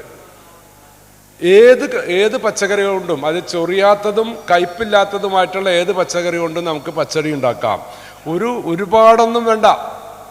അതായത് വേവിക്കാത്തത് വയറ് നിറച്ച് തിന്നൊന്നും വേണ്ട, കുറച്ച് മതി. അപ്പോൾ നമ്മളെ ദൈനംദിന ജീവിതത്തിൽ നമുക്ക് നമ്മളെ ഭക്ഷണ സംസ്കാരത്തിന് യോജിച്ച ഒരു കറിയാണ് പച്ചടി. അപ്പോൾ ഒരു പച്ചടി വീട്ടിലുണ്ടാക്കാൻ തീരുമാനിക്കുക. എന്തെങ്കിലും കൊണ്ടും തിന്നാൻ പറ്റാവുന്ന ഏതെങ്കിലും ഒരു പച്ചക്കറി കൊണ്ട് ഒരു പച്ചടി ഉണ്ടാക്കാം. എന്നിട്ട് വീട്ടിൽ വന്നവർക്കും കുട്ടികൾക്കും നമ്മളൊക്കെ ഈ പച്ചടി കഴിക്കുക. അത്രേ വേണ്ടോ? നമ്മൾ ആവശ്യം നിറവേറി. നമുക്കൊരല്പം പച്ചക്കറി പച്ചയായിട്ട് നമ്മളെ ശരീരത്തിനകത്തേക്ക് എത്തണം. അത് നമ്മളുടെ സംസ്കാരത്തിലൂടെ നമുക്ക് എത്തിക്കാമല്ലോ. അത് എത്തിക്കാനുള്ള എളുപ്പമാർഗമാണ് പച്ചക്കറി കൊണ്ട് പച്ചടി ഉണ്ടാക്കുക എന്നത്. അതിൽ ഈ വേവിച്ച ആഹാരത്തിൽ നമ്മൾ പിന്നെയും നമുക്ക് വേണ്ടാത്ത പല വസ്തുക്കളും ചേർക്കേണ്ടതായിട്ട് വരും. പച്ചടിയിൽ അത്ര കാര്യമായിട്ടൊന്നും ചേർക്കേണ്ടി വരില്ല. അല്പം എരിവൊക്കെ വേണ്ടി വരും. ഒരല്പം എരിവില്ലാതെ മലയാളിക്ക് ഒരു ഭക്ഷണം കഴിക്കാൻ കഴിയില്ല. അത് എരിവ് അല്ലെങ്കിൽ മുളക് നമ്മളുടെ ഭക്ഷണമല്ല എന്ന് പറഞ്ഞാൽ കഴിഞ്ഞു, നമ്മൾ പുറത്തായി. അതോടുകൂടി മുളകിൻ്റെ രുചി എരിവല്ല, അത് പൊള്ളുകയാണെന്ന് എന്നെ പഠിപ്പിച്ചത് ജയദേവാണ്, കാലിക്കറ്റ് യൂണിവേഴ്സിറ്റിയിലെ സൈക്കോളജിസ്റ്റ്. അദ്ദേഹം ഇവിടെ ഇരിക്കുന്നുണ്ട്. മുളക് ൻ്റെ രുചി പലരും പഠിച്ചിട്ടുള്ളത് മുളക് ഒരു രുചി എരിവാണെന്നാണ്. മുളകിൻ്റെ രുചി എരിവല്ല, മുളക് പൊള്ളുകയാണ്. ഒരു രുചി തിരിച്ചറിയണമെങ്കിൽ നാവുമേൽ വെക്കണ്ടേ? ഉപ്പിൻ്റെ രുചി തിരിച്ചറിയാൻ എവിടെ വെക്കണം? നാവിൽ വെക്കണം. പുളിയുടെ രുചി തിരിച്ചറിയാൻ നാവിൽ വെക്കണം. പക്ഷെ മുളകിൻ്റെ രുചി തിരിച്ചറിയാൻ നാവിൽ വെക്കേണ്ടതില്ല. എവിടെ വെച്ചാലും തിരിച്ചറിയില്ലേ? തീക്കട്ടയുടെ രുചി തിരിച്ചറിയാൻ നാവുമ വെക്കണോ? തീക്കട്ടയുടെ രുചി നെറ്റിയിൽ വെച്ചാലും തിരിച്ചറിയില്ലേ? തീക്കട്ടയ്ക്ക് സമാനം പൊള്ളുകയാണ്. എവിടെ വെച്ചാലും അത് പൊള്ളും. ആന്ധ്ര സംസ്ഥാനത്ത് വായ ക്യാൻസർ ഉണ്ടാവാനുള്ള കാരണത്തിൽ ഒന്ന് മുളകാണ്. നമ്മൾ ഉപയോഗിക്കുന്ന മുളക് തന്നെയാണ് അവർ ഉപയോഗിക്കുന്നത്. പക്ഷേ അവരുടെ ഭക്ഷണം മുളകിൽ മുക്കിയിട്ട് വായിലിടുകയാണ് അവർ ചെയ്യുക. നമ്മൾ മുളക് ചോറിലും ദോശയിലൊക്കെ കൂട്ടി കുഴച്ച് തിന്നുമ്പോൾ ആന്ധ്ര സംസ്ഥാനത്തുള്ളവർ അവരുടെ ഭക്ഷണം പൊട്ടിച്ചിട്ട് ഒരു അരച്ച മുളകിൽ മുക്കും, എന്നിട്ട് വായിലിടും. അപ്പം മുളകാണ് വായിൽ ആദ്യം സമ്പർക്കം പുലർത്തുന്നത്. അങ്ങനെ മുളക് തിന്നിട്ട് അവരുടെ വായ ക്യാൻസർ, ധാരാളം ആളുകൾക്ക് ആന്ധ്ര സംസ്ഥാനത്ത് വായ ക്യാൻസർ ഉണ്ടായിട്ടുണ്ട്. അതിൻ്റെ കാരണം മുളക് ക്യാൻസർ ഉണ്ടാക്കുകയല്ല, വായ പൊള്ളുകയാണ്. നിരന്തരമായിട്ടൊരു സ്ഥലത്ത് പൊള്ളലുണ്ടായാൽ ആ സ്ഥലത്തെ കോശങ്ങൾക്ക് ഒരു മാറ്റം വരുമെന്ന് നമുക്കെല്ലാവർക്കും അറിയാം. അങ്ങനെ പൊള്ളുന്നൊരു വസ്തുവാണ് മുളക്. എങ്കിലും മലയാളിക്ക് മുളക് ചേർക്കാതെ കഴിയില്ല. മുളകിൽ ഏറ്റവും നല്ല മുളക് ക്യാപ്സിക്കമാണ്. പക്ഷെ മലയാളി അത് ഉപയോഗിച്ച് തുടങ്ങിയിട്ടില്ല. മുളകിൽ കൊള്ളാവുന്ന മുളക്, എരിവ് കുറവുള്ളതും പച്ചക്കറിയെ പോലെ ധാതുലവണങ്ങൾ സമൃദ്ധമായിട്ടുള്ളതും ക്യാപ്സിക്കമാണ്. പക്ഷെ നമ്മളുടെ മാർക്കറ്റിൽ ഏറ്റവും കുറവ് വിറ്റ് വരുന്നത് ക്യാപ്സിക്കവുമാണ്. നമ്മൾ ഒരുപാട് കാര്യങ്ങൾ പഠിച്ചവരാണ്. പക്ഷേ അത് വീണ്ടും വീണ്ടും നമ്മൾ പുതുക്കേണ്ടതുണ്ട്, അല്ലെങ്കിൽ നമ്മൾ മറന്നു പോവുകയാണ്. അപ്പോൾ അതുകൊണ്ട് ഈ ജൈവ കർഷക സമ്മേളനത്തിന് എവിടെയായാലും ഒന്ന് വരാനും വരുന്നതിൻ്റെ കാരണം കുറേ ആളുകളുണ്ട്, ഇഷ്ടമുള്ള ആളുകൾ, പരസ്പരം മനസ്സുമായിട്ട് ബന്ധമുള്ള ആളുകളുണ്ട്. ഒരേ ഇഷ്ടക്കാരാണല്ലോ എല്ലാവരും. അപ്പോൾ കാണാനാണ് ശരിക്കും വരുന്നത്. അക്കൂട്ടത്തിൽ നിങ്ങളോട് 2 വാക്ക് പറയാനുള്ള അവസരവും കൂടി കിട്ടി. പലപ്പോഴും ഈ സമ്മേളനത്തിൻ്റെ നല്ലൊരു ഭാഗമാവാൻ പോലും എനിക്ക് ഭാഗ്യമുണ്ടായിട്ടുണ്ട്. ഇത്തവണത്തെ ഇതിൽ മുഴുവൻ സമയത്ത് പങ്കെടുക്കാൻ ഭാഗ്യമുണ്ടായില്ലെങ്കിലും ഇങ്ങനെ ഒരു അവസരം തന്നതിന് ഇതിൽ പങ്കെടുത്ത എല്ലാവരോടും ഞാൻ സന്തോഷവും നന്ദിയും അറിയിച്ചുകൊണ്ട് നിർത്തുന്നു.